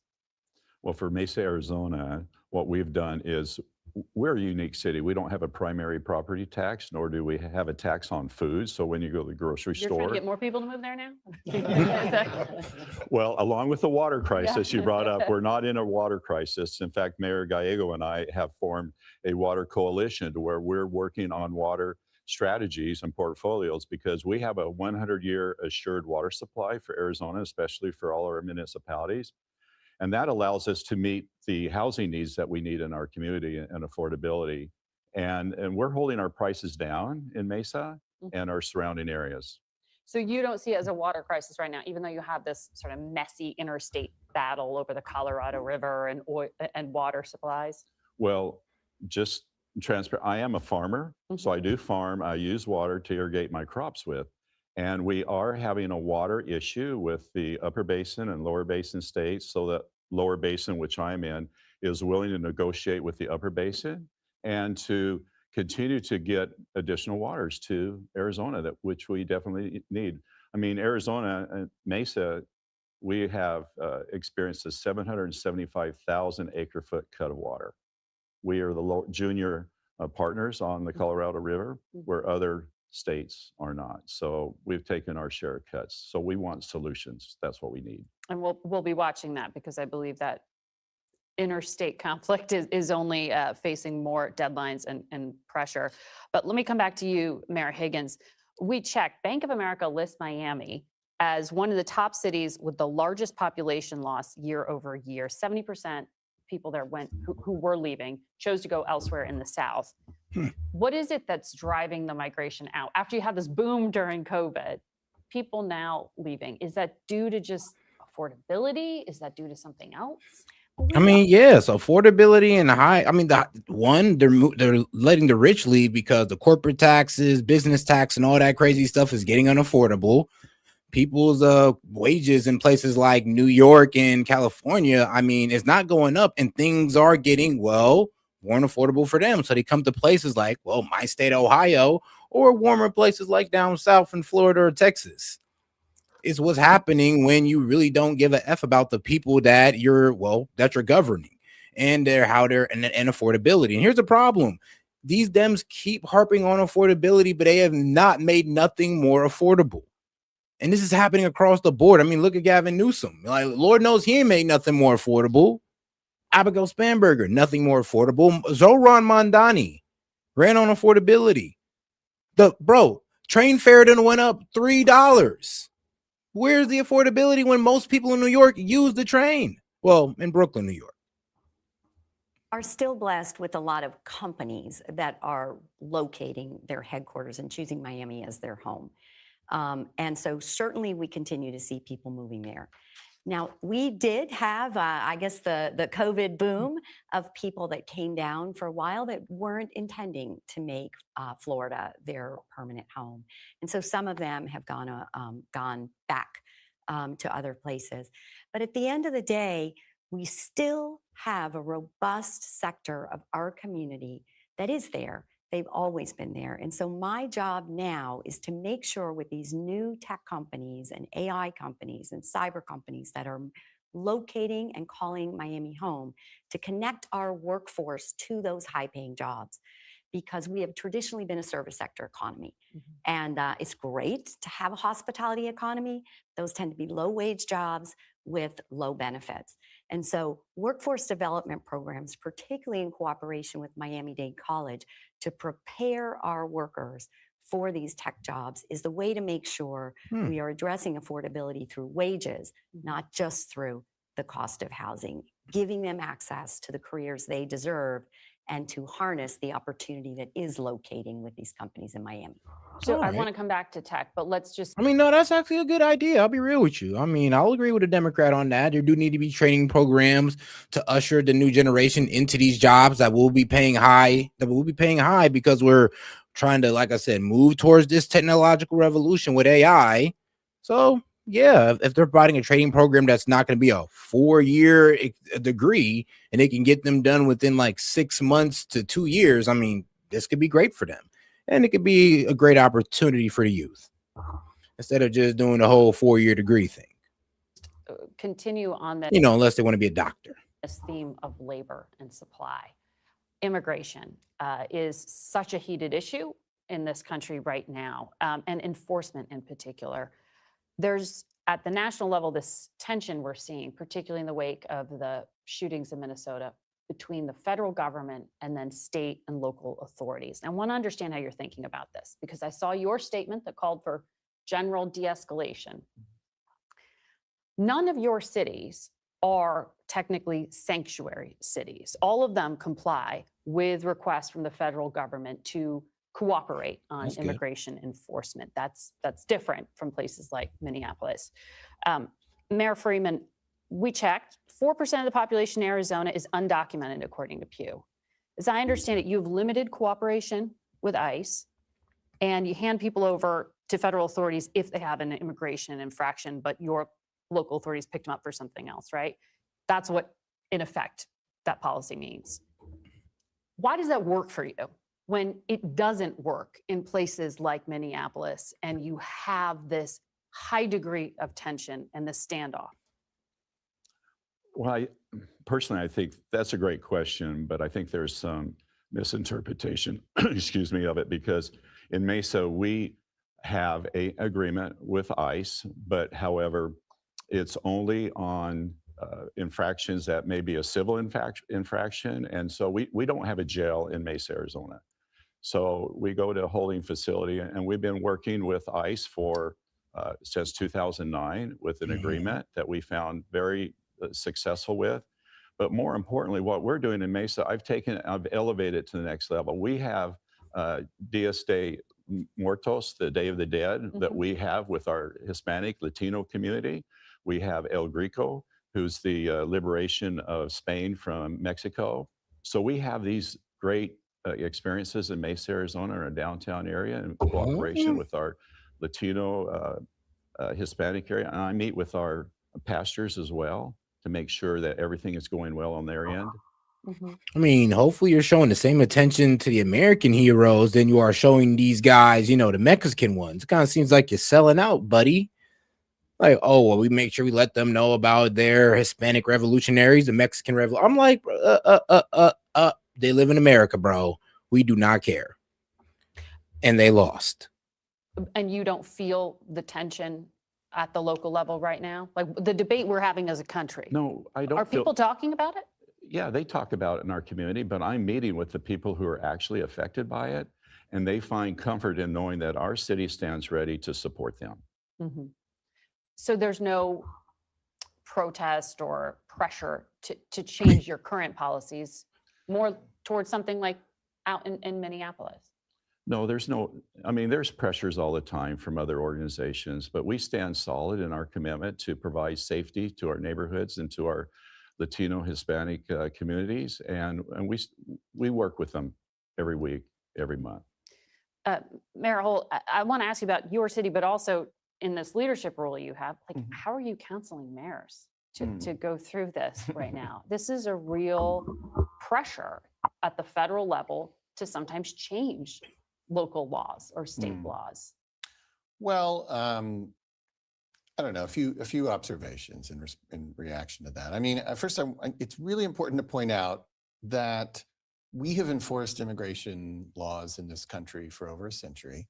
ICE has been around for 2 decades. There was even a previous Trump administration that, and in none of those times did you see this level of chaos in our cities. I understand in the previous Trump administration there was controversy about things at the border, but I'm talking about all the 1,000 miles from the Internal border enforcement, in places like Minneapolis. So we can look back to previous eras of normality and appreciate that there are ways to competently enforce immigration laws in this country. And I think that's what we're kind of asking for is that sort of pivot back to a new strategy that may be an old strategy. And I think we all accept that this administration prioritizes a higher level of enforcement. But what we're seeing in the conflicts in the streets of Minneapolis is just obviously unacceptable. We're still sort of reeling from what happened last Saturday. And, we're generally encouraged that the administration seems to be exploring that pivot, and of course we understand it takes time to sort of get the right personnel in place and make the policies. So, I mean, we're giving them that space, but what was happening in Minneapolis that kind of culminated in the second death of a protester last Saturday is obviously something that we would all fear to happen in our cities. Yeah. And we feared that kind of chaos was starting to potentially creep around the country. I think the other thing I want to observe, though, is that mayors are certainly caught in a little bit of an impossible situation because, we take these roles with our chief obligation being the protection of our residents. And we're even given a police department, people with guns to aid us in that pursuit.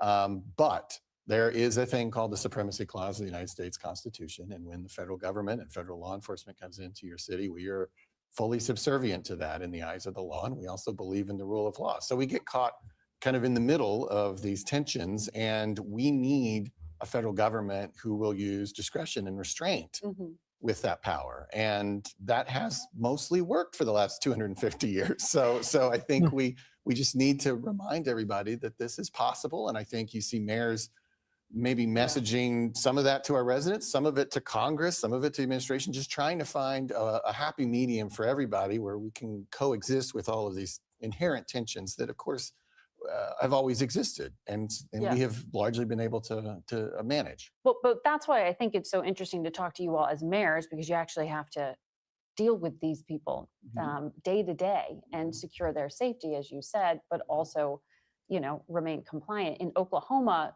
it looks like the Highway Patrol works with ICE to conduct stings. So you do have some working together of state. Yeah, I mean, it's a state federal agency, the Oklahoma Highway That's Patrol. right. That is not our police department. Right. But when you see that working together, is it smooth? Are there tensions now because of what just happened in the past few weeks? Like, are people questioning whether these policies should stay? Well, I mean, let me differentiate and make it clear. Do people look at Minneapolis and say that could happen here? Well, of is course, what I'm I'm sure asking. every mayor in America here in DC was feeling that way. And again, not because any of us think that there shouldn't be immigration enforcement. Right. I mean, this is not the question. It's just, how is it managed? I mean, we have some mayor colleagues that were former police chiefs, for example, have really great expertise in law enforcement. We're all amateurs, right? But these are people who did this for a living, and they're telling us, they look at these videos and they see police tactics that haven't been utilized anywhere in 30 years in a local law enforcement agency, that these are not the cutting edge techniques of law enforcement that we have been using, our police departments have been using for the last quarter century to build trust with our communities. Right. And so that's it's not we're not really arguing about whether this country should enforce immigration. Right. Everybody believes that. I mean, not everybody, but the broad swath of the American public does. But what we are arguing about is police tactics and strategies and managing engagement with residents on the street. You know, we have built so much trust in these last few years and worked really hard at that. And obviously this whole situation has threatened to erode that trust. Yeah. Mayor Lucas, I want to come to you on this idea of. All right, now, guys, we're going to go ahead and get past this video real quick. Let's get over to this Pierce Morgan video. Probably going to be the last one of the night. Let's go ahead and get right into it. Let's get into that good old ICE debate. Now, I'm going to go ahead and put a poll. I'm going to go ahead and put a poll in the chat, so watch out for that one. Nome must resign or face impeachment. I saw the video. It does not look consistent with someone trying to assault another person. I think this was staged. Shut up, Brian! You can't tell me to shut up. Law enforcement works for us. They don't get to push down women. I know the emasculated males are up in arms. Is that what happened? 10 They times. pushed I'm a so woman scared. down I'm and so shot scared. I'm somebody? gonna shoot my bullet. Those are the masculine men? No, I'm sorry. Yeah. The masculine guy was the guy standing up for the woman, doing what men Yeah, should got do. shot. Yeah, A bunch of completely stupid. pussies shot him dead.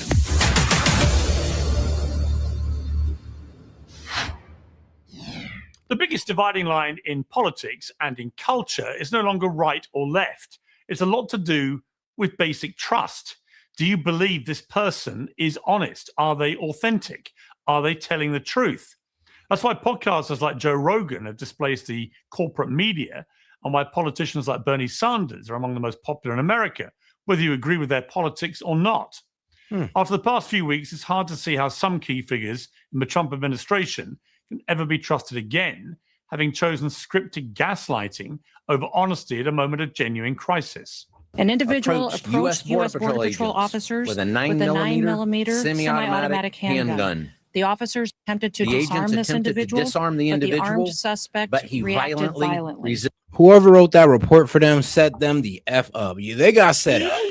I mean, if they wrote that themselves, they set themselves up. Whoever gave them that report, I'm sorry, but yeah, like everybody have eyes, and that is not what happened. The way they framed it is if Alex Pretty walked up with a gun saying, "Oh, back up away from that woman," when we didn't know the gun was on Alex Pretty until he was on the ground. I mean, even in the video, you really couldn't even see that he had a gun on him, but he should have let the officer know that he had a gun on him and that he was trying to help the woman up. Like, that's what you're supposed to do, not just walk in front of law enforcement and not let them know that you're carrying. Fearing for his life and the lives and safety of fellow officers. An agent fired defensive shots. Medics were on the scene immediately. Delivered medical aid to the subject, but the subject was pronounced dead at the scene. This looks like a situation where an individual arrived at the scene to inflict maximum damage. Where an individual wanted to do maximum damage and massacre law enforcement. Well, anybody who'd seen the footage of Alex Pretty's shooting knew it just didn't stack up. And the same can be said about many of the arguments put forward to effectively justify his death. And shout out Monty says, those dumbasses are still alive and Pretty is dead. So, I mean, oh shit. That's the point. Well, shout out Monty. This was one of the most popular.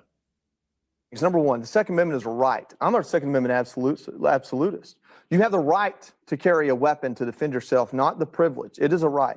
Those rights come with restrictions. I think you would understand that more than anyone at this table. One of those restrictions is you have to have your ID and your permit on you. We don't know. Current reports are he didn't have either one of those on, at which point he's not carrying legally. Fine, that's all true. But we know that he did have a permit for his gun. And the law says he has to show it when requested to do so. I mean, here's also the thing you're missing, Pierce, is the common sense of, you know, if you're armed, you're walking towards an officer, it's best that you let them know that you're armed and they don't find out, because it's not going to work out well for you. And everybody just forgetting that common sense part of it and are trying to put everything on ice as if this man didn't just walk himself into his own demise. Where in the footage did any of the officers stop to ask him for his walk up paperwork? there. And why was Kyle Rittenhouse a hero for not using his common sense, but Alex Pretty caused his own death by not using his common sense? The only thing Pretty was brandishing was his iPhone, which has also become an unlikely source of contention. I want to show you something. Does that look like a gun? I think it does a little bit. It's a phone. It's black, like most phones. That's crazy stuff. Well, crazy stuff is correct. Many people would justifiably. I mean, I wouldn't say like that, brother. I would just say that, look, when they took the gun off the guy, because remember, they didn't know he had a gun on him until they put him down and they checked his waist. Once the gun was taken off, here's what I thought that happened. The gun had an accidental discharge. They thought it came from Pretty, and they end up unloading on him. That's what I believe happened. I don't think these guys just stood him up to execute him. I mean, don't be ridiculous now. And if they did, then all of them need to go to jail, and I'll be on your side for that. But right now, in my personal opinion, it's looking like an accidental discharge that led to the relentless shooting of Alex Pretty. I'm just furious with Biden officials and liberal media personalities who repeatedly told them to disbelieve their lies. Well, damn, Monty, not that, bro, Monty, like, bruh. He says natural selection won, like, bruh.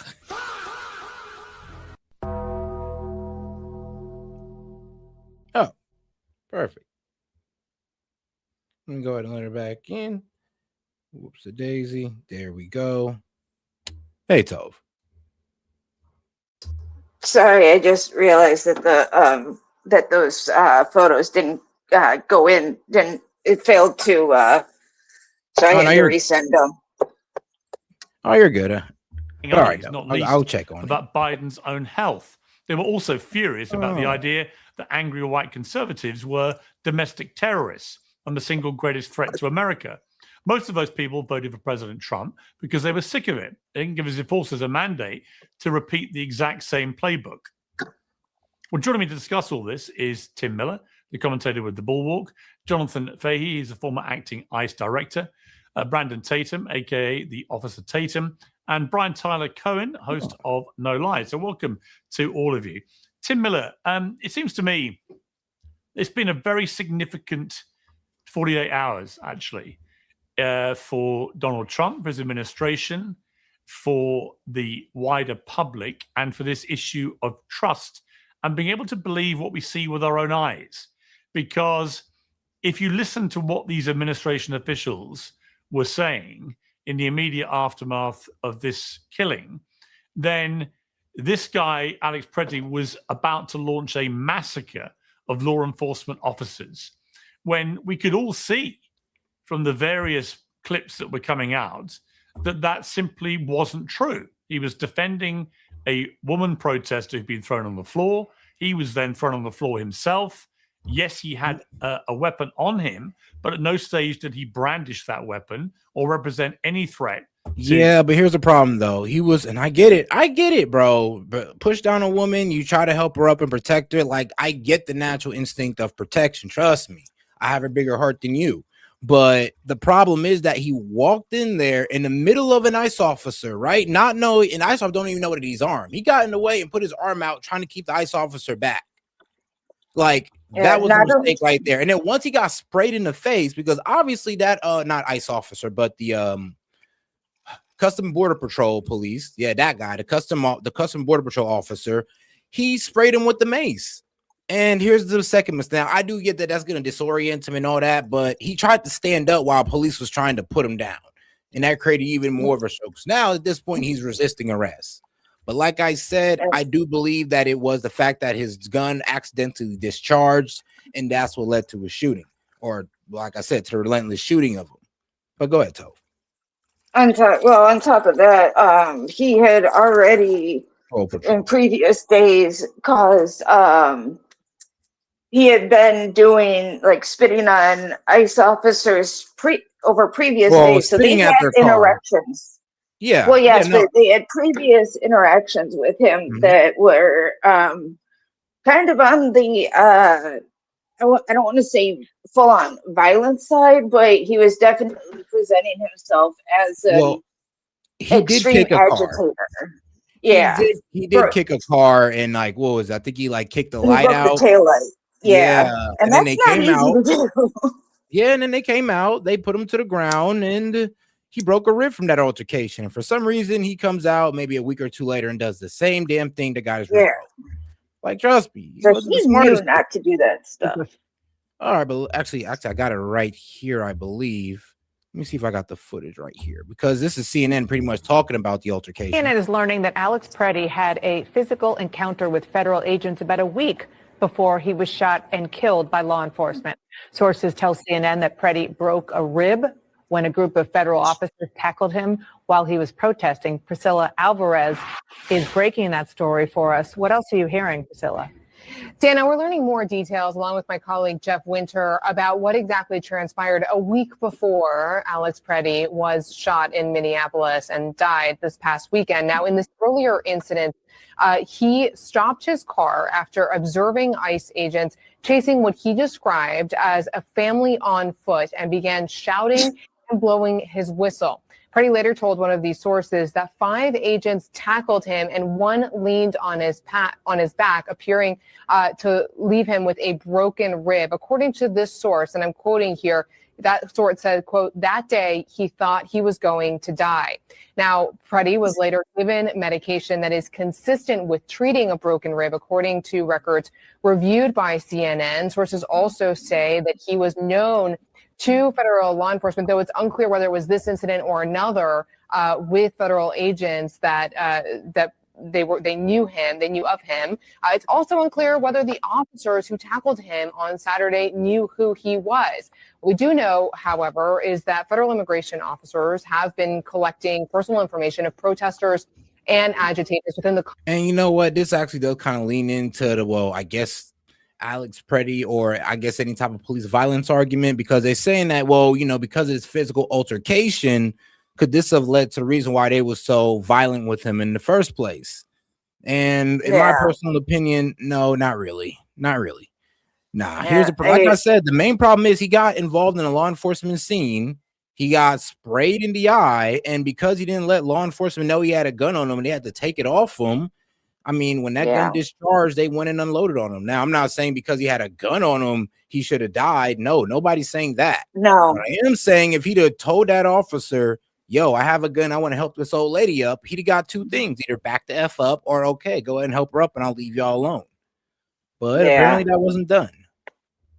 Yeah, and that's what I still don't get is why he didn't say he had it, because regardless, you know, here in Ohio, yes, legally, we no longer have to inform officers that we have a weapon on us when we're pulled over or what have you.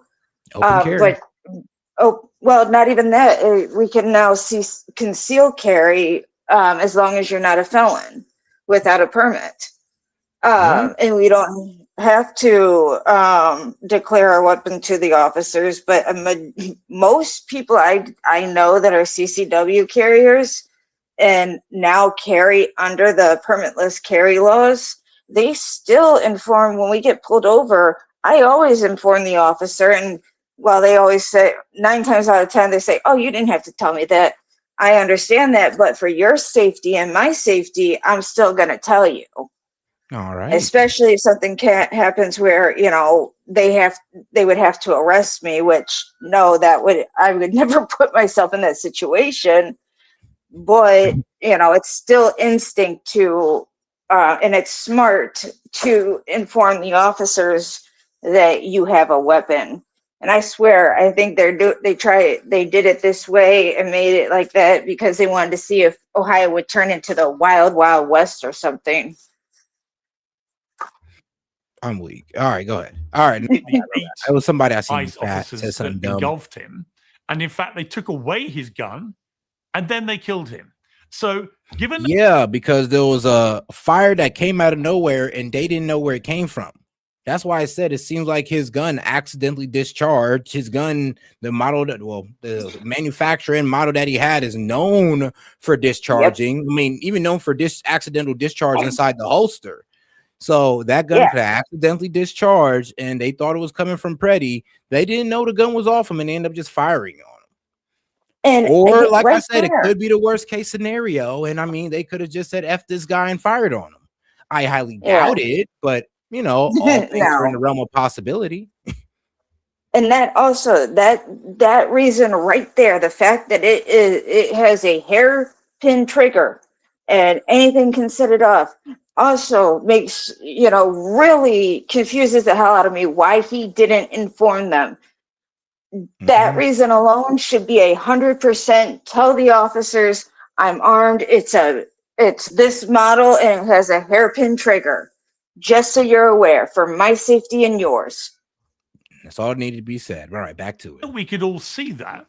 I think what's happened here, which has been really pretty unprecedented and quite fascinating to watch, is that Donald Trump has realized Gamer wants in. this has crossed a line. Gotcha. A line many people may not have thought Donald Trump was aware of or cared about. And that line being, if you try and tell people that what they've just seen with their own eyes is not true, they're not going to buy it. Trust in you is going to erode, and your polling numbers are going to get slayed. And ultimately, it will cost you at the ballot box. Now, I honestly cannot wait to the full investigation, especially when they start releasing the body cams. Well, we'll see then. But I do want to show you guys this video real quick to show the type of gun that he had and the malfunction that it's known for. Put some input into the slide somewhere. Will it go off again? Will it release? Let's see. That's 3 in a row. Let me take the screw out.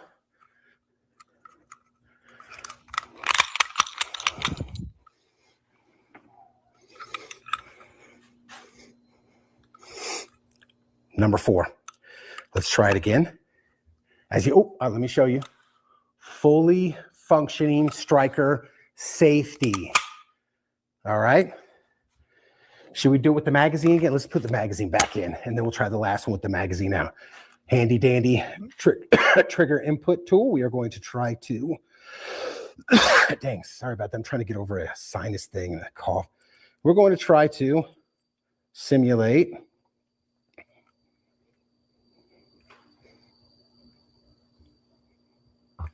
all right, here we go.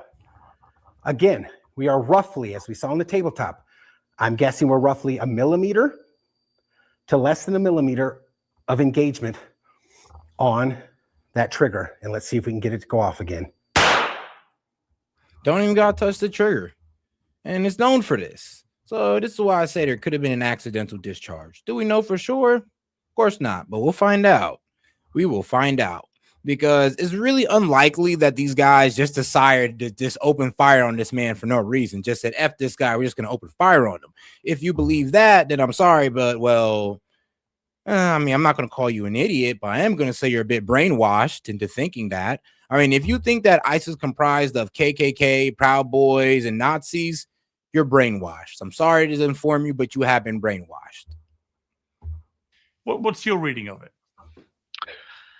Well, I hope you're right, Piers. I hope that Donald Trump changes course. I think we've seen some very minor evidence of that, replacing Greg Bovino with Tom Homan. For me, I would have preferred that all of the ICE and CBP agents be removed from Minneapolis immediately and then taken off the streets and brought back to D.C. or to the border where they're supposed to be. Minneapolis is famously 300 miles from a border. And, then what they could Yeah, but they were there. And this thing, they were only there because the Minneapolis mayor, Jacob Fry, didn't want to use local police to provide crowd control. So the Trump administration had to bring in custom border patrol to provide crowd control, and that's what they did. And the people who shot Alex Preddy were custom border patrol. So you know what? Maybe if Jacob Fry was to actually gather local police to provide crowd control, Alex Preddy would still be here today. Actually, I'm almost sure. And honestly, ever since Biden started letting everybody in, every state was a border state at that point. Yeah, especially when it came to the TPS program. But all right. Worst of the worst rather than men. Oh, let me go ahead and let in. Yo, gamer, how's it going? It's going good. It's going good. All right, man. So what you thinking so far? We've already established. Matter of fact, I'm gonna ask you to go through the. We're gonna stick to this one. We gotta stay on topic. All right. But later, I want to ask you to go through the video again so I can point out that shell casing that got ejected from the gun misfiring. All right. Gotcha. But all right, let's get into it. Menacing American citizens and menacing people who are here legally. And I do agree with you that the American people overwhelmingly do not want and do not support a government that murders its own citizens in the street, that unloads a clip and shoots them 10 times, fires 6 bullets into their dead body on the ground, and then lies about them and smears them after they're dead. I think that the vast majority of Americans don't want that. You'll probably be able to find a couple of shills to come on and defend that on this show, but I think the vast majority of Americans say, no, we do not want murderous mass thugs anonymously killing our fellow Americans. And so I do think that that is showing up in the polls. I think you're seeing Donald Trump's numbers erode massively, particularly among Hispanics, but also among young men, the libertarian types, the folks that really believed the "Don't Tread on Me" flag, the folks that really believed in the First Amendment, which protects free speech, which protects taping people in your community if you want to, as well as the Second Amendment, which protects your ability to carry a weapon. So the young men that flocked to Trump, I think, thinking that he was going to be a free speech president, are now seeing the truth. And I do think it's hurting him with them as well. Yeah, Officer Tatum, welcome back to Uncensored. I mean, the really frustrating thing for Donald Trump must be that a large part of his immigration policy has been extremely successful and well received. And I'm talking specifically about the basic closure of the southern border. You know, after years of Biden allowing millions of people to come in illegally, Trump has stopped it. That's a great win for his administration. It's something most Americans agree with. And yet here he is now getting quite negative polling about his immigration policies. And I think it's all come down to this issue of how the ICE agents are behaving in these rural areas and these back-to-back shootings, deadly shootings of protesters. Well, it's because of mindless people like the gentleman that just finished speaking is the reason why people have this perception that Donald Trump is somehow doing something wrong. They deported 600,000 people. They've deported people who have committed murder, rape, all kinds of dangerous and felonious crimes. Also, they're deployed in all 50 states. Why is Minnesota the only state that's having issues? And then to get on TV. Because, maybe because people like, Tim Walz says that ICE is the Gestapo, they're Nazis, and they're going to, take you away to torture you. That might have something to do with it. Or maybe it's because the fact that they don't allow local police to provide crowd control to keep the protests from, being obstructionist. Like, maybe that's the reason. Maybe that's the difference right there. Just the lack of leadership on Minnesota's side, of course. Yeah. And say that a guy is observing the First Amendment and Second Amendment while he's at a protest, assaulting ICE agents, Border Patrol agents. He committed an assault, a felonious assault against the ICE agent. That's how he got into a physical altercation while carrying a firearm without notifying What was the assault? When the Border Patrol pushed the lady, he went hands on. That is a felony. Yeah, I mean, as soon as he got in the way and put hands on that ICE officer, boy, bro, what a weapon on this person, not knowing or not. Yes, that's assaulting an officer. Yeah. As soon as you try to get involved in a law enforcement scene to stop that officer, yes, he put his hands on him. Yeah, I'm getting ready to say, nobody's agreeing that what the ICE officers did in that moment was right, but people be forgetting that law enforcement is just that ICE officers are just like law enforcement. It doesn't matter if you push a police officer or push FBI. The minute you put hands on people and you're not supposed to do it, it automatically becomes a felony or a crime. Yeah, and I was about to say that I was going to say that I have yet to speak to anyone who is now completely against ICE being in Minnesota and doing their job. Everyone that I personally know and people I've talked to about this, they, other than saying that they don't agree with what happened and they do believe it needs to be investigated, they still want ICE out there doing their job and getting illegal immigrants out. On top of that, the one thing, sorry. Oh, no, you're good. We just got to get back to the video. Pushed the lady, he went hands on. That is a felony. You cannot do He that. didn't And you assault carry a anyone. But firearm. Brandon, here's Is the that problem. is that not a felony when you crime? say, well, when you say what It you is a witnessed felony was an crime assault. to physically Well, assault Brandon, when you Border say Patrol when you agent. hang on, let me finish. Piers, When you can say I was called mindless. what you witnessed was when you say what you witnessed was an assault by Alex Pretty on ICE officers, that is not what I witnessed. Piers, do you because you don't live in America, you've never done law enforcement, you don't understand the law. And with all due I've got respect, a home in America. when I've you- lived in listen- America well, on and listen, off for 20 years. But I'm saying you are not vested in American law enforcement. When you grab somebody like Pretty did with a ICE agent, that is an assault, subject to an arrest. They had every right to take him down to the ground. He had a gun on him knowingly, came with multiple magazines. But you should agree with that. But I don't Piers, agree with that. when look, you I was assault a I was Border Patrol defamed agent. there. Well, hang on, You hang on. can't Let's lie. All hang right, on. then Let I me guess finish. I'm gonna Border have Patrol to. agent. Whoa. We should agree that somebody should be able to interfere with law enforcement with a gun on them. Bro, First do you of hear all, yourself? People that are making this Right? argument are making facetious Second Amendment arguments because before it was like nobody should have a gun, and now they're trying to have this gotcha moment, like, oh, well, he got a gun. I Yep. thought you guys would be like stoked for that. Yeah, but here's the key difference. We've always said law abiding. Key word, Yep. law abiding. You are law. I don't care if it's like some super gay, transgender, queer person who hates everybody. Like if he, as long as he is following the law and doing what he's supposed to, he can have a gun. Don't care. I may have my personal reservations, but I don't care. Oh, The now, minute guys, if you you see was what my screen right here, sorry, gaming, but if you see my screen right here, you can see where Alex Pretty literally comes in front of the officer and put his hands in front of him and put his hands on him. yeah, It's like you and can that's see it right that's what there. Right when he pushes the lady, he comes right there, hands on the officer, and that's why he gets sprayed in the face. and This is that's why. why He didn't go and that's straight to the lady. No, think about this, gaming. He didn't go straight to the lady.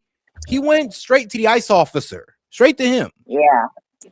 If he cared about So the he lady was that much, I'm gonna be honest with you, you should go straight to the lady on the ground and not trying to get in the way of the ICE officer. and that's yeah. why I said that they're trying to play this as a gotcha moment, and it's really not a gotcha moment. Yep. But yes, like this is what Brandon Tatum is talking about. You see how he goes straight for the ICE officer and like, yo, back up. You can't tell law enforcement to do that. Sorry, guys. Yeah. It just does. It won't work out for you. Yeah. You don't get to tell law enforcement what to do. Well, Brandon, If you I've want to spent peacefully 20 protest, you can years. carry a gun. Brandon, You can't assault I have and spent 20, get into I a spent conflict. fine. I spent 20 years working and living in America, a lot of the year, right? So I know America very well. I've covered a lot of these stories over the years for CNN, for others, for Fox, for others. And guys, I just want to let you guys know that ICE, those are federal agents, and yes, they are law enforcement. I don't know why you don't know that, but I don't know. Do you need to like Google that or something? Anybody It's that like, works, I got you, bro. It's like, oh, look, bro, ICE officials are federal law enforcement officers. anybody Well, that you falls know it. Are you serious? It's on their web. They're federal law enforcement officers. So why are y'all dumb? Why are y'all dumb enough to say, oh, they're not law enforcement? because They're they upholding want to federal law. hold up, they want to decouple ICE from having any legitimate power and authority. But here's the problem. Any security apparatus that falls up under the DOJ is a part of law enforcement. Yep. Easy They as know that. it. They just don't want to admit it, and they want to pretend like they are this evil group of men and women who want to hurt and kill and disappear people. See, and I gotta make Apple Tree. How dumb are you, bro? I'm just really be real. Like on a scale from just dumb on all the way to 10 to outright retarded. Oh, they're back. Please tell me what does this say? ICE officers are federal law enforcement. They are federal law enforcement, aka law enforcement, my friend. So I'm sorry that you didn't know this, but guess what? Now you know. Now act better and be better. Yeah. Don't be an They idiot. left a while ago. Wait. Yo, Let's do one better.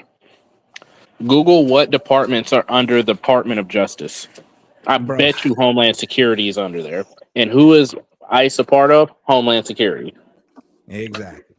Just Google it. Shut Apple up. You're not from these I'm not parts. patronizing. I know I'm just telling you America. the truth because I have a home. having I've actual owned. experience in law Hang enforcement on, is a big Brandon. difference. Let me finish. I've owned a home in Los Angeles for 16 years. Okay, so I do understand how law enforcement works in America. I understand what the law is, right? I understand all of these things, but I look at what happens. Immediately you say that if you take a gun to a protest, but that's exactly what I've heard. When you fight people when you fight hang on, agents Brandon. while having a I gun. haven't finished my question. For 20 years, I've battled with the NRA and with the conservative right about this issue of guns in America. And I eventually concluded this is an issue for Americans to resolve amongst yourselves. I respect that. It's your country, your culture, your laws, your guns. However, there is a blazing hypocrisy in this narrative that's been spewed about Alex Pretty, that somehow one of the problems here was he was carrying a gun. He was carrying it legally. No, the problem is not carrying a gun. Under his Second Amendment rights. Right. Here we go again.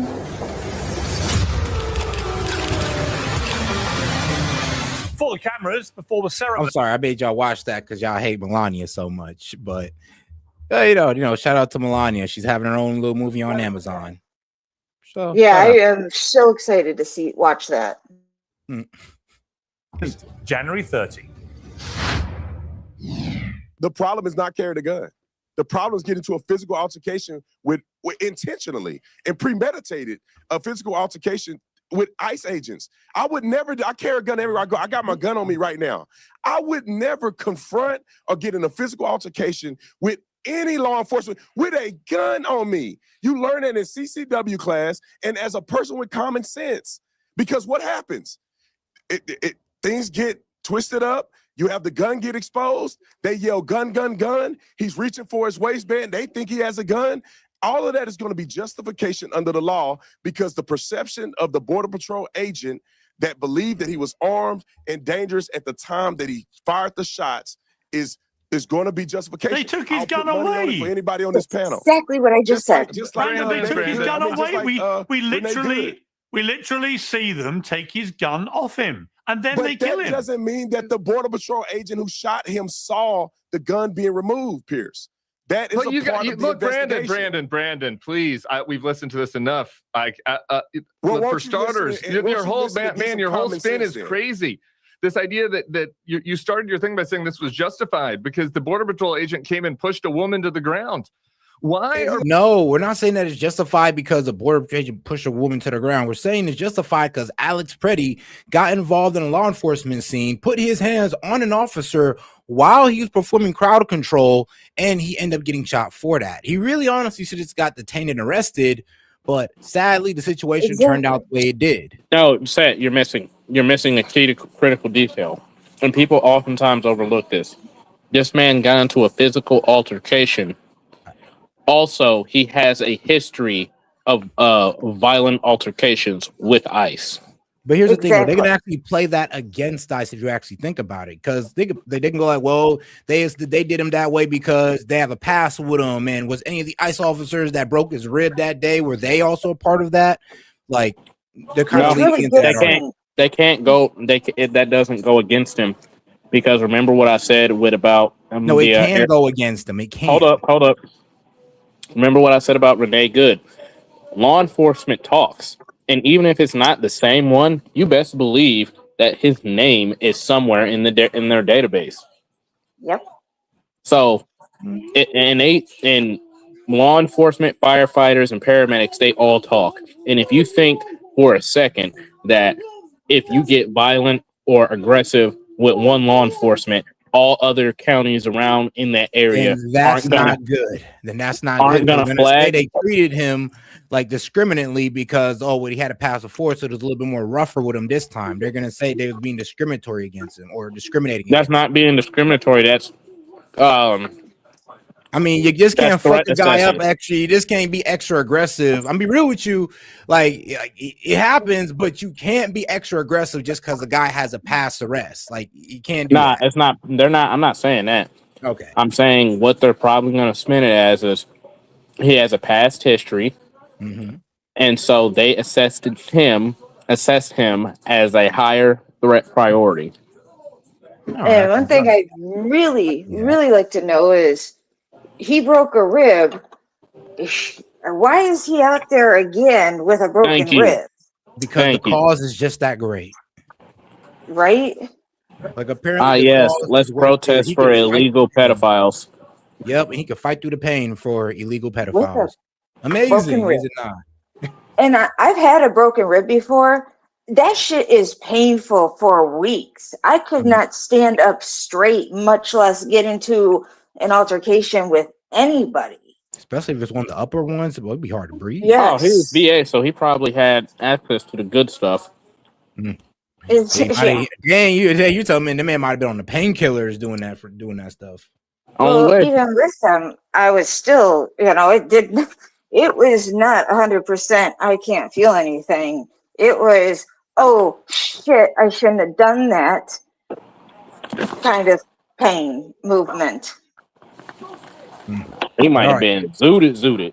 But all right, let's get back to it. Border Patrol agents, excuse me, sir, let me continue. Why are Border Patrol agents in Minneapolis, nowhere near the border, pushing American citizen women to the ground? Brandon, shut up for a second. How law works, they have jurisdiction to enforce immigration law within the boundaries of the city. Yeah, what the heck are you talking about? Was she an immigrant? Was she an illegal immigrant? Who? They push an American citizen to the ground. We have rights, Brandon. The entire Minneapolis police force. Do you not understand law? Shut up, Brian.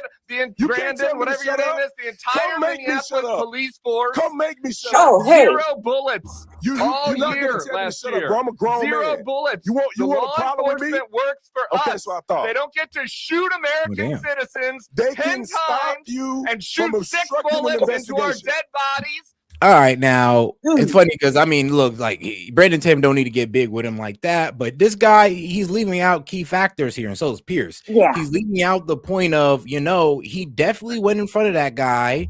Like, do I need to keep playing it back? Because I will. Like, we could just keep on going over this. What does Alex Preddy do? Does he go towards the woman? No, he puts his arms in front of the officer. So here's another thing. Sorry. Yeah, go ahead. But that's what did him in. Yeah, go ahead. You keep talking. What I was going to say was, why did they push her to the ground? Probably because she was in their face and she was causing a disruption and she was getting in their way. Yes, at that point, if she's in their face, they have every right to push her out of their way.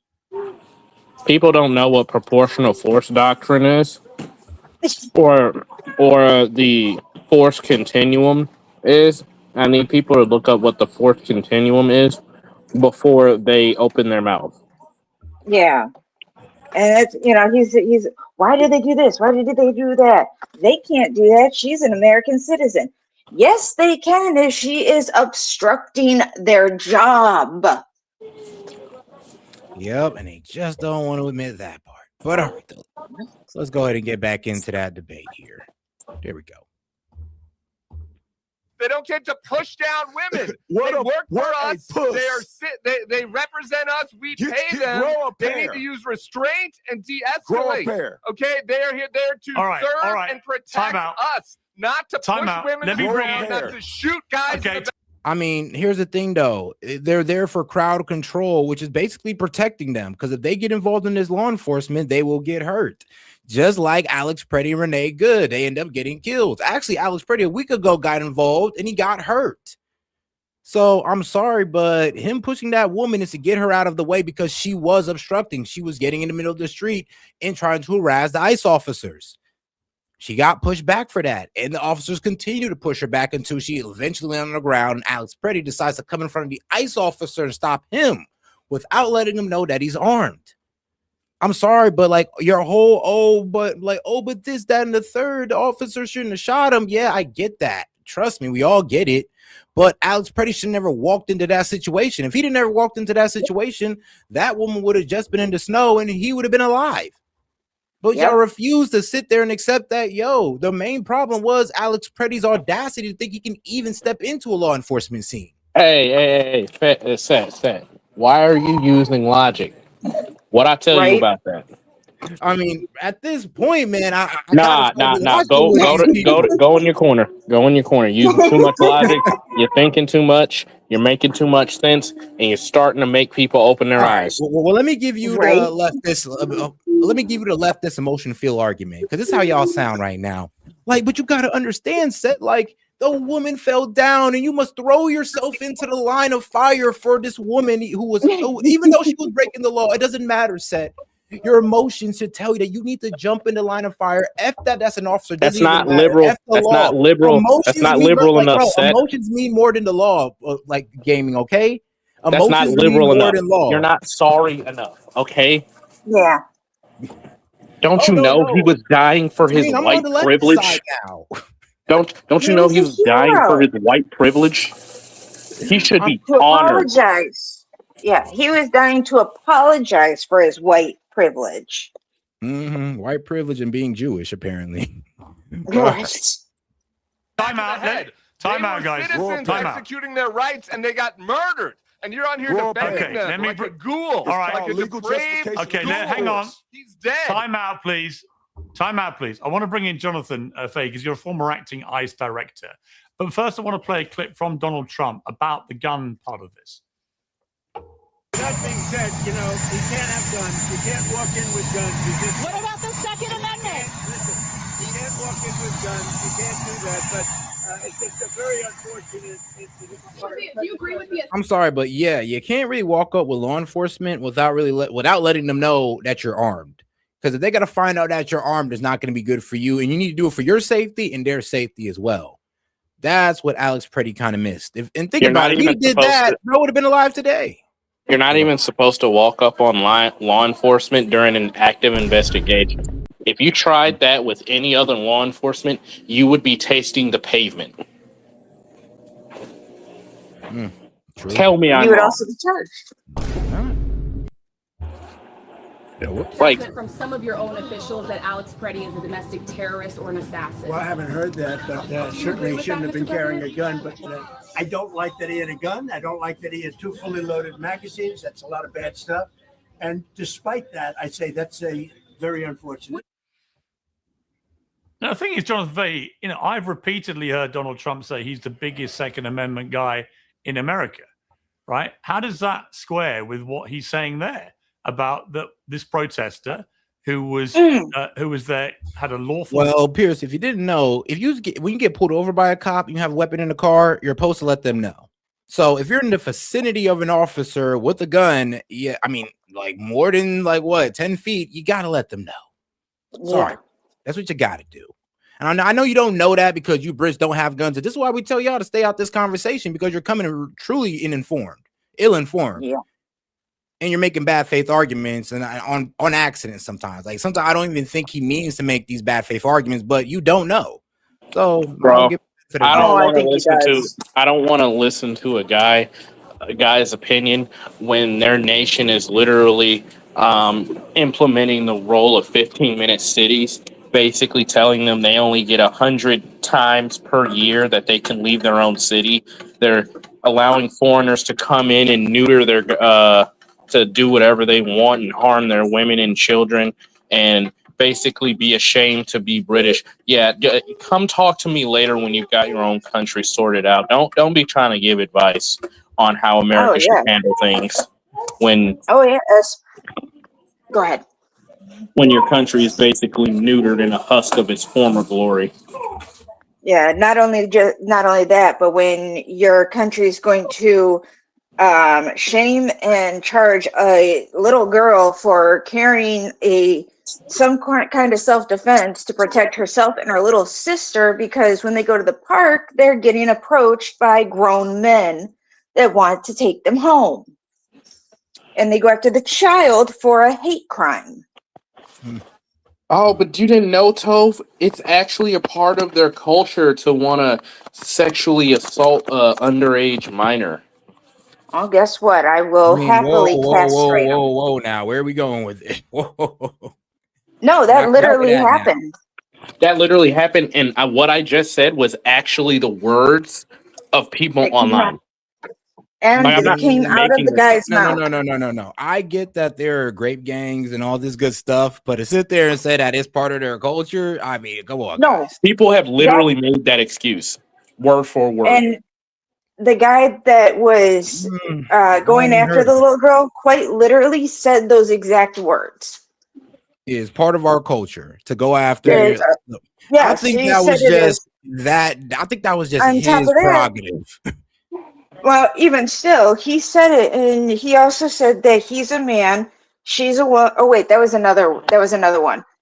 But another lady was told by one that he's a man, he has needs, and she needs to service him, and she was a complete stranger to him.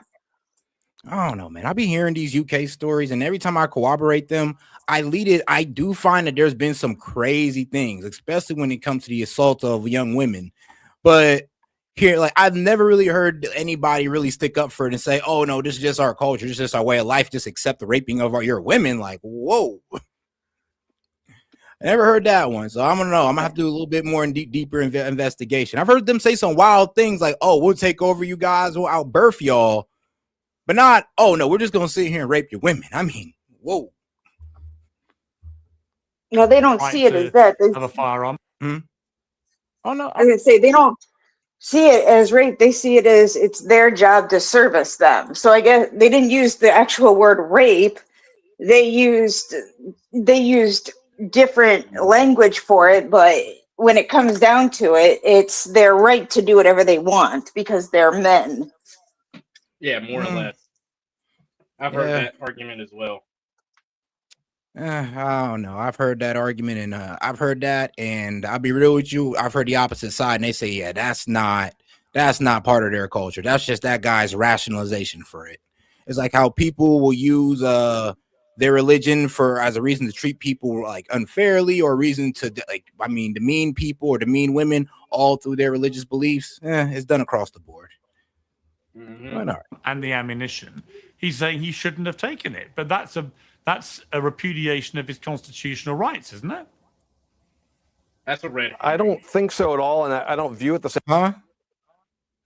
That's a red herring argument, or a false equivalency argument that he made. Oh well, How? you're telling him that he shouldn't have taken his weapon and his ammunition to a protest. That's a repudiation of his Second Amendment right. Actually, no. The legitimate argument that is being made is he shouldn't have taken his weapon and ammunition if he had intentions on going to these protests and getting involved with law enforcement in a negative way. All right. Same way in that. Oh yeah, get up closer to the mic, bro. People can barely hear you. Yeah, you have a right to carry a firearm, but that also comes with responsibilities. I know Tim's rolling his eyes there, but the thing is, what the issue is here is this person injected himself in the situation, and I'm not going to come to a conclusion because I don't know what happened, but he injected himself into a law enforcement situation, and he was armed, and he went there. He didn't go there to protest, my understanding. These people weren't holding up signs saying open borders, mass amnesty. He was injecting himself into a situation to interfere with ICE doing their jobs. The legal issue, and you don't just come out and say it's murder if someone dies. The issue is, did this officer have a reasonable belief that his life or the lives of others were in danger of being lost or being seriously injured? And one thing, hang on a second, Tim. It's important from the officer's perspective and what's reasonable, and they are in this high pressure situation. And the fact that the gun was removed, that's a factor, but it's not the only factor, because you don't know in these situations, does he have another gun or something else to make someone safe? So the questions Did you any want of to your ask agents are, ever fire 10 do these bullets officers into an ask American reasonably? citizen? Did that ever happen when you were acting director? Did they ever fire 10 bullets into an American citizen? Tim, if you could Did that ever settle down happen? a little bit. Did you ever do that? Look, I Yes, can I answer have. the In any question of the if you cases want. you If you dealt want to with? just, are you performing, or can I just No, answer I'm the asking. It's a fair That question. actually- Well, I'm sorry. It sounds like you're performing, because I'm gonna be real with you, bro. You hear about stories like that across the country of cops unloading on people like that. I mean, I'm sorry, but yes, it's not. I mean, I ain't gonna say it's a common occurrence, but it's something that's happened in almost every police precinct. Like, let's be real. Yeah. I'm pretty sure that's why they instituted body cams. Yeah, well, that's part of the reason. But yeah, that's actually something that does happen because we are told to neutralize the threat. So yes, it does happen where we unload a clip. Yeah, that's what you got to do. But all right. That never happened. You were the acting director. Did any of your agents ever kill American citizens? Don't speak over each other. Pierce, are we here to talk about this, or is it just don't talk over? Yeah, I agree. What is this? Let's not talk over each other. So I think the question Tim is asking is a reasonable one. I know the emasculated males are up in arms, Tim, but come on. All right, but you're saying Jonathan, the problem is that I would say the person. I would say the person. Please don't talk over each other. Guys, he just called me an emasculated male. Your crowd. I would say please don't talk over each other. Guys, no one can hear you when you talk over each other. Okay. Jonathan, I'm trying to answer your question that Tim, you want to perform. Please let me conduct this panel. Thank you. The point Tim was making to you, Jonathan, was in all your time as ICE director, acting ICE director, did you ever have an incident like this where an ICE official put 10 bullets, or two of them did, put 10 bullets into an American citizen? I can tell you, I know a lot about police shootings. I was a federal prosecutor 17 years. I've defended police and police shootings. And the way they are trained, and Brandon will confirm this, you fire until the threat is no longer a threat, and then you reevaluate. So the fact that there are 10 bullets, you don't just say, we've heard Joe Biden, remember you shoot in the leg or whatever. You don't do that. And that's not the way they're trained. So if the issue is, bro, I mean, that could lead to a way more painful death. But people acting like, oh, you getting shot in the leg can't kill you. Oh, yes, the F it can. Like, what? You hit that femoral artery. Yeah, that guy's cooked. Like, what? Yep. If you were to do that, you literally have to, within seconds, put a tourniquet around the hip and get it as tight as you can, and hope and pray you can get them to a hospital as fast as possible, because that bleeds out in seconds. Death. And yeah, it's very, very painful. So basically, Joe Biden said, yeah, shoot him in the leg, let him sit there and suffer and bleed out and still die. Like, yeah. Bro. And on top of that, that is because they can still get a hold of their firearm and shoot back. That's true. That's also true. If you think people ain't trying to go out with a bang, you're stupid. Right? I mean, bro, like here, like if you play Call of Duty, like what? Do you give up shooting at people because you got put on the ground? Exactly. No. Oh, you that jerk. First of all, let's address something. What you just said shows me everything I needed to know. You that one butthole that runs around with the last stand perk activated because you want to see the world burn. Oh God. I've done that. I don't like players like you. Bro, what can I say? I only do that when I only do that when I'm not playing online. I do that when I'm playing with other people in the room with me. And I'm usually the sniper for as long as they can hold out. And then I run around. But all right, though, that's all. Let's not get too far off topic here. Let's get back to it. The number of bullets, then the question is maybe they should be trained differently, but they are trained to eliminate the threat. The question is still, I agree, an open question. Was this a threat that should have used deadly force? And that needs to be investigated. But the number of bullets is really not a dispositive factor. And I know everyone wants to make a big deal about I'm it. sorry, but he was laying on the ground. I want to bring in, hang on. I want to bring in Brian, who's been waiting very patiently. And Brian, I think I read this week you've just passed 5 million subscribers to your channel. Is that right? Hey, I did, shout out. I don't agree with the guy, but I mean, hey, I congratulate anybody on their success. He's a liberal, but shout out. Congratulations. He's like the Candace Owens of the left. Through the patience. Yeah. No, it's great to have you on, and congrats on that. It's a big milestone. So Brian, you've been waiting very patiently. It's been interesting to watch the big rain back. You've watched Kristi Noem basically chucking Stephen Miller under a bus. Stephen Miller is the guy that actually tweeted about this guy being a potential assassin. It was him that fired up that narrative that he was a potential assassin, which was clearly completely ridiculous. Whatever your take on what we've all watched on these video clips, The idea that somehow he was planning to assassinate all those ICE officers is plainly absurd and offensive. What are we seeing here? Today's show is sponsored by Oxford Natural. Stephen Miller did kind of go off. He's like, the fact that you're saying this, and like when our ICE officer was approached by an assassin, I'm like, whoa, Stephen, who told you that? Whoa there. Whoa, calm down. It ain't even like that.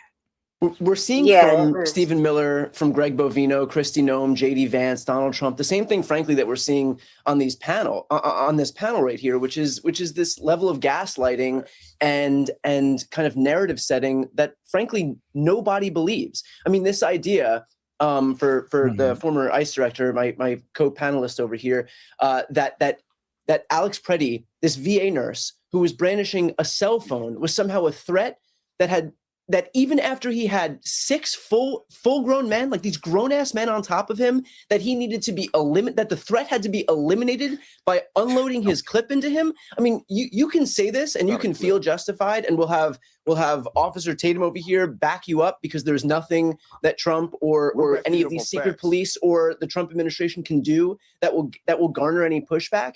But that right there is the perfect testament to why nobody believes what's happening here. It's because even these ardent right-wingers in this country, and certainly the vast, vast, vast majority of independents, I'm talking 3/4 of independents in this country, are listening to this gaslighting and recognizing that it's not just a lie they're being told, but it's utter contempt. I'm sorry, but where's the gaslighting? You guys say, oh, whoa, he was murdered, and I'm just like, y'all say even worse. Y'all say he was executed. Like they stood that man up and just gave him one to the head, and no, that's not true. That's not what happened at all. And then you're acting like there's no way the man could have avoided it, but that's also not true at all. Yeah, honestly, if they had been executing him, quote unquote, they would have just shot him, and when he was leaning up or trying to get up, because that's what he was doing. He was constantly trying to get back up, but they would have shot him in the back of the head. And here's the thing, though. If anything, I feel like they gaslighting us. Y'all telling us to sit there and think that, the man was executed. This is just ICE being using over aggression. And I'm just like, look, you're acting like the guy didn't walk up towards ICE first. You're saying that he was going up there to protect an old lady. And like, I get that. But I mean, when you look at the video, like I'm looking at it right now, I mean, bro, who does he go after first? He got in front of law enforcement first. So I'm sorry, but like, we're not gaslighting y'all. If anything, you're gaslighting us by not acknowledging the first, I would say, 2 seconds of the video? 3 seconds? Yeah.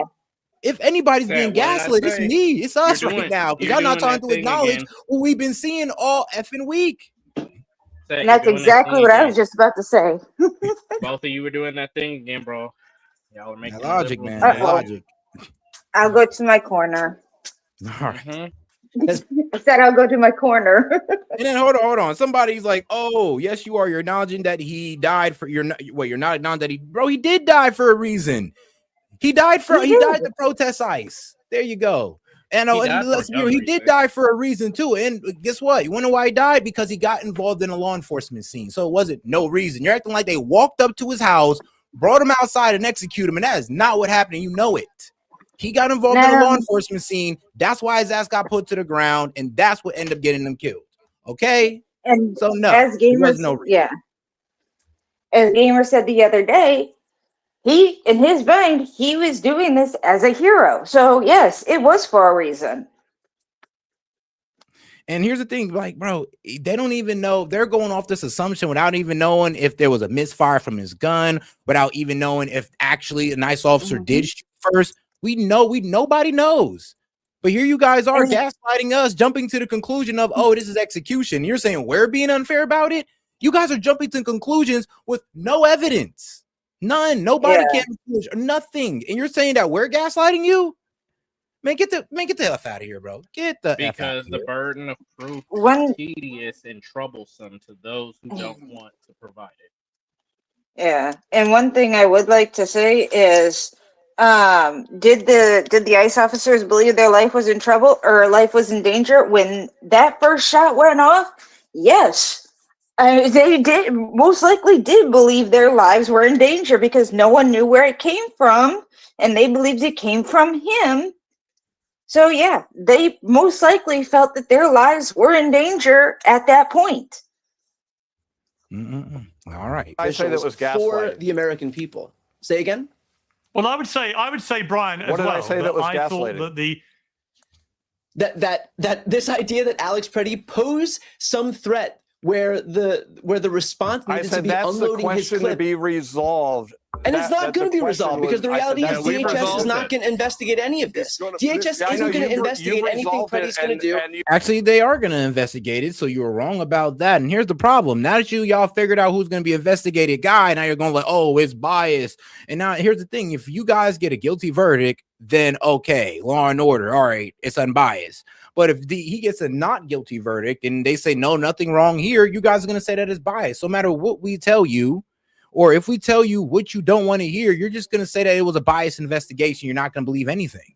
I mean, it could have been done by the inspector general and you guys will still say that it's biased. So I'm sorry, but nobody's really even trying to look for y'all improvement. Nobody's like really looking for your approval no more, because we all know what you libs are going to say. If he's proven not guilty, you'll say that is biased and we didn't do it right. If he's proven guilty, then you guys will sit there and say, oh, justice has been served. We can't go off that. We can't go just because you guys want this guy to be guilty. And it's the same thing as what they did before the elections happened. Many of them, and if Trump wins, are you guys gonna be okay, or are you guys gonna freak out? Oh, if Trump actually wins, then we'll abide by that. And what happened the moment Trump won? Tripping, start freaking out, start using the courts and all that. Like, no Kings wrote protesters, but they said they were going to be chill. Okay. Yep. Just like DHS, just like DHS is not going to investigate Jonathan Ross, because DHS doesn't investigate any of this stuff. So if the excuse is always going to be, yeah, the FBI is investigating it. But y'all won't accept that because you say, well, that's Cash Patel, and Cash Patel is Donald Trump's bitch. So we don't want to believe that because it doesn't go with our agenda or it doesn't go with what we feel. It's like, yeah, I know.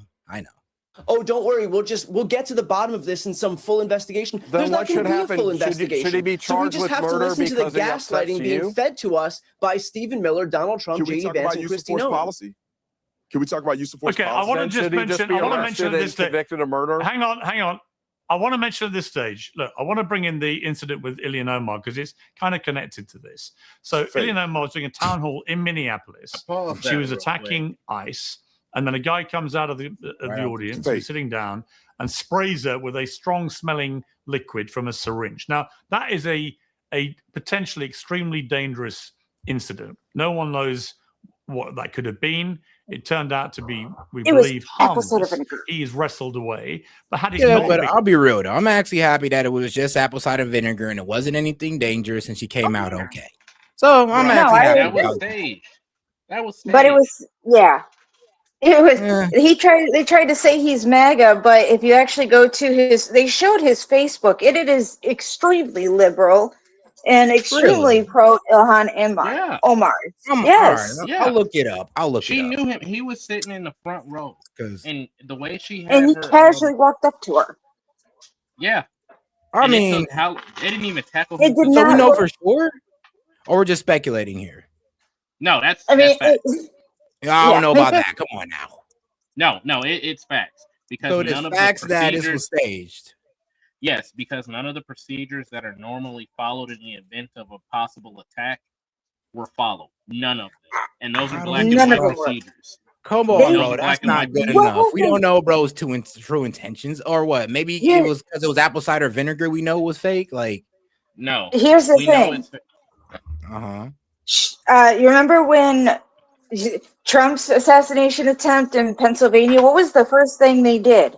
They got him off that stage into the car and straight to the hospital. An unknown substance being sprayed on someone. It could be anything from acid to anthrax to whatever. But that's only if they show like, an allergic reaction or something bad. No, they still have to. They still have to get her down and take her straight to the hospital. It doesn't matter what I don't know kind of about reaction that. she's happening, So, but her being. Set. So let me explain to you something. Because I got to give you guys pushback, because this is what the libs are going to tell y'all. It's like, do you have proof that this was staged? How do you know definitively? In black and white, whenever you're doing high value target or asset protection, as it's typically called. Bro, let's just say this was a crazy person. You're talked about like this was a tactical assassination. It's like you're adding too much. No. Listen, just listen.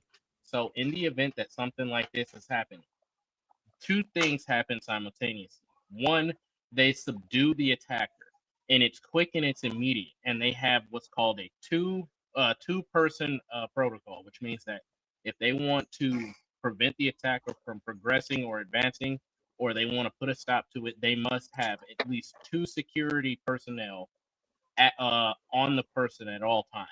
That is pure and it's the same thing for law enforcement. It's the same thing for private security. It's the same thing for public security. There is no delineation. There's 2 persons. So he couldn't have just been a crazy guy who just decided to spray water on her. So let me finish. Let me finish before you keep going. The second thing that happens at that same exact time is they immediately get the high value target or the person of interest. In this case, it'd be Ilhan Omar.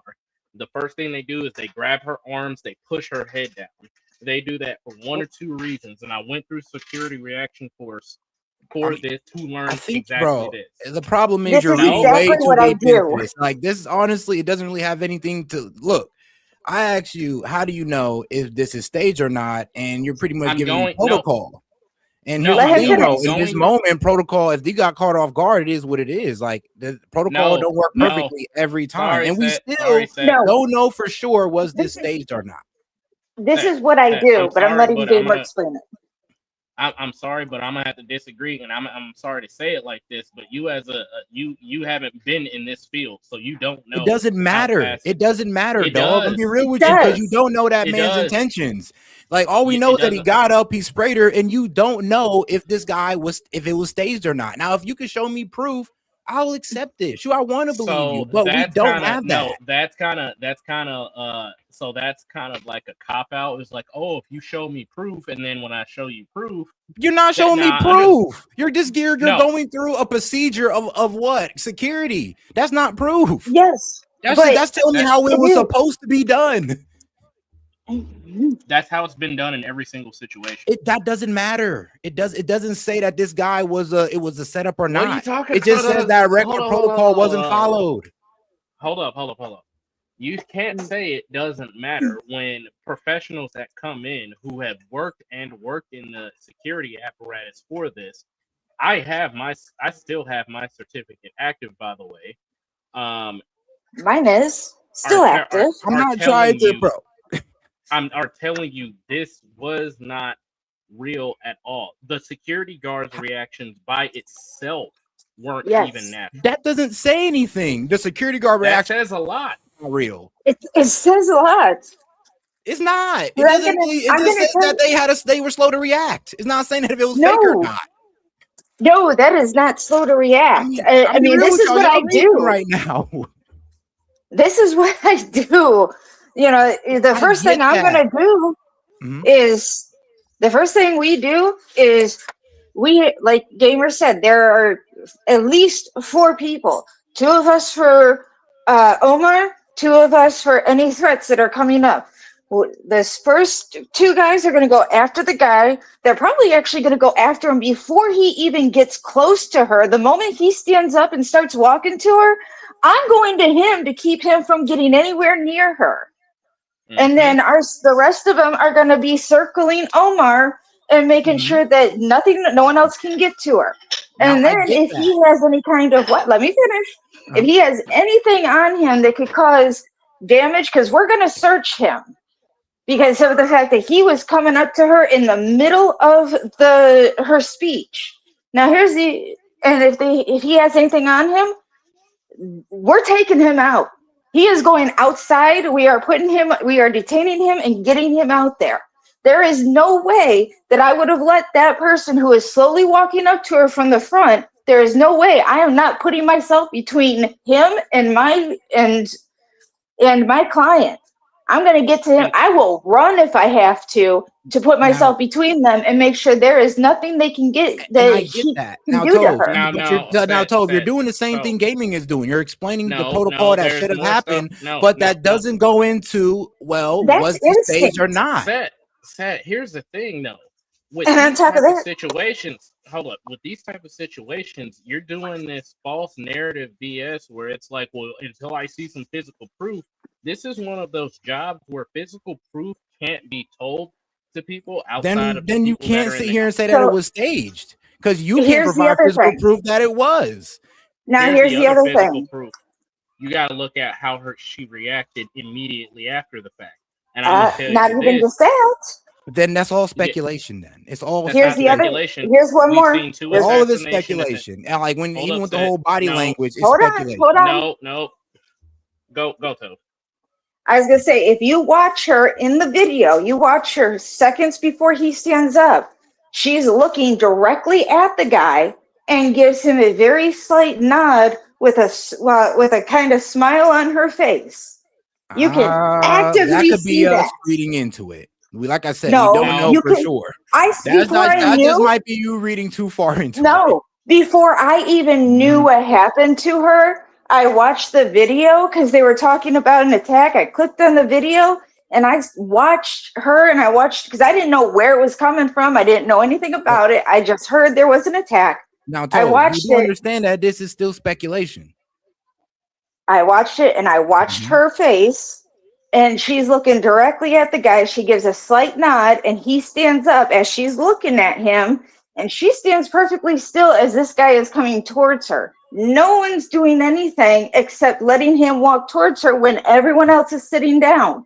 All right. That doesn't matter how slow to react or whatever.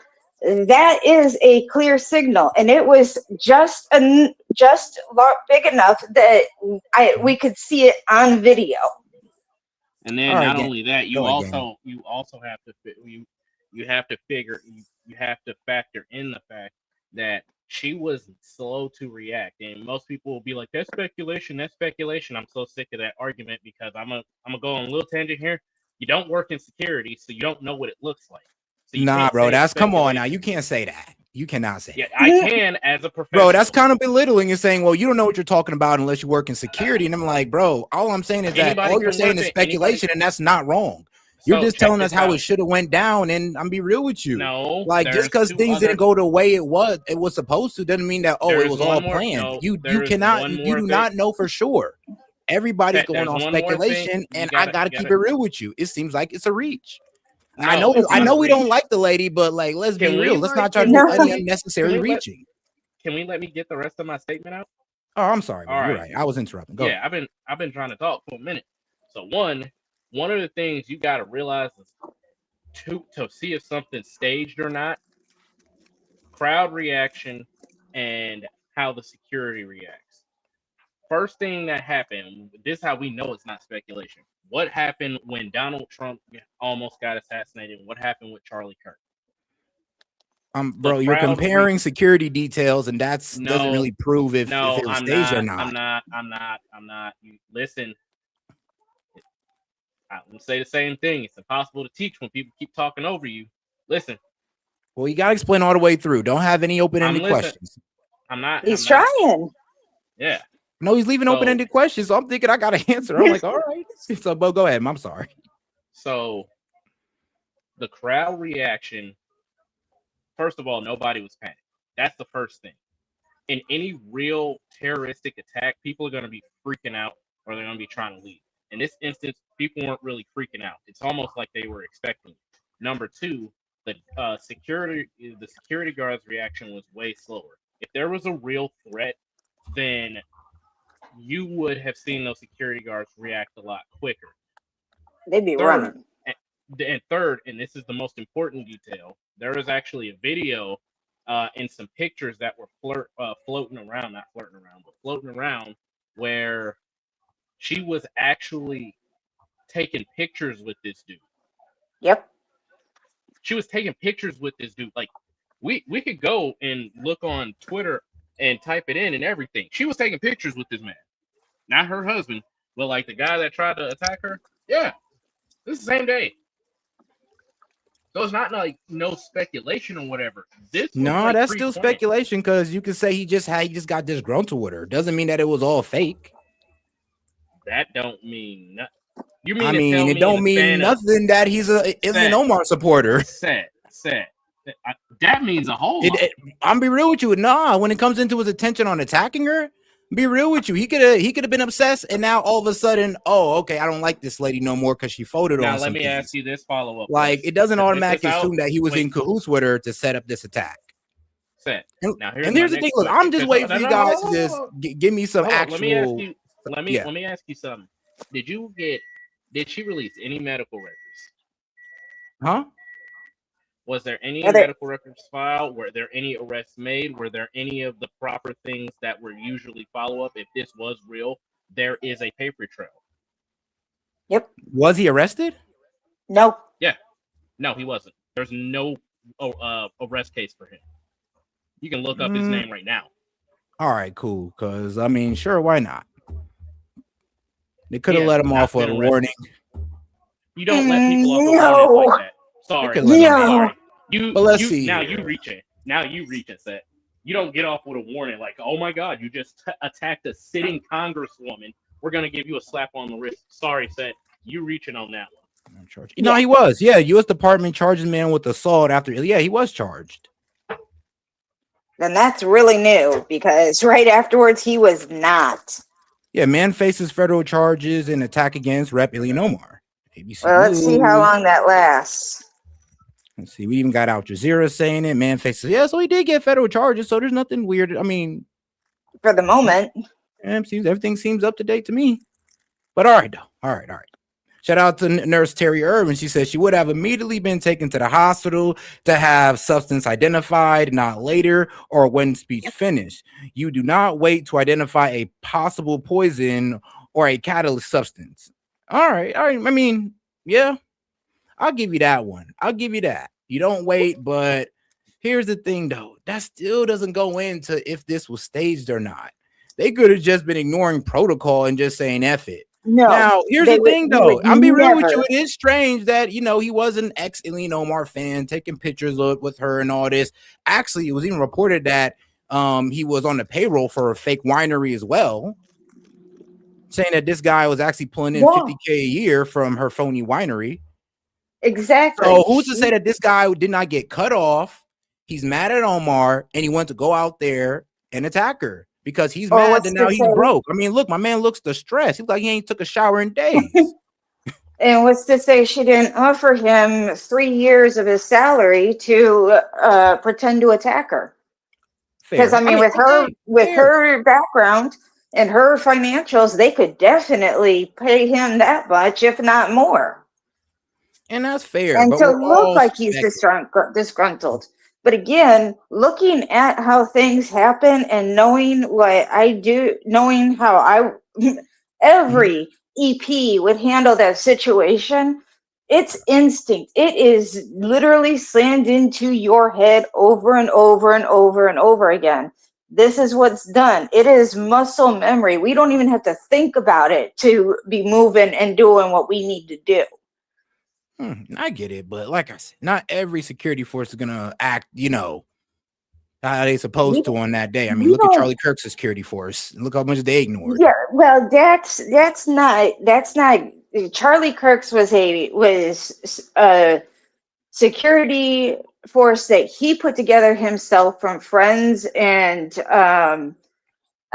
military. They were not formally. I do not believe I will not say they were not. I will say, as far as I understand it, they were not formally trained in EP. And on top of that, Charlie Kirk was not a congressman. He wasn't a sitting governor. He wasn't a high up politician. So the level of security and the training is vastly different for someone for a CEO to a politician. All right. But all right, Toe, hold on. We're going to go ahead and get back to the video, though. We have spent long enough on the conversation. But I do appreciate you guys. No, I appreciate you guys for giving me that pushback. I had to play devil's advocate in that moment. Yeah, we got it. Harmless. Had it been acid or something else, then maybe she could have been very seriously But you hurt see or that, dead. right? Now, Brandon, what has concerned? Just watch her reaction. Got you. Let's go. Is wrestled away, but had it not been harmless, had it been acid or something else, then maybe she shock to could me. have been very seriously hurt or dead. Now, Brandon, what has concerned me about this popped up is out of that nowhere from and she Donald jumped Trump, back. and I think Now- or dead. Now, Brandon, what has concerned me about this? Yeah, and this is the nod that Tove was Could have talking been about. It looks a very bit seriously sus. hurt or dead. Now, Brandon, what has concerned me about Now this? she could have just been nodding. I don't know, confirming something. She But doesn't really do that in her speeches. I'm sorry, I'm gonna take that away from you. nah, bro, come on, whoa. You know damn well you don't be watching no Illinois Mars. I've seen her do that before in her speeches. Just sit there and nod. That's what they all do. Yes, I've watched and all her- they I've read watched the all of paper her and they nod congressional- along. I've seen her do that No, all the time. I've watched all of her congressional hearings, bro. She don't do that. Bro, I'll yeah, mute she myself. That's all politicians do that. Like, come on now, bro. All right. It is what it is. All right.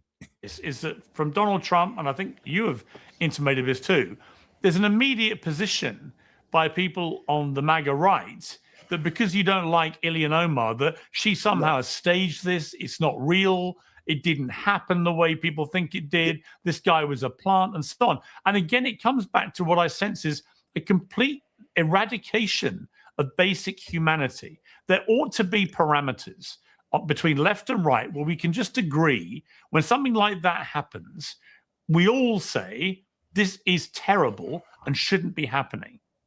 Pierce, there's no jump to conclusion. I don't care about none of these people. They don't pay my bills. I don't have to say anything about Ilhan Omar. I don't really care about her. But the bottom line, and Donald Trump don't pay my bills either. But the bottom line is that I'm looking at this impartially. I don't know what anybody said.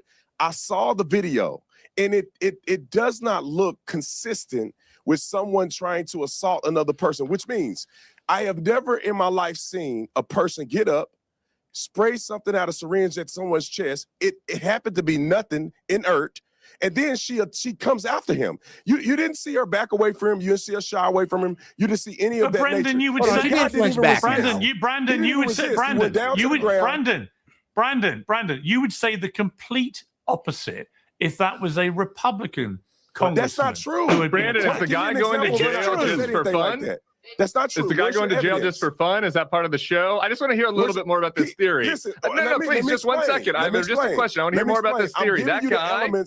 I'm giving you the elements. Is he going to of why jail for this show? looks He's going to staged. jail. I'm giving you elements of why this looks strange to me. Okay, so why do you think he's going to jail? Is it for a show? Is he like an Antifa? Is this part of like is this the lizard people? Listen, was there anything in the syringe? It was inert. There was nothing poisonous. There was no pepper spray. There was nothing in the syringe. I'm asking you why you think he's going to jail for this. He sprays her with the syringe in the chest. She goes after him. If you're afraid of somebody spraying you with a chemical agent, you're not going to pursue them. He resisted not one bit. He goes to the ground. She says. So you don't believe it, do you, Brandon? You don't believe it? I don't think that this was. I think this was staged. I don't know if it was true or not. Can I ask a question here? Can I ask a question? Okay. What if Alex Preddy had sprayed a liquid onto this ICE officer? Would you have Brandon? assault. Would you have said that there was no threat at all? Aggravated. It'd be aggravated assault. I mean, and you would have supported execution. I'm sorry, but like, come on now. He's not debating if it was assault or not. He's debating that, oh, well, I believe it was staged. Everything about it just seems funny to Brandon. Now, me, I'm not going to go off that. I'm not going to go off the edge on that one, but we'll see as more information comes out. But right now, it does seem like, well, I don't know. I cannot honestly tell you if it was staged or not. In my opinion, in a fair opinion, it seems like this guy went crazy. He has some link. He's had some type of ties with Ilhan Omar that maybe have not worked out. It radicalized him. He went crazy and he did this useless attack. So, real quick, with him going to jail, I'd really like to know exactly where he's been placed, and mainly, basically, where he's been placed. Is he in max security, moderate, or minimum security, and what he has? Because if they're trying to make this look legit, they're going to send him to jail, but they're going to give him some amenities that regular inmates don't get. Well, let's see what we know about the man arrested at an Ilhan Omar town hall. Well, let's see about him. About 2 minutes. This time from Carmel And Mall. like I said, And I'd like to know if his Facebook changed. Town hall came at her with a syringe, spraying her with an unknown liquid. Fox 9's Courtney Godfrey joining us now. And Courtney, what are you learning about the suspect tonight? Hold on. Let the video play. Well, we went to his neighborhood in South Minneapolis today where his neighbors told us they saw him regularly walking his dog and that he would stop and talk to them. And they never suspected some of the things that we discovered on his social media pages. Representative Ilhan Omar attacked at a town hall in Minneapolis Tuesday, confronted by a man sitting in the front row and sprayed with an unknown liquid after calling for the abolishment of ICE and impeachment of DHS Secretary Kristi Noem. Everybody settle down. I'm going to finish my remarks. Representative Omar taking to social media afterwards, saying in part, "I'm okay, I'm a survivor, so this small agitator isn't going to intimidate me from doing my work. Let it finish. I don't let bullies win." That bully, identified as 55-year-old Andy Kazmierczak of South Minneapolis, arrested and booked on third-degree assault charges, his social media channels filled with racist, anti-Black, and anti-Democrat content. Oh, wow. Hennepin County Attorney Mary Moriarty saying whatever he doused the Congresswoman with Tuesday was not toxic. And this is Fox. So you would think they would lean more into, though, he's just this radical Dem. But apparently, yeah, I mean, hey, he's booked. He got arrested, and apparently he's a racist. That definitely changed. Well, yeah, because when it first happened, all right, here, good on my bad. No, when it first happened, and I heard his name, I directly went to, and I wish now that I had screenshotted it because I wasn't even. It was like 2 a.m. in the morning. But when I first went and looked into his Facebook, it was very much just everything pro Omar, pro liberal, pro. You know what's crazy? Pro I'm not sure. Hey, like I said, hey, you might have been getting food on that one. You never know. People pull out all types of fake information. Because I was trying to talk and say something.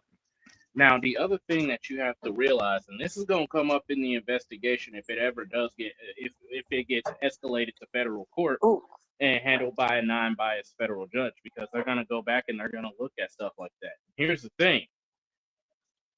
Don't you think it's oddly convenient that all of a sudden Omar gets attacked for anti-ICE, making an anti-ICE speech in Minnesota? Do we know if that's the reason? They literally just said it. Yeah. Did she? I didn't know. She was at a town hall. Roll it back. She made a speech. Roll it back. They said that. I didn't hear that. I'll roll it back because I'll roll back all the way because I did not hear that. U.S. Representative Ilhan Omar speaking again tonight, this time from Carmel Mall, only 24 hours after an audience member at a town hall came at her with a syringe, spraying her with an unknown liquid. Fox 9's Courtney Godfrey joining us now. And Courtney, what are you learning about the suspect tonight? Well, we went to his neighborhood in South Minneapolis today where his neighbors told us they saw him regularly walking his dog and that he would stop and talk to them. And they never suspected some of the things that we discovered on his social media pages.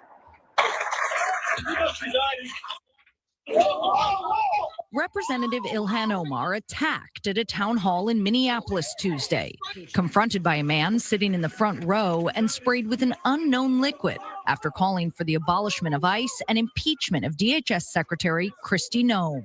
Everybody settle down. I'm going to finish my remarks. Representative Omar taking to social media afterwards, saying in part, "I'm okay, I'm a survivor, so this small agitator isn't going to intimidate me from doing my work. I don't let bullies win." That bully, identified as 55-year-old Andy Kazmierczak of South Minneapolis, arrested and booked on third-degree assault charges, his social media channels filled with racist, anti-Black, and anti-Democrat content. I don't know how this is racist because it's Chris Hillary. He just pretty much says that he won Keith Ellison out, which isn't really racist, but I guess. Hennepin County Attorney Mary Moriarty saying whatever he doused the Congresswoman with Tuesday was not toxic. Shout out Mac Daddy 82. He says staged. Oh man, he ain't pivoting on that one.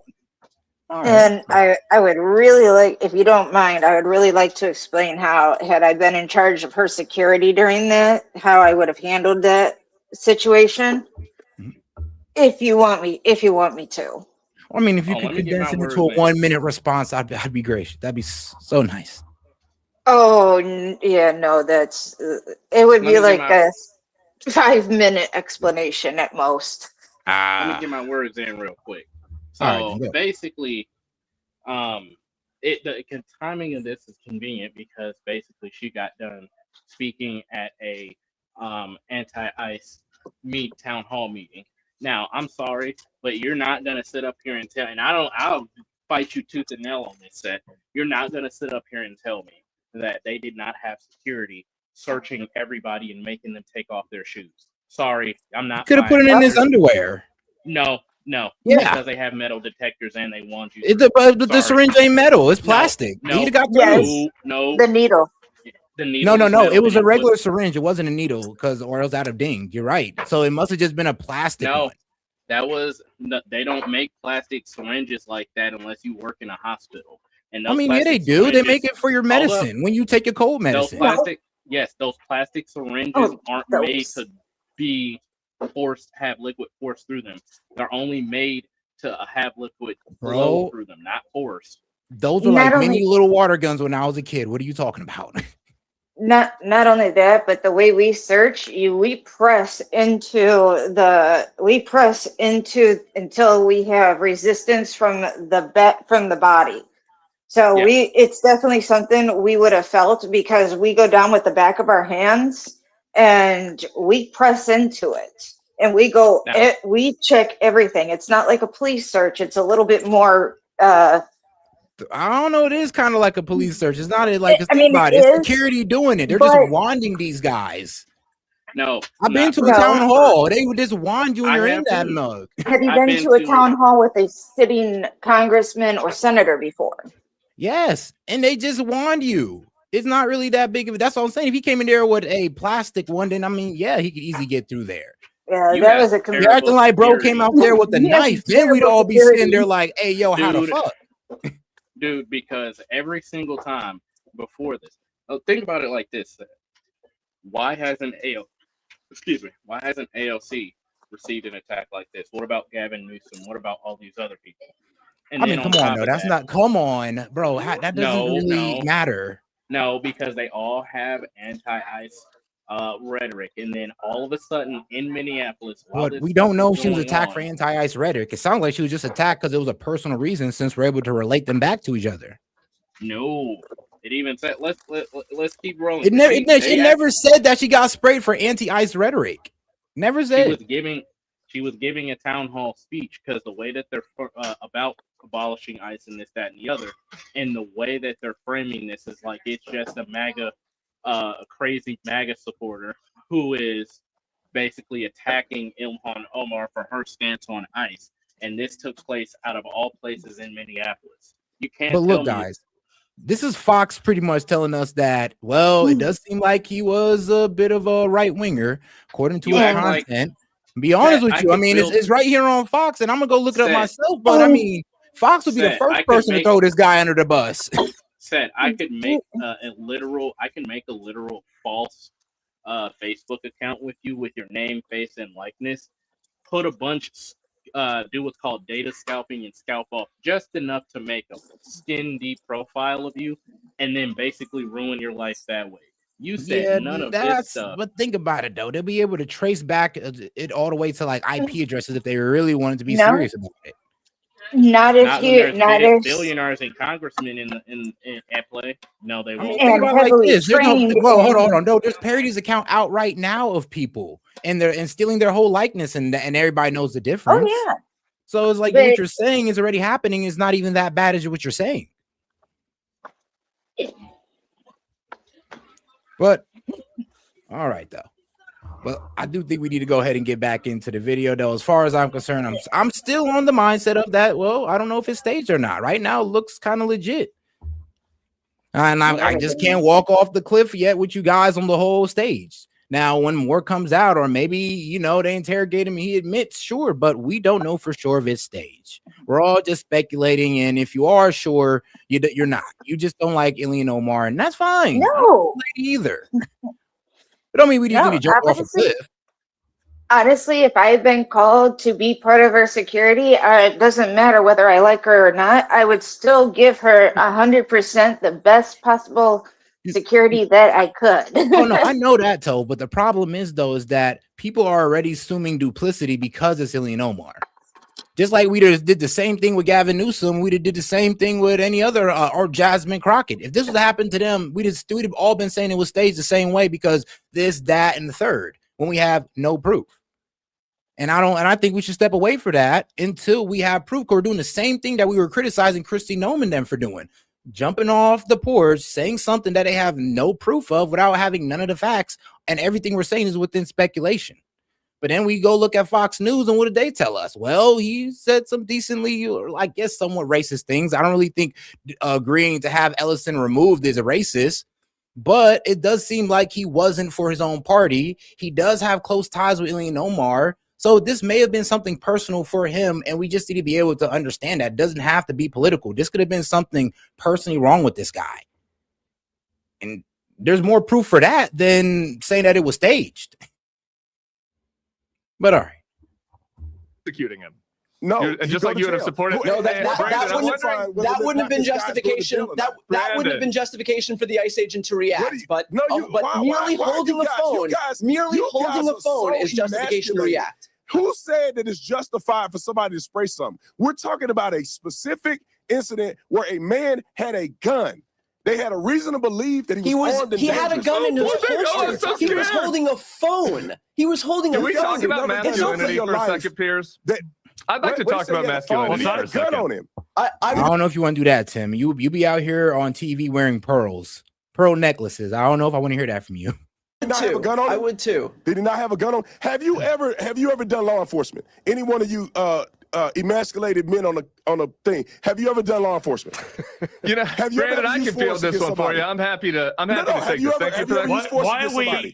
Why are they emasculated? Have you ever had to use force and make a split-second decision? Apparently, Piers, we're emasculated because we're not bootlickers for ICE agents who want to kill somebody.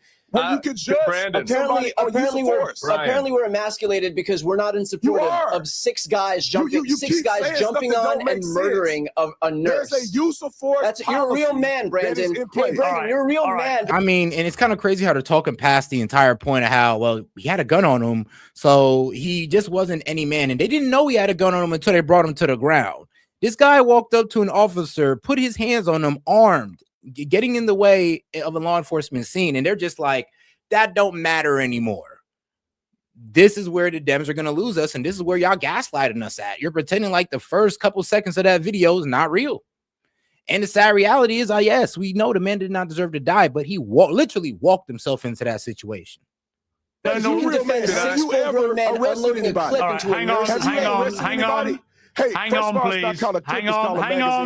We can't hear you when you all talk. When you all talk at once, nobody hears any of you. Tim. Yeah. So I have a couple of things on this question of whether I've been an officer. This appeal to authority. I haven't, but you know who has? The chief of police of Minneapolis. The chief of police of Minneapolis. Excuse me, Brandon. Let me finish talking. The chief of police of Minneapolis gave a press conference. Shot Freddie. Brandon, let him talk. Well, actually, that's a good point. We actually don't know the man who shot Freddie because the federal government is hiding him, so we don't know who killed their own citizens yet. Isn't he? But we know that the chief of police of Minneapolis gave a press conference after the shooting of Freddie, where he talked about how the judgment was irresponsible and how his police officers, every single police officer in the entire city of Minneapolis, shot 0 bullets last year. They encountered real criminals. Excuse me, let me finish. They encountered real criminals, not soy boy protesters. Like if I was talking to that police chief, I'd be like, bro, I'm be real with you. It's kind of your fault why this happened. if you'd have been a responsible person actually providing safety for the public, well, you would give crowd control. You wouldn't leave it up to the protesters to go in there and get themselves hurt. You got 2 dead on your hands, and now you want to talk about, oh, well, our police didn't have to do anything. Well, maybe if your police was providing crowd control, then maybe something would have happened. I mean, and I hope, I'll be real with you. I hope that wouldn't have happened. But let's be real though. If you guys providing crowd control, it would have probably been Minneapolis police the ones doing the shooting, but instead you're forcing ICE to do it. Why are you using logic? Stop putting 2 and 2 together. This is your last warning set. My bad. Freddie, they encountered actual criminals. They encountered murderers, not rapists, in use of force scenarios. Assault. Yeah, they did. They encountered those people. They were armed. How many? They disarmed 1,000. According to the chief of police of Minneapolis, they disarmed 1,000. They disarmed 1,000 people last year without firing a single bullet. These morons fired 10 bullets. And this whole thing about this definition of masculinity. Okay, it's like the tough guys are the 6 masked goons pushing down a woman. Pushing down. Whoa. Okay, well, there was one guy pushing down a woman, and the rest of them was helping apprehend the guy who's resisting arrest, by the way. And I'll be fair, you can sit there and say because he was pepper sprayed, his eyes hurt, he can't see, discombobulated, but still resisting arrest. That's why they need to put 6 officers on him. And even with 6 officers on him, the man was still trying to stand up. Most likely to try to rub his eye, but still resisting arrest. A protester and then getting scared. Oh, they saw a gun and I got so scared and I've got to shoot my bullet. Boom, boom, boom, boom, boom, boom, boom, boom, boom, boom, 10 times. I'm so scared. I'm so scared. I got to shoot my bullet. Those are the masculine men? No, I'm sorry. The masculine guy was the guy standing up for the woman, doing what men should do, standing up for the woman that got pushed down. And then in exchange for his bravery, a bunch of pussies shot him dead and unloaded 6 bullets into his dead body while he was laying on the ground. That's what happened. Those are the emasculated men. And I wish we had more men like Alex Preddy, but unfortunately he's dead. Okay. Let me bring in. All right, hang on. You never arrested anybody. Let me bring in. You never carry a gun. You probably don't have a gun on you now. Quit acting like you bold to break. If you're in a scenario, think it's cool to just shoot people, do you have a gun on you all the time? I'm concerned about your. I would be like, no, it's not cool to shoot people all the time. But when people sit there and try to resist arrest, they sit there and try to get in the way of a law enforcement scene and not letting me know that they're armed. Yeah, bro, I'm be real with you. It is okay. Sadly, it is okay. For you, it's sadly. But for that officers, for their safety, and let's be real, if Alex Preddy cared about his safety, you let that officer know he was armed, and he wouldn't have tried to touch the officer. He'd have been like, look, I'm armed. I just want to help this lady up off the ground. That's all he had to do. But that obviously wasn't his intention, though. I mean, apparently he was trying to be a hero by getting in the way of the officer, not realizing that at this point you've assaulted him, and now they got to put your ass to the ground. Your weapon, to be honest. I'm a little concerned about your weapon based on your judgment and how big of a wuss you are. I was a police officer. Brandon, how many people did you kill? Brandon, how many people you kill? If I may, Brandon, you don't have to be packing a gun to be a real man. I don't have a gun. More than most people in my country. Said that. The wussy said that. I'm saying that in order for you to judge a man who's making a life or death decision, in order for you to judge another man who's making a life and death situation, it would behoove of you or have any wisdom to be in a situation like that. I've been in a situation where I had to choose whether or not I had to shoot a person or not based on use of force policy and the threat of bodily injury or death. Did you do it? You have never done that. So it is weird for you to try to judge a person who's in that split-second decision when you don't even carry a gun. So how about you go on a ride along and do some training? It's pretty easy to judge, maybe you'll have a better perspective. It's pretty easy to judge, actually. The guy was laying on the ground. He was a corpse. And the guy shot him from a distance. Boom, boom, boom, boom, boom, boom, 6 times. It's pretty easy to judge whether it was a threat. And you can obviously tell that that guy panicked. He shit his pants. Let me bring in Jonathan. Let me bring in Jonathan. Hey, no, shout out to my man Castro. He says Monty does butt stuff for Cheetos. For your information, Dave told me. Damn, threw Monty and Dave under the bus in one chat. A lot of movement going on here. Bro, that's crazy. Bovino's been sent packing from Minneapolis. Why you doing that, Castro? Kristi Noem's been effectively gagged. A lot of heat on Miller and others for putting them up to the rhetoric. They all seem to suggest. I need to address something. I need to address that comment. First of all, I didn't say that. And second of all, I'm just his manager. Okay? Don't worry about all that. It's legal, I think. Anyway, play the video. Gotcha. It all come from Stephen Miller. Trump clearly aware that this is not working politically, but ICE remain not the best, doing what they're doing in other parts of America. They're deporting a reasonably large number of people, although interestingly, less actually in the first year than Biden did in his last year, for example. So there are some interesting parallels here. It's not apples and oranges because Biden was letting a lot more people in.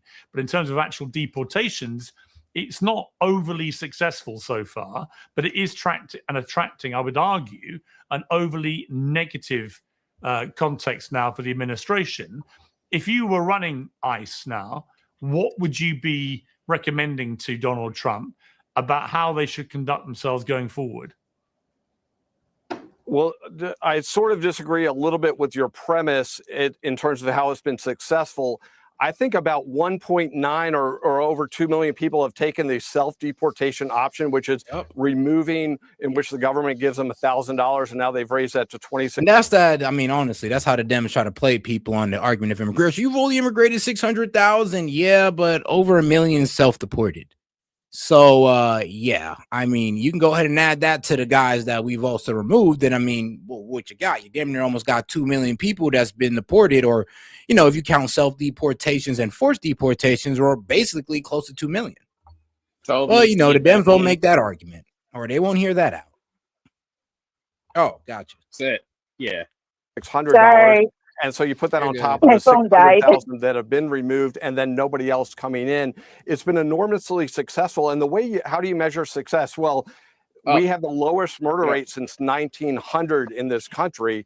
That crime rates are down about 20% nationwide. So our country is objectively safer. We know that. We know people aren't coming in droves anymore.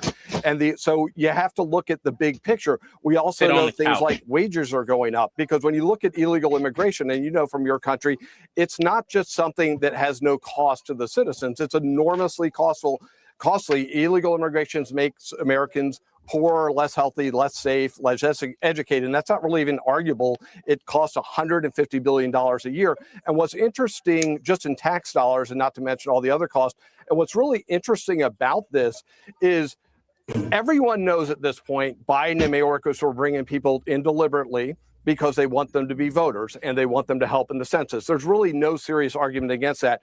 It's very interesting that the Democrats' response to everything is always stop the deportations. They never say, hey, let's think of a good way to get rid of the illegal aliens. They'll never say that. So it really is a tell where they're coming from. But as far as what I think a good messaging should be going forward is focus on the criminals for the deportations, meaning for the arrest outside of the jail. Focus on the sanctuary cities, because, one of the issues with Minneapolis is the sanctuary cities where they'd rather turn over a child molester back into the community than turn them over to ICE. And by the way, Tim Walz wrote an op-ed lying about this the other day in the Wall Street Journal. So you have to wonder, is he even acting in good faith on this? But I think emphasize the criminals, emphasize the benefits from not having illegal aliens in the country, and also remember, deportations and border security are intertwined. Get on them clothes. Because the reason people were coming under Biden was because they knew the second they set foot on American soil, they were all, for all intents and purposes, a citizen of this country. So you cannot have those policies, or people will continue to come in. These all work together. But deport the criminals. Yeah, I agree. And I mean, I'm not sure if he mentioned this, but let's be real, though. If Trump actually pulls back and does what these guys want him to do, then that's what the liberals are going to do across America. They're going to get violent. These sanctuary city mayors are going to pull back their police, so these guys can get violent, obstruct, have a couple of their own citizens die just so they can have ICE pulled out. I mean, trust me, they're going to follow the pattern, word for word, bar for bar. And trust me, we do not want that. Say who you're deporting, why, incentivize self-deportation, and talk about the benefits of not having illegal immigrants. As you know, in your country, it's a big problem. I get it. Let me bring Brian back in. I want to play a clip of Jimmy Kimmel last night. And to the people of Minneapolis, to the Preddy family and the Good family, and these people who were looking out for their neighbors. We want you to know that we are with you and you are not alone. Brian, apart from the fact that Jimmy Kimmel really needs to stop crying, I just wanted to say that as a general blanket observation that barely a week goes by. You know when it's he's not bad when blabbing Piers on Morgan comedians has to about say it. something. I'm not saying he doesn't care. I'm just saying that it's getting a bit weary for me. But also, I don't remember him crying when Barack Obama was president. There's a clip doing the rounds today of Obama talking in really tough language about his own deportation record and why it was so important. He deported over 3 million people. No liberal friends of mine gave a damn or knew how many people he was deporting. He was putting kids in cages, separating them from their families, all the stuff that people chuck at Trump. But it was never an issue throughout those 8 years. He was the biggest deporter of people in the history of the United States in terms of pro rata per year as a president. So there's been a massive double standard there. And I can't help but think that one of the reasons is the liberal skewed media, which it is. I've worked in it. You could shoot a harpoon around the old CNN newsroom when I was there and not hit a conservative voter. Hey, they pause just it real didn't quick. care because it was their guy. And what happens this time, because everyone hates Trump on the left and the media collectively hate Trump. So they fire everything up. Then it becomes a huge thing. Then you have people going out in the streets and protesting because they've been whipped up by the media. Then you have these altercations with ICE. Then you have deadly altercations. And we're in the position we're now in. I'm not saying they're to blame, but I'm saying that part of what we're seeing here is something that never happened in the Obama years about this kind of issue of deporting illegal immigrants because nobody cared. And my question for you is, all right, we can have Jimmy Kimmel blubbing on TV about it because he cares so much. Why didn't he care? Hey, yo, shout out Castro. He hopped in here on one tonight. He said Trump would have grabbed Jimmy K or Jimmy Kimmel. He is a fat pussy. See, here's the thing. Here's the thing, Seth. I will say one thing about Piers Morgan. He does shoot straight, and he tells it like it is. And like I said, he said it right. Like under Obama, it was like triple or double as worse as it is now, and you don't see people making a hucklebuck. Yeah, bro, Donald Trump used some strong language. I mean, not Donald Trump, but Barack Obama used strong language. Like, bro, he was talking about going after employers. He was like, look, I don't care if they're here and they didn't commit no crimes. They're here illegally. We're a nation of laws. They got to go. This was what Barack Obama was saying. But go ahead, Toph. I'm sorry. I did not mean to do that. You're good. I was yelling at my dogs. That man said, I'm tired of hearing Jimmy Kimmel cry. You know it's bad when Piers Morgan is saying it. Yeah. It just don't sound Kimmel's legitimate. He was just such a young man. It's like, oh, I don't know. It just feels fake. But it's like, bro, if you were so heartfelt and so sympathetic, like Pierce said, why didn't you say this under the Obama admin? Oh, because that's your guy. That's your guy, and if you speak out about him, you're going to the cross on that one. Yeah, and I can honestly argue that Obama's immigration policies and practices were 1,000 times more inhumane than anything ICE and Trump has done now. Shout out to like the cages that they try to blame on Trump, those have been built at the beginning of Obama's presidency, which a lot of people like to forget. Same way when Obama was doing this. And did you care and did you speak out about Obama's deportation record, or do you accept that Obama pretty much shared Trump's view, which is actually, if you're in the country illegally, then you should probably be deported because there are millions of people trying to become legally immigrants to the United States, and there are hundreds of millions who've come to the country over the last century who did it the right way.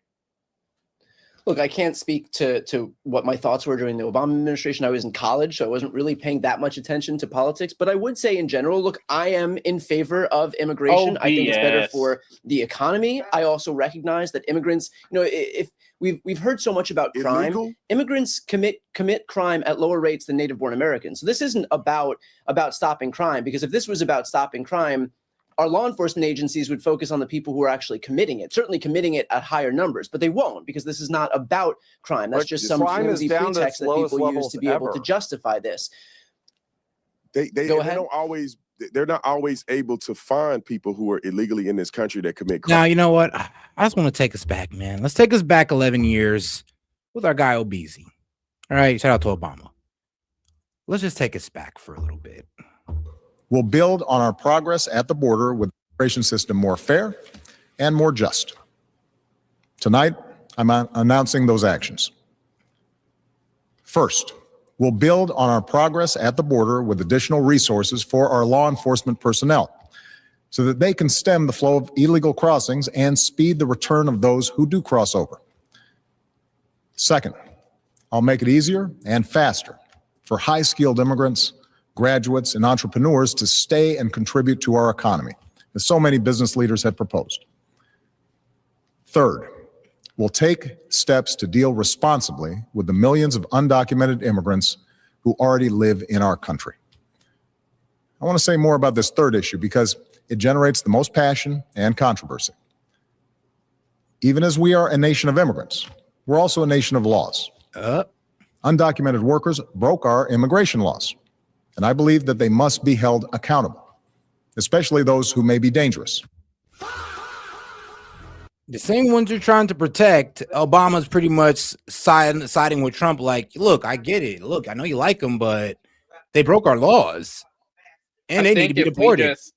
I think if Trump just played that speech from President Obama, then hold up. All right. In our country. I want to say more about this third issue because it generates the most passion and controversy. Even as we are a nation of immigrants, we're also a nation of laws. Undocumented workers broke our immigration laws, and I believe that they must be held accountable, especially those who may be dangerous. That's why over the past 6 years, deportations of criminals are up 80%. And that's why we're going to keep focusing enforcement resources on actual threats to our security. Felons, not families. Criminals, not children. Gang members, not a mom who's working hard to provide for her kids. We'll prioritize, just like law enforcement does every day. But even as we focus on deporting criminals, the fact is millions of immigrants in every state, of every race and nationality, still live here illegally. And let's be honest, tracking down, rounding up, and deporting millions of people isn't realistic. Anyone who suggests otherwise isn't being straight with you. It's also not who we are as Americans. After all, most of these immigrants have been here a long time. They work hard, often in tough, low-paying jobs. They support their families. I know, basically modern-day slaves. They worship at our churches. Many of their kids are American-born or spent most of their lives here. Just like the And slaves. their hopes, dreams, and patriotism are just like ours. Just like slaves. As my predecessor, President Bush, once put it, they are a part of American life. So, you know, like I said, Obama always has a better way of saying things. He's just a really good speaker. But he is basically saying what Trump is saying. Like, you know, you get here, you came here undocumented, you broke our law. You got to go. Yeah. Y'all, sorry, my mom was about to. My bad, y'all. My mom was about to put the beat down on my younger brother. Anyway. All right. But go ahead. All right, let's get back. When they have a crime committal stat, it's because they've been able to find the person and prosecute the person to some degree. People that are illegally in this country have no identity. They commit crimes with no with complete impunity. So I don't know what that means. I don't know what that means. This idea that Hold on. Shout out to my man Daniel Castro. It's anyone falling for this fake ass drama is a retard. Wait a minute. Do you think illegal and legal immigration are the same? Look, of course they're not the same. Of course, Of course, I'm saying your the reality priority. is that Do you think do you accept both, or do you believe in one or the other? But they all get treated the same. Well, I don't know what that means. I don't know what that means. Just They for all get starters, treated the same. I just say two things. The same. If I could just say really quick 2 things on this point. Number one, right now they're deporting actually people that came the right way. They're reporting people that came here as asylees or refugees, and they're sending them back, even though they've been going through the legal process. Excuse me, can I just finish? They are asylum seekers. They came across the border illegally. They showed up to a port of entry and they volunteered. They've been going to their checkups with ICE, waiting for their court date, and they're deporting those people. So that, excuse me, just really quick. So those aren't illegal immigrants that are being deported. They're people that have done the right thing. They're being deported. And lastly, can you just let me say one other thing? Other than those people. Can I say one other thing? Maybe 20 million. I just want to say one other thing before you respond. When you talk about illegal immigrant crime, I do have one pretty easy stat. This year in Minnesota, illegal immigrants have killed 0 people. The ICE agents have killed 2. So 2 American citizens have been killed by ICE, 0 by illegal immigrants. So that's the current. Do you know that for sure, bro? So no illegal immigrants killed nobody in Minnesota. All right, I'll fact check that one. Sure, why not? Crime stats Kick out ICE and bring in illegal immigrants. Okay. Well, kick out the murderers, I would say. I actually want to kick out the murderers. No, great. I want to kick out the murderers. The illegal immigrant murderers, get the hell out. The guy that killed Laken Riley, get the hell out. By the way, the guy that killed Alex Preddy, you get the fuck to prison as well. How about that? We get rid of all the killers. If he's unjustified in his use of force, you're manning up there. Let me ask Brandon. Let me ask Brandon. Look at what Jacob Fry has done in Minneapolis. If I can say one thing. Hang on, please. Hang on, please. Guys, let me try and moderate the panel, criteria, not the hysterics. Let me moderate the panel. I gave you a stat. Brandon, do you think there's a lot of hypocrisy given that Obama deported 3 million people and was very strong in his rhetoric, as indeed Bill and Hillary Clinton were? The clips are everywhere, right? They all basically agree about the problem. I'm for that, Piers. This is a question about hypocrisy. It's a question about killing American citizens. I literally lost my mind. Deporting criminals is fine. When I went back and listened to what Barack Obama said, what Barack Obama said about not coming to America, you would go to the back of the line. You didn't do it the right way. We're gonna catch you and we're gonna kick you out of our country. Everybody should be in lockstep with that. If you came here legally, we love you. But they are coming here legally. Liam Ramos, a 5-year-old boy, who was wearing a 5-year-old boy who was wearing a Spider-Man backpack, a bunny hat. His father was here through the asylum. His father was here legally. He was going through the process. So there's always an excuse. You'll always complain. Well, he was here. He was going through the process. He was the exact type of person. Guys, don't talk at once, please. Let him talk. He was the exact Liam Ramos's father, the 5-year-old child. Then I'm going to destroy you. Why not help stop talking for a second? All right, go. Shut up. A 5-year-old boy. Right, a 5-year-old boy was let used Brian as finish. bait. Brian, make your point about the 5-year-old boy. Then Brandon, you respond. Liam Ramos, a 5-year-old boy wearing a bunny hat and a Spider-Man backpack, used as bait to get his father to come outside. He was here legally, going through the legal process, the exact thing that, Brandon, you're claiming you wanted to see, and yet he's now in the process of deportation. So the goalpost will always move. You'll claim that this is all about wanting people to go through the proper process, but then you've got people who are going through the proper process, and yet ICE still creates deportation porn out of their processes and tries to get them out of the country anyway. Okay. Are you done? Brandon. Okay. I want people to be very clear about this. You can come through the country without going through a port of entry. You're illegally in this country. You can come through a port of entry and your asylum claim gets denied, and you're also illegally in this country. So 2 things can be true at the same time. Well, I mean, I have to come back with you guys on that. Remember what he said? He said that from 2025 all the way out to 2026, there were no illegal immigrants killed anybody. Well, luckily he didn't say 2024, because actually there was an illegal that was drunk driving that actually did kill somebody in 2024, and he was convicted in 2025. So there you go. But here's what we can never find. There is no public Minnesota database that clearly answers how many unalivings through 2025 and 2026 that were committed by undocumented immigrants. Yeah, immigration status is not consistently public in charging documents or crime stats, and media coverage is uneven. So yeah, even as I'm looking it up on both Gemini and ChatGPT and Grok, they're both telling me the same thing.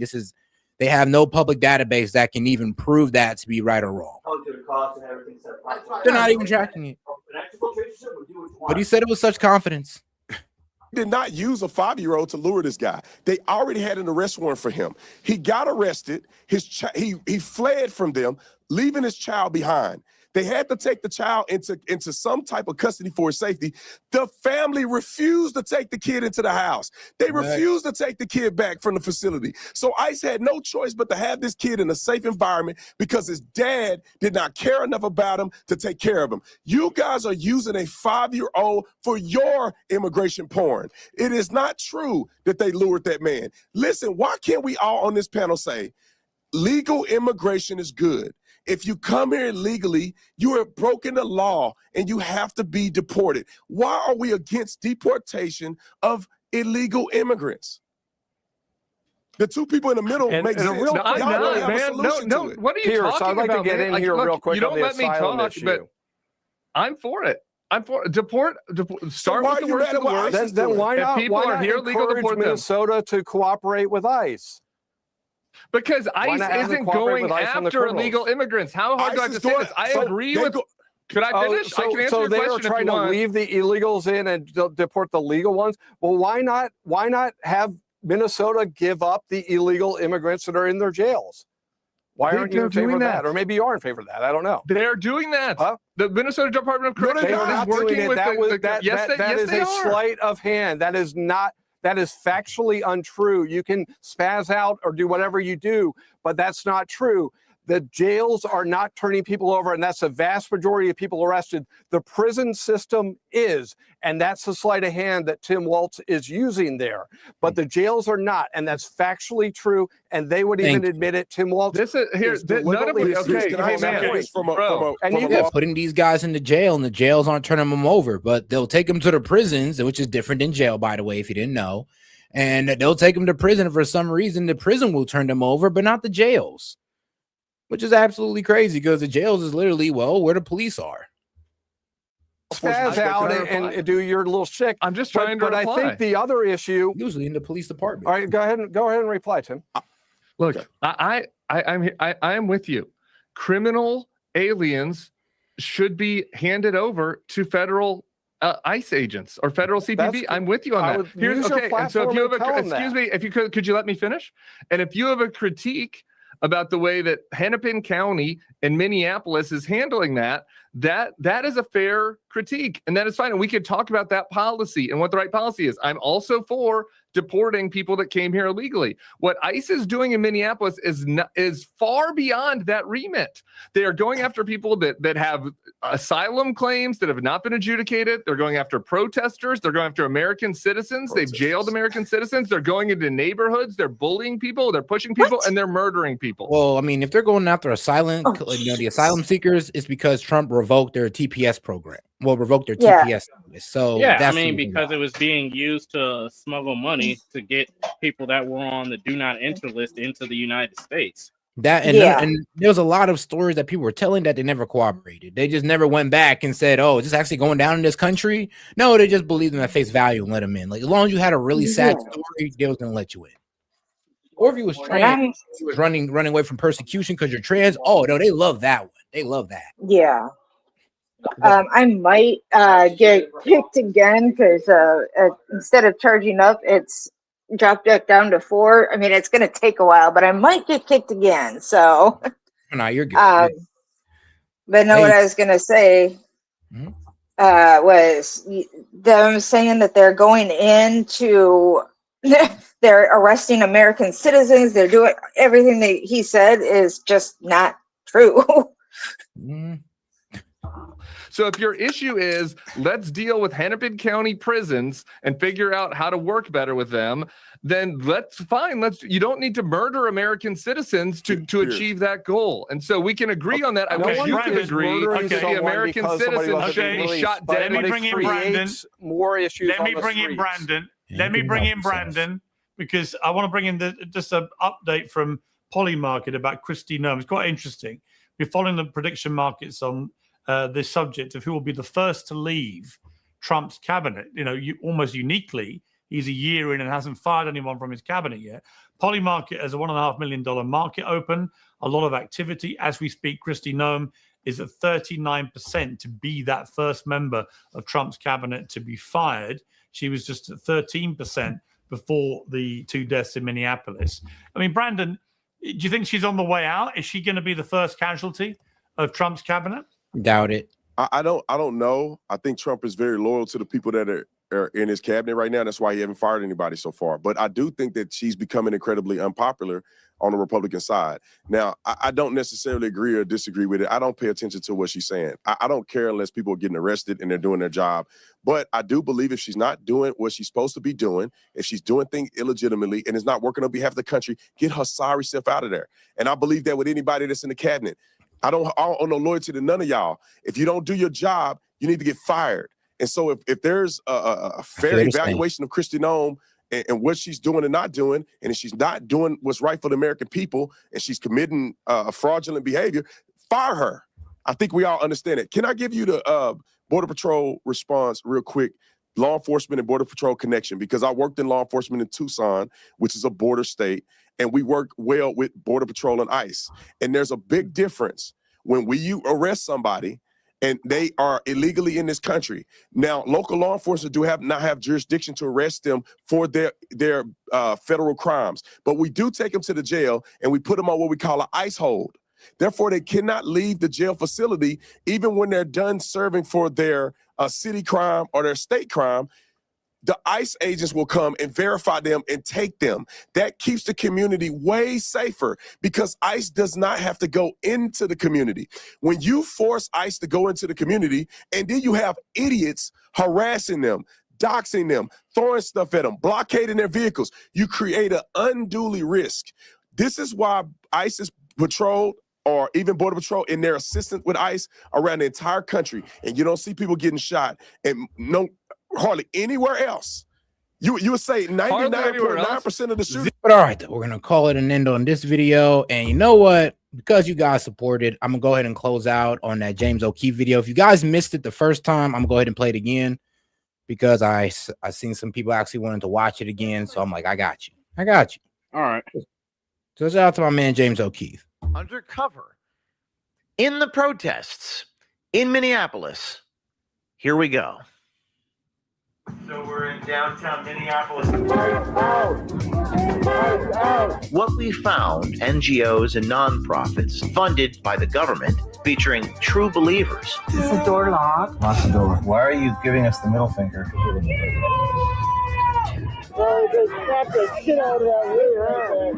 Our undercover people were inside the mob. You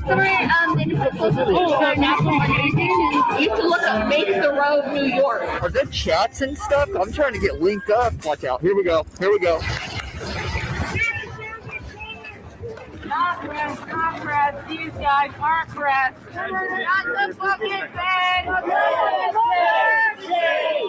They threw something at me which hit the back of my bulletproof vest. They're everywhere. Grab the fucking doors. Shut the door. Whoa. They threw a frozen ice brick at the car.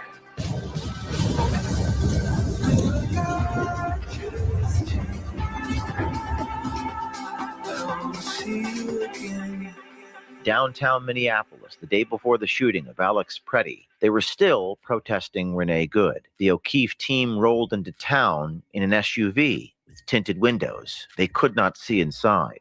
And what's remarkable is they start cursing at your car merely because it is an SUV, which they all perceive to be feds. Is the door locked? Lock the door. Why are you giving us the middle finger? Ready, everybody, get the fuck out of here. Here comes the guy. Don't loan. Do not. Yeah, I don't know what he's doing. No, don't. See? Just don't hit anybody, okay? Usually I'm pretty confrontational, but we soon realized the only way to deal with these types of white walkers, or zombies as we call them, is to just not engage. Roll up your window now. Anything else would lead to escalation and violence. It's safe to say that I've never seen anything like this in my life. Just driving down a street will have people scream to you and curse at you and threaten violence. In fact, independent journalist Cam Higbee was nearby and texted me at this time, telling me that trucks, Tahoes, Suburbans, SUVs are an absolute no-go. He advised us to get a Subaru or other mom car or Honda, as he said. He mentioned they would bank our license plate.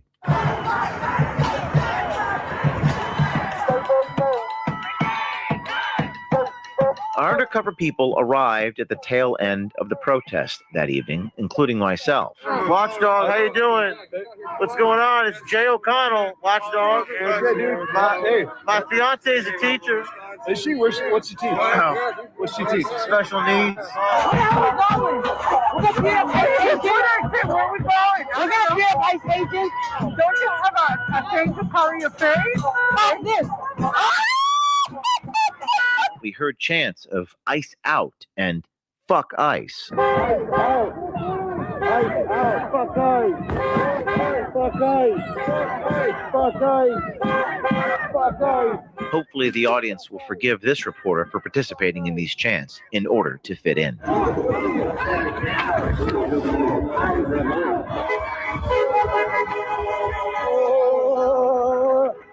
We found teachers, nurses, and union organizers all telling us, "We appreciate you, neighbor." Appreciate you, neighbor. Appreciate you, neighbor. Appreciate you, neighbor. A guy came by before and he stopped here. It was a bunch of young kids and they handed out weed to everybody. Yeah. It was so cool. I gave all mine away, all but a little bit, because I wanted to at least try it. You got anything better than weed? Love? Are you a paid agitator? Just kidding. While many, probably many of you, might think this is all due to some specific centralized funding source, what we found is a hodgepodge of various NGOs and nonprofits loosely tied together through ideology, funded in part by the government, featuring 501c3s with nonprofit tax returns, a variety of funding sources. But most of these people we found were actually true believers, there to live and die by their cause. What is this about? Yeah, so we're This woman, featured on a hidden camera, is Peggy Wang. Based in Boston, she works at Massachusetts College of Art and Design. Active in the Massachusetts Teachers Association, she participates in pro-Palestinian protests, and her job is currently being threatened for doing so. While this footage is hard to hear, Peggy Wang lists the issues that her organization gets involved in: immigration rights, abolishing ICE, stopping raids and deportations, justice for victims, and getting ICE out of cities like Minneapolis. I thought you meant union work. Union work. That our unions definitely need to take up the fight against ICE, against the genocide. But also fighting for reproductive rights, universal health care. Labor, workers' party. We need a real political representation for working class party. Oh, okay. So is this a party? We're an organization. Independent socialist group. This other protester we secretly recorded talks about an organization called Make the Road New York. We've never heard of this organization, but apparently they have a budget of $30 million. They talk about one of the speakers that spoke earlier that day, April Veretti. April is the president of the SEIU labor union. I mean, if you're interested in an immigrants' rights organization, you should look up Make the Road New York. Make the Road New York. Make the Road. But who are you with? I'm just with with the union. Oh. Yeah, SEIU, Service Employees International. We looked at the tax returns of Make the Road New York and found they're a registered 501c3 that file a 990, and they received $16 million in grants. Well funded. As cars drove by, the agitators would ride on top of the cars. One man's spoiler was broken off his car as one agitator tried to climb on board the car. What happened? What was that? accidentally broke his wing on his car.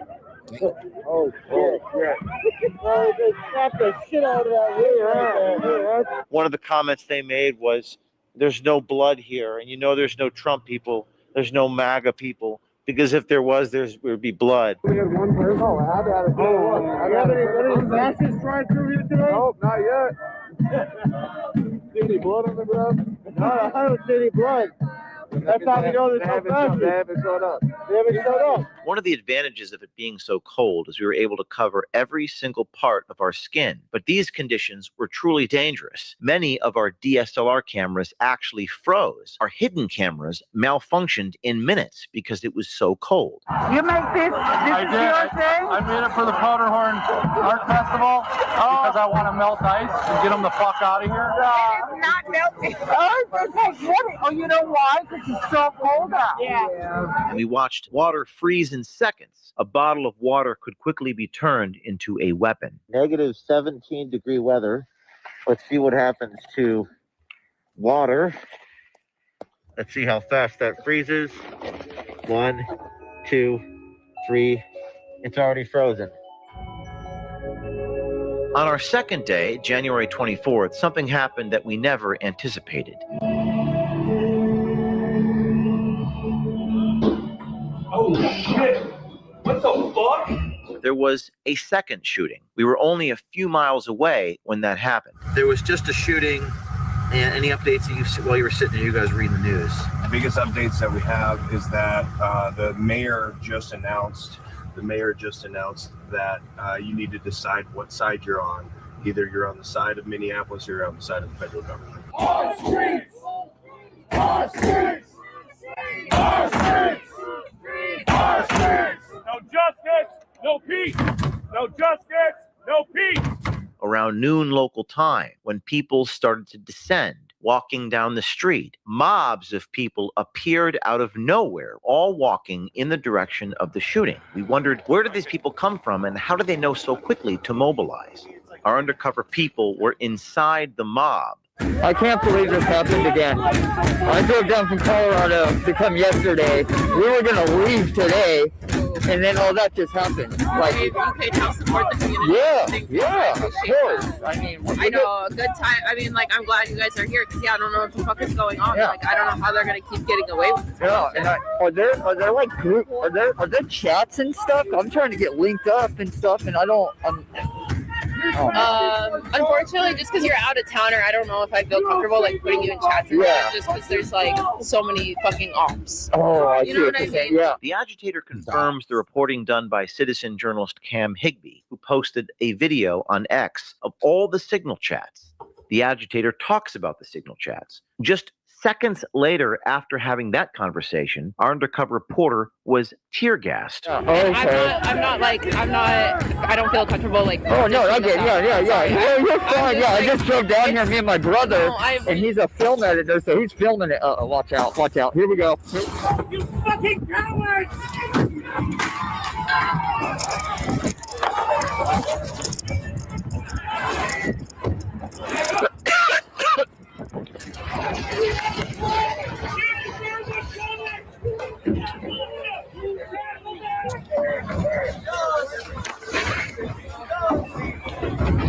Our undercover reporter was invited into the lobby of a nearby apartment complex where the agitators were wiping tear gas off their face. Oh, fuck, I was fucking tear. Hey, and shout out to my man Ham. He had too much to say, just wanted to show some support.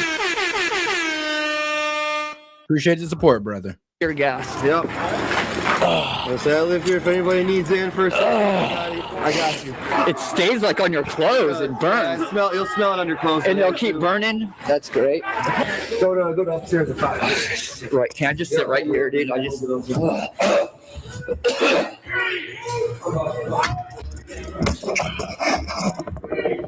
Let's face it, healthcare is a mess. Outrageous premiums, surprise bills, denied claims, and now the rates are climbing again. Medical debt is the #1 cause of bankruptcy, even for people with insurance. That's why I switched to Impact Health Sharing. No networks, no woke nonsense. Nah, don't worry. I ain't about to put you through the commercial. I ain't about to do you like that.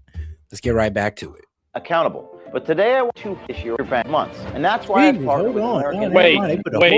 Hey, Set. So What's up? I want to get in and say something. So a lot of these people, this is kind of why I was saying that I feel like the ICE, what happened with Ilhan Omar was staged. Forgive me for like the background noise, 'cause I'm putting stuff into the car, but I'm also talking. A lot of that stuff was staged. What happened to her? Because you gotta think about the timing of this. Wait, bro. Like that, like the topic. Come on, man. No, I'm staying on topic. Just hear me out. Mm-hmm. So think about it like this.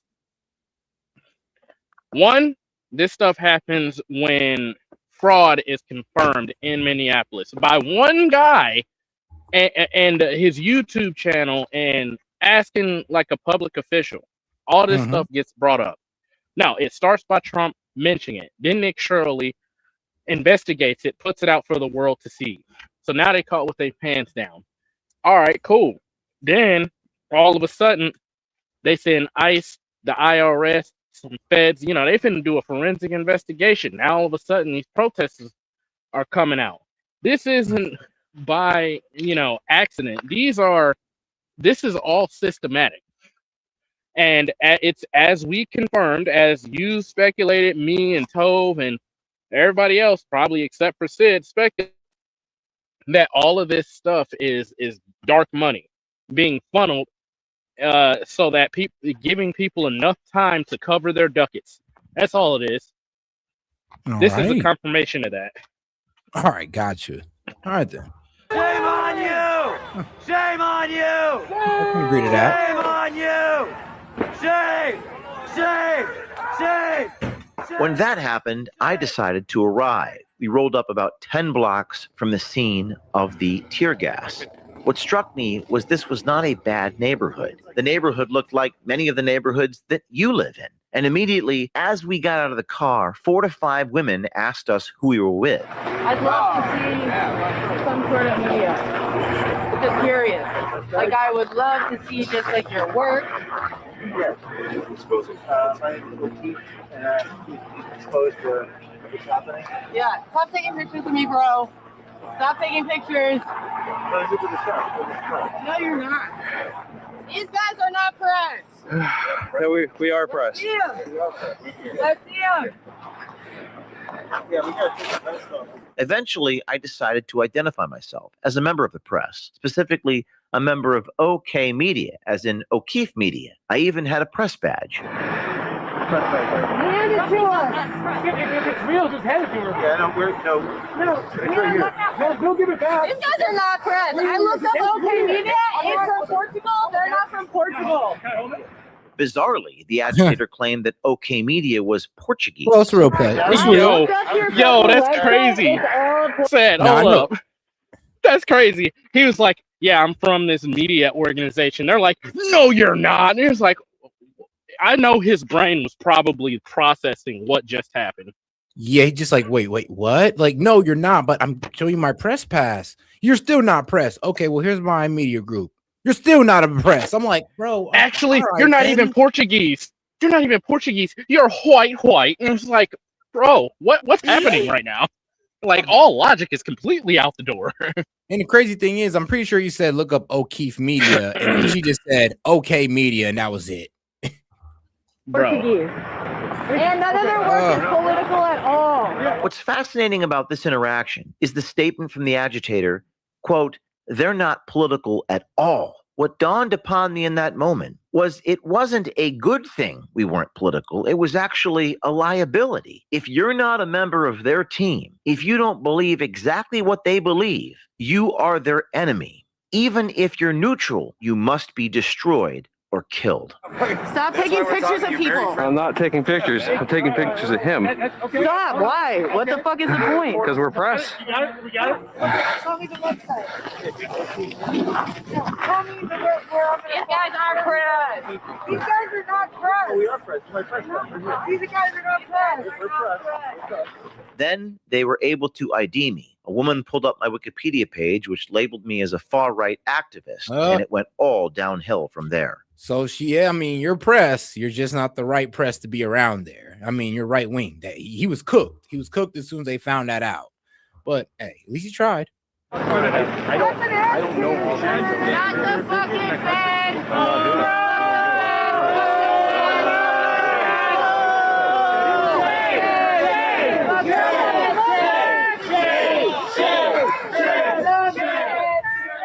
Shame, shame, shame, shame, shame, shame. They threw something at me, which hit the back of my Kevlar plate. Shame, shame, shame, shame. My security determined this was an unsafe situation, so we retreated back to the SUV. So the key is when we get to the car, we gotta get in and get out right now, okay? But they continued to follow us.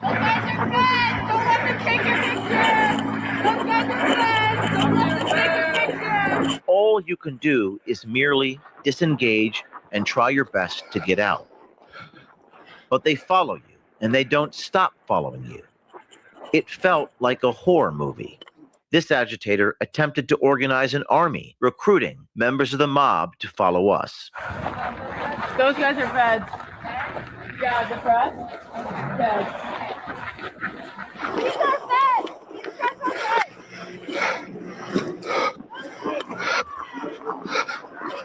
Our cameraman actually pulled his mask down to try to show them that we are actually press.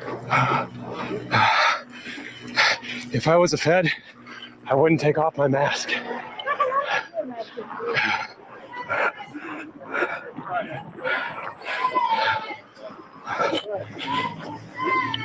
We got into the vehicle and they started throwing projectiles at us. Frozen water bottles at us. One hit my security in the back of the neck.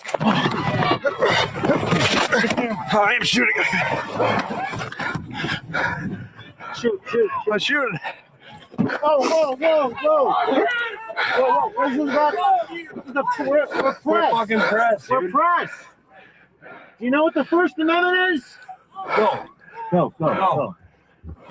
Do you support the First Amendment? Do you support the First Amendment? Yes or no? I'm against fucking ICE. You guys are yelling and throwing things. We're not doing nothing to You you. just assaulted us. We're press. We are. We're trying. All right. No problem, bro. I got you. Hey, they're just everywhere. Look, turn around, turn around. They're everywhere. Shut the fucking doors. Shut the door. Shut the fucking doors. They threw a frozen Ice. ice brick at the car. Take off your vest again quickly. Yes, I gotta fucking bring a lot. Here, throw it in the back. Yeah, I don't know. It's this. You could get killed, man. You could get killed. There's no First Amendment anymore in this country. No, there's not. It's over. Game over. Now there's a cop. What is that? Ambulance. Okay. Yeah, let me get out of Dodge and regroup. But this is not safe. This is not safe for you and I. Okay. So we were 1 became 20 became 100.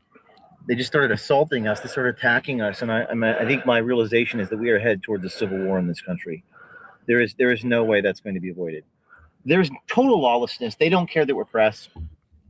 Anybody who is not on their side will be destroyed, killed. Everyone's afraid. No one wants to expose anything. It's all about greed and money and power. People need to wake up because, that's what the future looks like. That's the future. I felt like we're in a movie. Perhaps Children of Men would be the closest metaphor I could see. Zombies attacking the car, attacking you. Cartel guys, you should put in the line in the sand. Cartel was running away from me when I pulled up with a press vest in California, but here they throw bricks at the police in your face. They don't give a fuck. It's a crazy thing when the cartel runs away from you, but protesters in America, oh no, they're ready to attack you and take you out the game. Like it shows. I mean, the audacity. Now let me say something. So there's only one other reason why I could think that the federal government is allowing this stuff to go on. what they're doing is they're letting, because and this should be something that should worry y'all too. So ICE actually found this woman that was at one of the shootings. They scanned her face, and then the lady ended up finding out later that the Immigrations and Customs Enforcement had sent her picture over along with like an excerpt of the altercation and where she was, and they ended up banning her from flying. Now let's blow that up on like a big level like this. In the event, I think the federal government is just allowing this stuff to happen because they're taking names, they're taking faces, they're taking geolocations. So that way, when the dust settles and they think they're good and, you know, fine and dandy, you know, hit me with the FBI open up set. Oh man! So when they find it, FBI open up. Right, they gonna appear right at the house. They're gonna hit them with the FBI open up, and then all of a sudden they're gonna be standing on trial because guess what? They got the name, they got the face, they got the visuals, they got the body cam footage, they got the block cameras. I mean, come on, bro. You handing them all the evidence. You think the federal government just gonna take this lying down? No. And, you know, on some degrees, I do like that the federal government has this because it helps. It traps people that think they would get away with being lawless.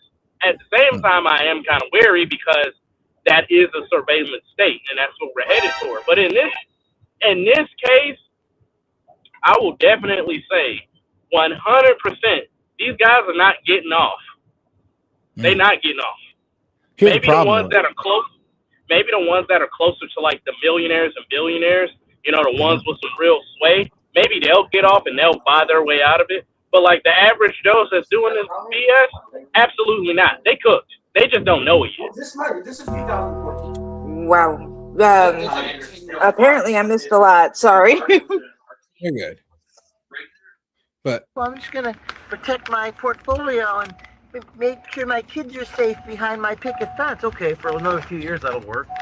Eventually they'll come for you. We went back to our hotel. My undercover reporter found spotters from their groups spying on us, following us, and reporting back to their signal chats. We have to get out of the hotel. James, go pack.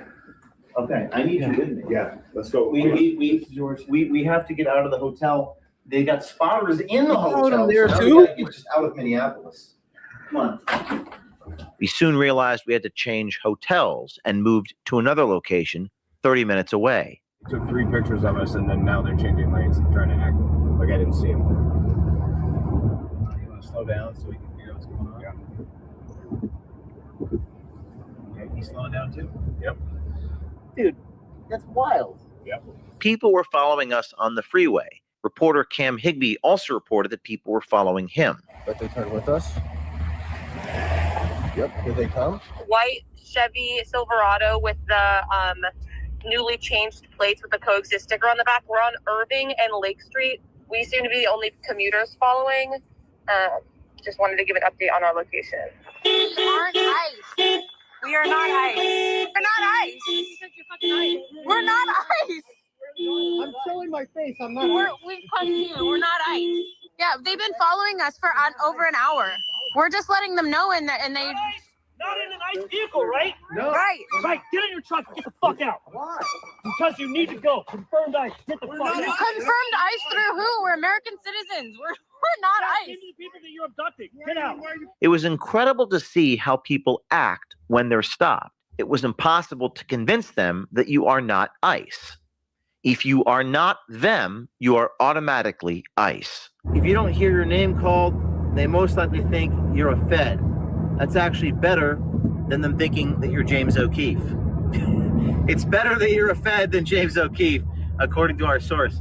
But again, if you're thinking about, don't try this at home, but if you do, come here to Minneapolis, get on the freeway, exchange the SUV or the pickup truck for a Subaru. You want to look like your mom. You want to look like you're a teacher. You want to look like you got that union sticker on the back of your car. You get that union sticker put on your car. You do not want to have an SUV like us. Lesson learned. Let's get inside the hotel. Yeah. Upon getting to our next hotel, my security detail showed me a text message that he had received from what appeared to be a burner number threatening to kill us if we do not vacate the city of Minneapolis within the next hour. We just got this message. It says, we know that you're in Minneapolis. You're with O'Keefe and his crew of Nazis. You're in a white Ford license plate. They actually wrote the license plate down from Florida.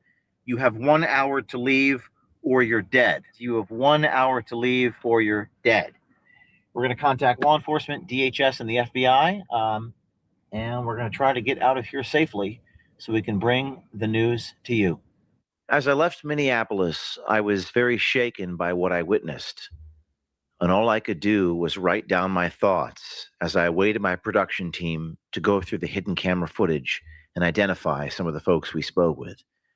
And what I realized is that self-preservation is the enemy of the American people. In the Peloponnesian War, Thucydides says, the strong do what they can and the weak suffer what they must. There is absolutely no accountability in our country for those who are actually engaged in wrongdoing. And everything collapses when power disparities grow. Justice, as you want it, can only exist when there are consequences. But why be just if injustice pays better? The Minneapolis police stood down. They probably stood down because there was no incentive for them to stand up. People are only just if they're being watched. And you might say that this report and investigative journalism doesn't matter if there are no consequences. But remember that justice only happens when they are being watched. Remove oversight in the journalistic sense, and those incentives that define human behavior will take over. Profits of corruption are immediate. Accountability or prison for bad actors takes forever. And there aren't enough prosecutors who can't be bribed or threatened. One of the most haunting things I know is that people tend to love money more than justice. They love power more than truth, and safety more than doing the right thing. But perhaps the only thing that these people fear is exposure itself. And that's very good news, because at this point, it may be our only recourse. This is James O'Keefe. You know me for exposing the truth and holding the corrupt. All right, guys, want to go ahead and close it down on that one. But go ahead, I'll allow y'all to get y'all closing thoughts. Holy crap, 7 hours. Almost. We were close to that 8 and 12 hour mark again. Man, don't worry. Tomorrow is hopefully we can get another long live in. But it's been a good one. Yeah, it has. I would like to at some point to go over just so I can kind of tell you what, if I had been in charge of her security, what I would have done during the Ilhan Omar, if you want me to. No, go ahead. Closing thoughts. So go ahead. Well, so she was my client. One of the main things I would have done was had security standing behind her. There would have been at least one person behind her. Just because she is a congresswoman and she's a high profile target for any situation. And the rest of security would have been stationed I would have security, there would be security at the doors, but there would also be one at each end of the stage. And the moment that guy stood up and started walking towards the front, either one of the security officers that were at the end of the stage would have been intercepting him. There would have been no way he would have gotten close to her.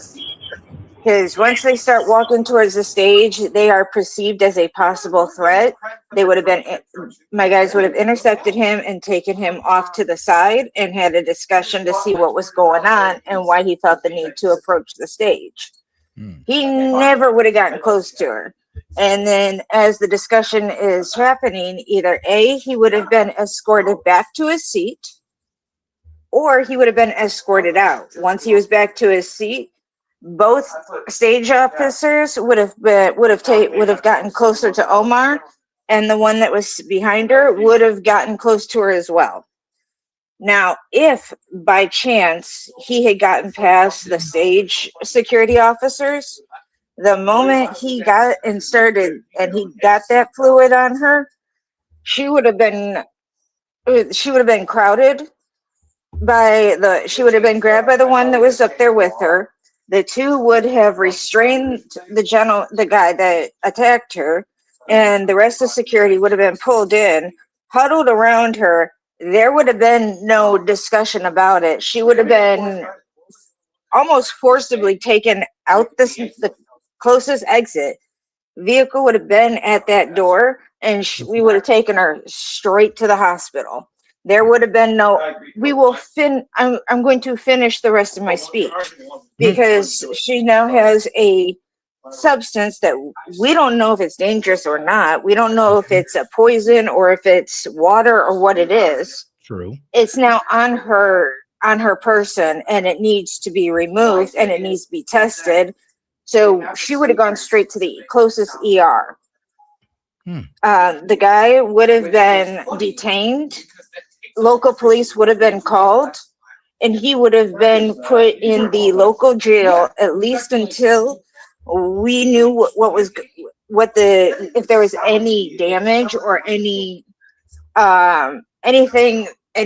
adverse reaction to the liquid.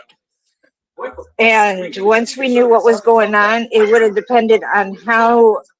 I'm sorry, hold on one second. All righty. Now, Jet, go ahead. Not Jet, but no, okay. Oh, you were gonna finish? Go ahead. Yeah. Basically, depending on what the substance was, would have depended on whether he would have been booked for attempted murder or assault. So that's basically what would have happened had she been had I been her EP. There would have been no discussion about her finishing or leaving. We would have taken her against all her protests. All right. And all right, Game, you have any closing thoughts? I will take that as a no. Wait. Go ahead. Hello, can you hear me? Yeah. Okay. I was getting ready to say my closing thoughts would have been that are going to be this. First of all, let's take what Charlie Kirk said at face value because it is true. We have discussion to prevent a civil war and to prevent violence. When people stop talking, that's when violence ensues. That is a true statement. It happens with nations. When diplomats start getting recalled home and embassies start getting shut down, that's when things start escalating to potential violence. Okay. The fact that the press essentially can't do unbiased journalism, which is something that we want, is problematic. And I don't care if this is a right issue, a left issue, or whatever, what have you. This should be something that actually scares, the vast majority of people. Why can't the nation do unbiased press conferences? Why can't people get the answers to the questions that they seek? And it's like James O'Keefe said, as long as people are able to operate in the shadows, they won't have a reason to be scared. When you start revealing who they are and shining light on the things they do, that's when people become fearful, because now their livelihood, who they are and what they've done, it will now be exposed. And that's something that needs to be taken into a grain of salt. And I'll close with this bit of a long-winded thought. This isn't just a Minneapolis issue. This issue affects the rest of the nation. Minneapolis is the petri dish. Need people to understand that. The fact that this is even happening or should be allowed to happen should scare the living daylights out of people. You shouldn't be cheering that people are, quote, justice fighters or freedom fighters, and you also shouldn't be cheering when one of these people die. This goes for the left and the right. You should be appalled, you should be worried, and you should be ashamed that this happened, or that you had a reaction, a good reaction to it. Because at the end of the day, it's all fun and games until it's you. I can speak on this from this perspective because everybody else was cheering on St. Louis, Missouri when we had the Ferguson riots. But you know what happened with the Ferguson riots? You know the aftermath that nobody talks about? Ferguson, Missouri is now, people are living in abject poverty. You understand that, right? Like, all the jobs, all the businesses, the people with the money, they left. Ferguson, Missouri, there's no money there. Beautiful houses, nobody can live in them. There's drug dealing, gang banging, and freaking just a general killed morale over in Ferguson, Missouri. Nobody's trying to rebuild there. It just got nuked by a bunch of protesters. And now these people are out there doing the same thing to other cities, and people are championing it on like a bunch of idiots. I'm here to tell you because I've seen it not once but twice. Once with Michael Brown, and the second time with George Floyd. They ended up killing St. Louis police chief. That was one of the people who died during the Floyd protest. And you know what's sad about all that? Is it robs the people who really do need justice. Don't sit up here and peddle me this, I'm a freedom fighter and, F the police BS, when your actions are directly affecting the people that are vulnerable that you're trying to protect negatively. You're not a protester. You're not a freedom fighter. You're not being helpful. You're causing more irreparable long-term damage than you even realize. And I need people to get that through their head. Yeah, Trump should be kicking certain people out of his cabinet because they're just flying by the seat of their pants. And they're saying reckless stuff at times when they don't have all the facts. They don't have all the material in front of them. Christy Nome. Golly, that was one of the most irresponsible statements she could have made, calling this man a terrorist. We don't know that. Yeah, I can sit up here and tell you, yeah, ICE was justified all day. Now, do I agree with it? No. When I first seen the video, I immediately said that was a bad shoot. I still maintain that position. Does that not mean they can't be justified? They can't also be justified? True. It was a hairy situation, and there's still some things that I even wrestle with. But at the end of the day, rioting, burning crap down, causing a systematic breakdown of law and order is not the way to go. But you can't sit up here and call yourself a Christian and say, well, this is what Jesus would want. No, actually, no. What Jesus would want is for y'all to be, getting active when Christians are being killed. Jesus would want you to step up and step in when other nations are doing unspeakable horrors to both their own citizens, allowing it to happen via terrorists, or committing it against other citizens. That's what Jesus would want, especially when it comes to him and his church. He himself flipped tables over that. What Jesus doesn't want is for people to cause tensions to get higher by stupid ideology instead of taking a step back and realize that, hey, maybe this isn't the best course of action. Hey, maybe there's more to the story. The Bible says, and it is written, that blessed are the peacemakers. We should be trying to resolve this as peacefully as possible. Not first thing first, we're going to kill you. And secondly, I'm going to just say this out there right now. You can't dox everybody, bro. I'm saying this for y'all on safety too. I know a lot of people in the chat wouldn't do that. You can't dox everybody because there are Americans. There are Americans that tote one, and there are Americans that will put you in the freaking ground. I ain't gonna lie. I'm one of them. I'll put you in dirt. I will gladly put one straight through your face if you try to show up at my house unannounced to try to, send a message. Because there are... Oh, yeah, 100%. I'm one of those men that will gladly kill you and do it with a smile on my damn face if you try to come after me and mine. You can't do that to everybody. You can't sit up here and chase everybody out. There are some people that are mild-mannered and will just leave for the sake of conversation. You got other people who will straight up just kill you for the sake of killing you because you went too far over that red line. You can't enact violence on people or perpetrate violence against the weak and then be surprised that people want blood. So think about that going forward. Don't take Trump's side solely and don't be solely against Trump. Take everything that every politician says with lots, and I mean lots of grains of salt. Always assume that everyone, regardless of what side they're on, is lying, and always look at things from an objective point of view, seeking truth, not bias. All righty. Like the way he landed the plane on that one. And all right, guys, you can go ahead and follow my man Gaming on his channel, the original Backyard Gaming.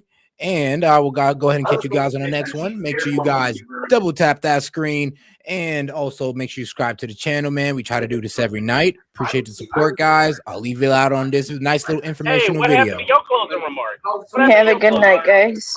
What? You want my closing remarks? What? Yeah, man. Come on. You know what? Yeah, definitely. F it. I can do a quick little monologue real quick. I hadn't did a monologue in a minute. So, you know what? Excuse me while I monologue this one solo. All right, guys. This is a mess. This is just a straight up mess. And this is idiotic at a certain point.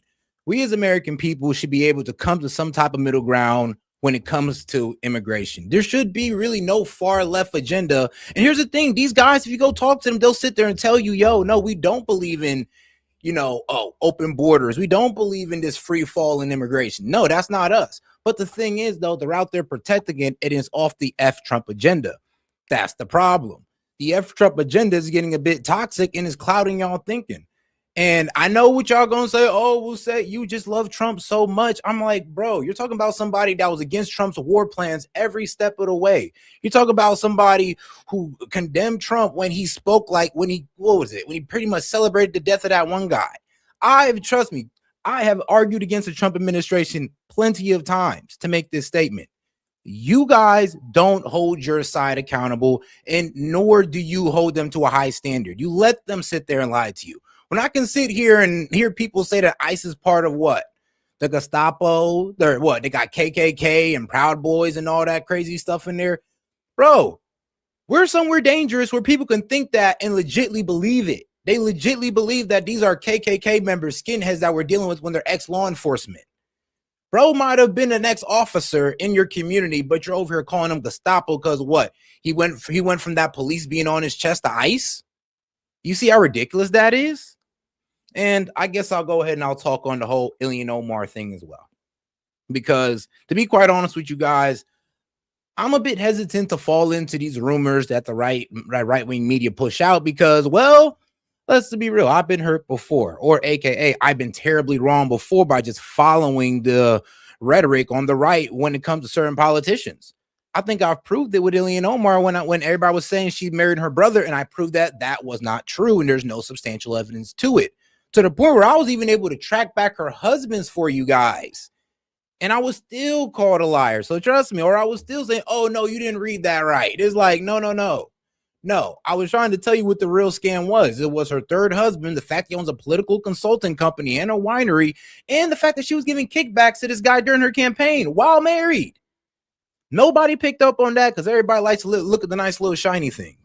Apparently, I think these ICE shootings are, well, the next nice little shiny thing. I mean, we still got Epstein. We still might be going to war with Iran. And those are going to cost more lives than anything. But yet we're worried about ICE and a couple wild-ass protesters who don't know how to, well, look out for their own safety. And here's the thing. You guys must think I'm an asshole. I mean, I'm pretty sure the libs think, oh, he's just this asshole, listens to Trump. He doesn't really care about y'all's safety. But I do. If I didn't, I'd be telling y'all to go out there in full force and go even harder and put yourselves in danger. Oh, shit, wait, that's what your leadership is telling you to do. That's what the politicians you follow on Twitter is telling you to do. But, oh, the guy with the MAGA hat on is telling you to please stay home safely or please stay behind the barricade and practice your freedom of speech without obstructing. I'm the bad guy. I'm the bootlicker. These motherfuckers is making y'all lick the fucking concrete because you guys are out there doing this. Like, shoot, please tell me, how does this make sense? How does this go for help your agenda out? Like I said, Renee Good got killed, and guess what? They doubled down. They still brought more in. So what you guys want is not happening. You're asking for ICE to get the fuck out, but guess what? They're bringing more to fuck in. And look, guys, I'm not going to be the type here to honestly defend. Like I said, I'm not going to be the type here to defend everything the right does or the Trump administration do. I agree with you. The way Stephen Miller, Kristi Noem called that out was atrocious. They shouldn't have did that, and we get that. But that doesn't take away from the fact, because for some reason, that's what you guys are trying to focus on, Doesn't take away from the fact that Alex Petty literally walked himself into that situation and lost his life because of it. And do you think I feel good about that? No, because every human has a mom, a dad, cousins that's going to miss them at the end of the day if they were to ever leave this earth. So no, it's never a good thing to celebrate nobody's life because everybody's special to someone. And I actually do see you people as special to someone. Therefore, I'm going to tell you, don't go out there and risk your life like that, because there's kids out there who will never see their mother again. There's a hospital out there that will never see their friend, their nurse again. Never see that man again. And that's sad. But you know what's also sad? When political leaders come out here and endorse it. And that means there'll be more people going out their loved ones. There'll be more ICE officers most likely having to commit killings that they don't want to do. You think these people want to do this? No, they get pushed into this position. But for some reason, you're going to let left-wing media dehumanize them. I mean, just like they got to dehumanize MAGA, which I really don't understand the meaning of. Like, you know, when you guys start dehumanizing people, that's when you fall on the wrong side. I'll even hold MAGA accountable. When we sit here and we try to dehumanize Muslims, you know we're wrong for that. I mean, I'm going to call it out on both sides. We're wrong when we sit there and try to demonize any group as if they're just all evil. And you guys got to hold yourselves accountable just like y'all hold us accountable. You can't demonize all of us. Not all of us are, sitting there following Donald Trump like in lockstep. Not all of us are doing that. Not all of us sit here and think ICE is just, infallible and they're just doing everything on the up and up. I mean, I still support ICE in their endeavor to get all these illegals out of here, but I'm never going to support like innocent civilians just dying or just honestly regular civilians just dying. Nobody's supporting that. But the problem is when you guys support these guys crossing that line, that's a problem. And you can't blame ICE for that. You can't blame Trump. You can only blame the rhetoric of your own side. And if you're not willing to hold your leadership accountable, they're going to push you further into the fire to a point where there will be no return for you guys. And I pray that never happens. But it is what it is. This is S.E.T with S.E.T Media, and I wish you guys a good night and stay safe out there. Peace. Democrats love illegal immigrants because they help them win elections. That's absurd. We support our undocumented neighbors because we have a thing called humanity. Well, let's start with this. We know that conservative women tend to have more babies than liberal women, and also that traits are inherited from our parents, and there is at least some moderate statistical correlation between parents' political beliefs and their children's. Therefore, in the long run, this is a clear electoral advantage for conservatives. Couple things. One, politicians are focused on winning elections today. I don't know if any of them can afford to vote based on such long-term electoral possibilities. Second, if conservatives are having more babies, then why are young people more likely to be liberal? Well, the correlation isn't airtight, especially when the left has co-opted many of the teachers unions, Hollywood, social media, but it's always been true that the young are more liberal, but then you grow up and grow wisdom and become more conservative.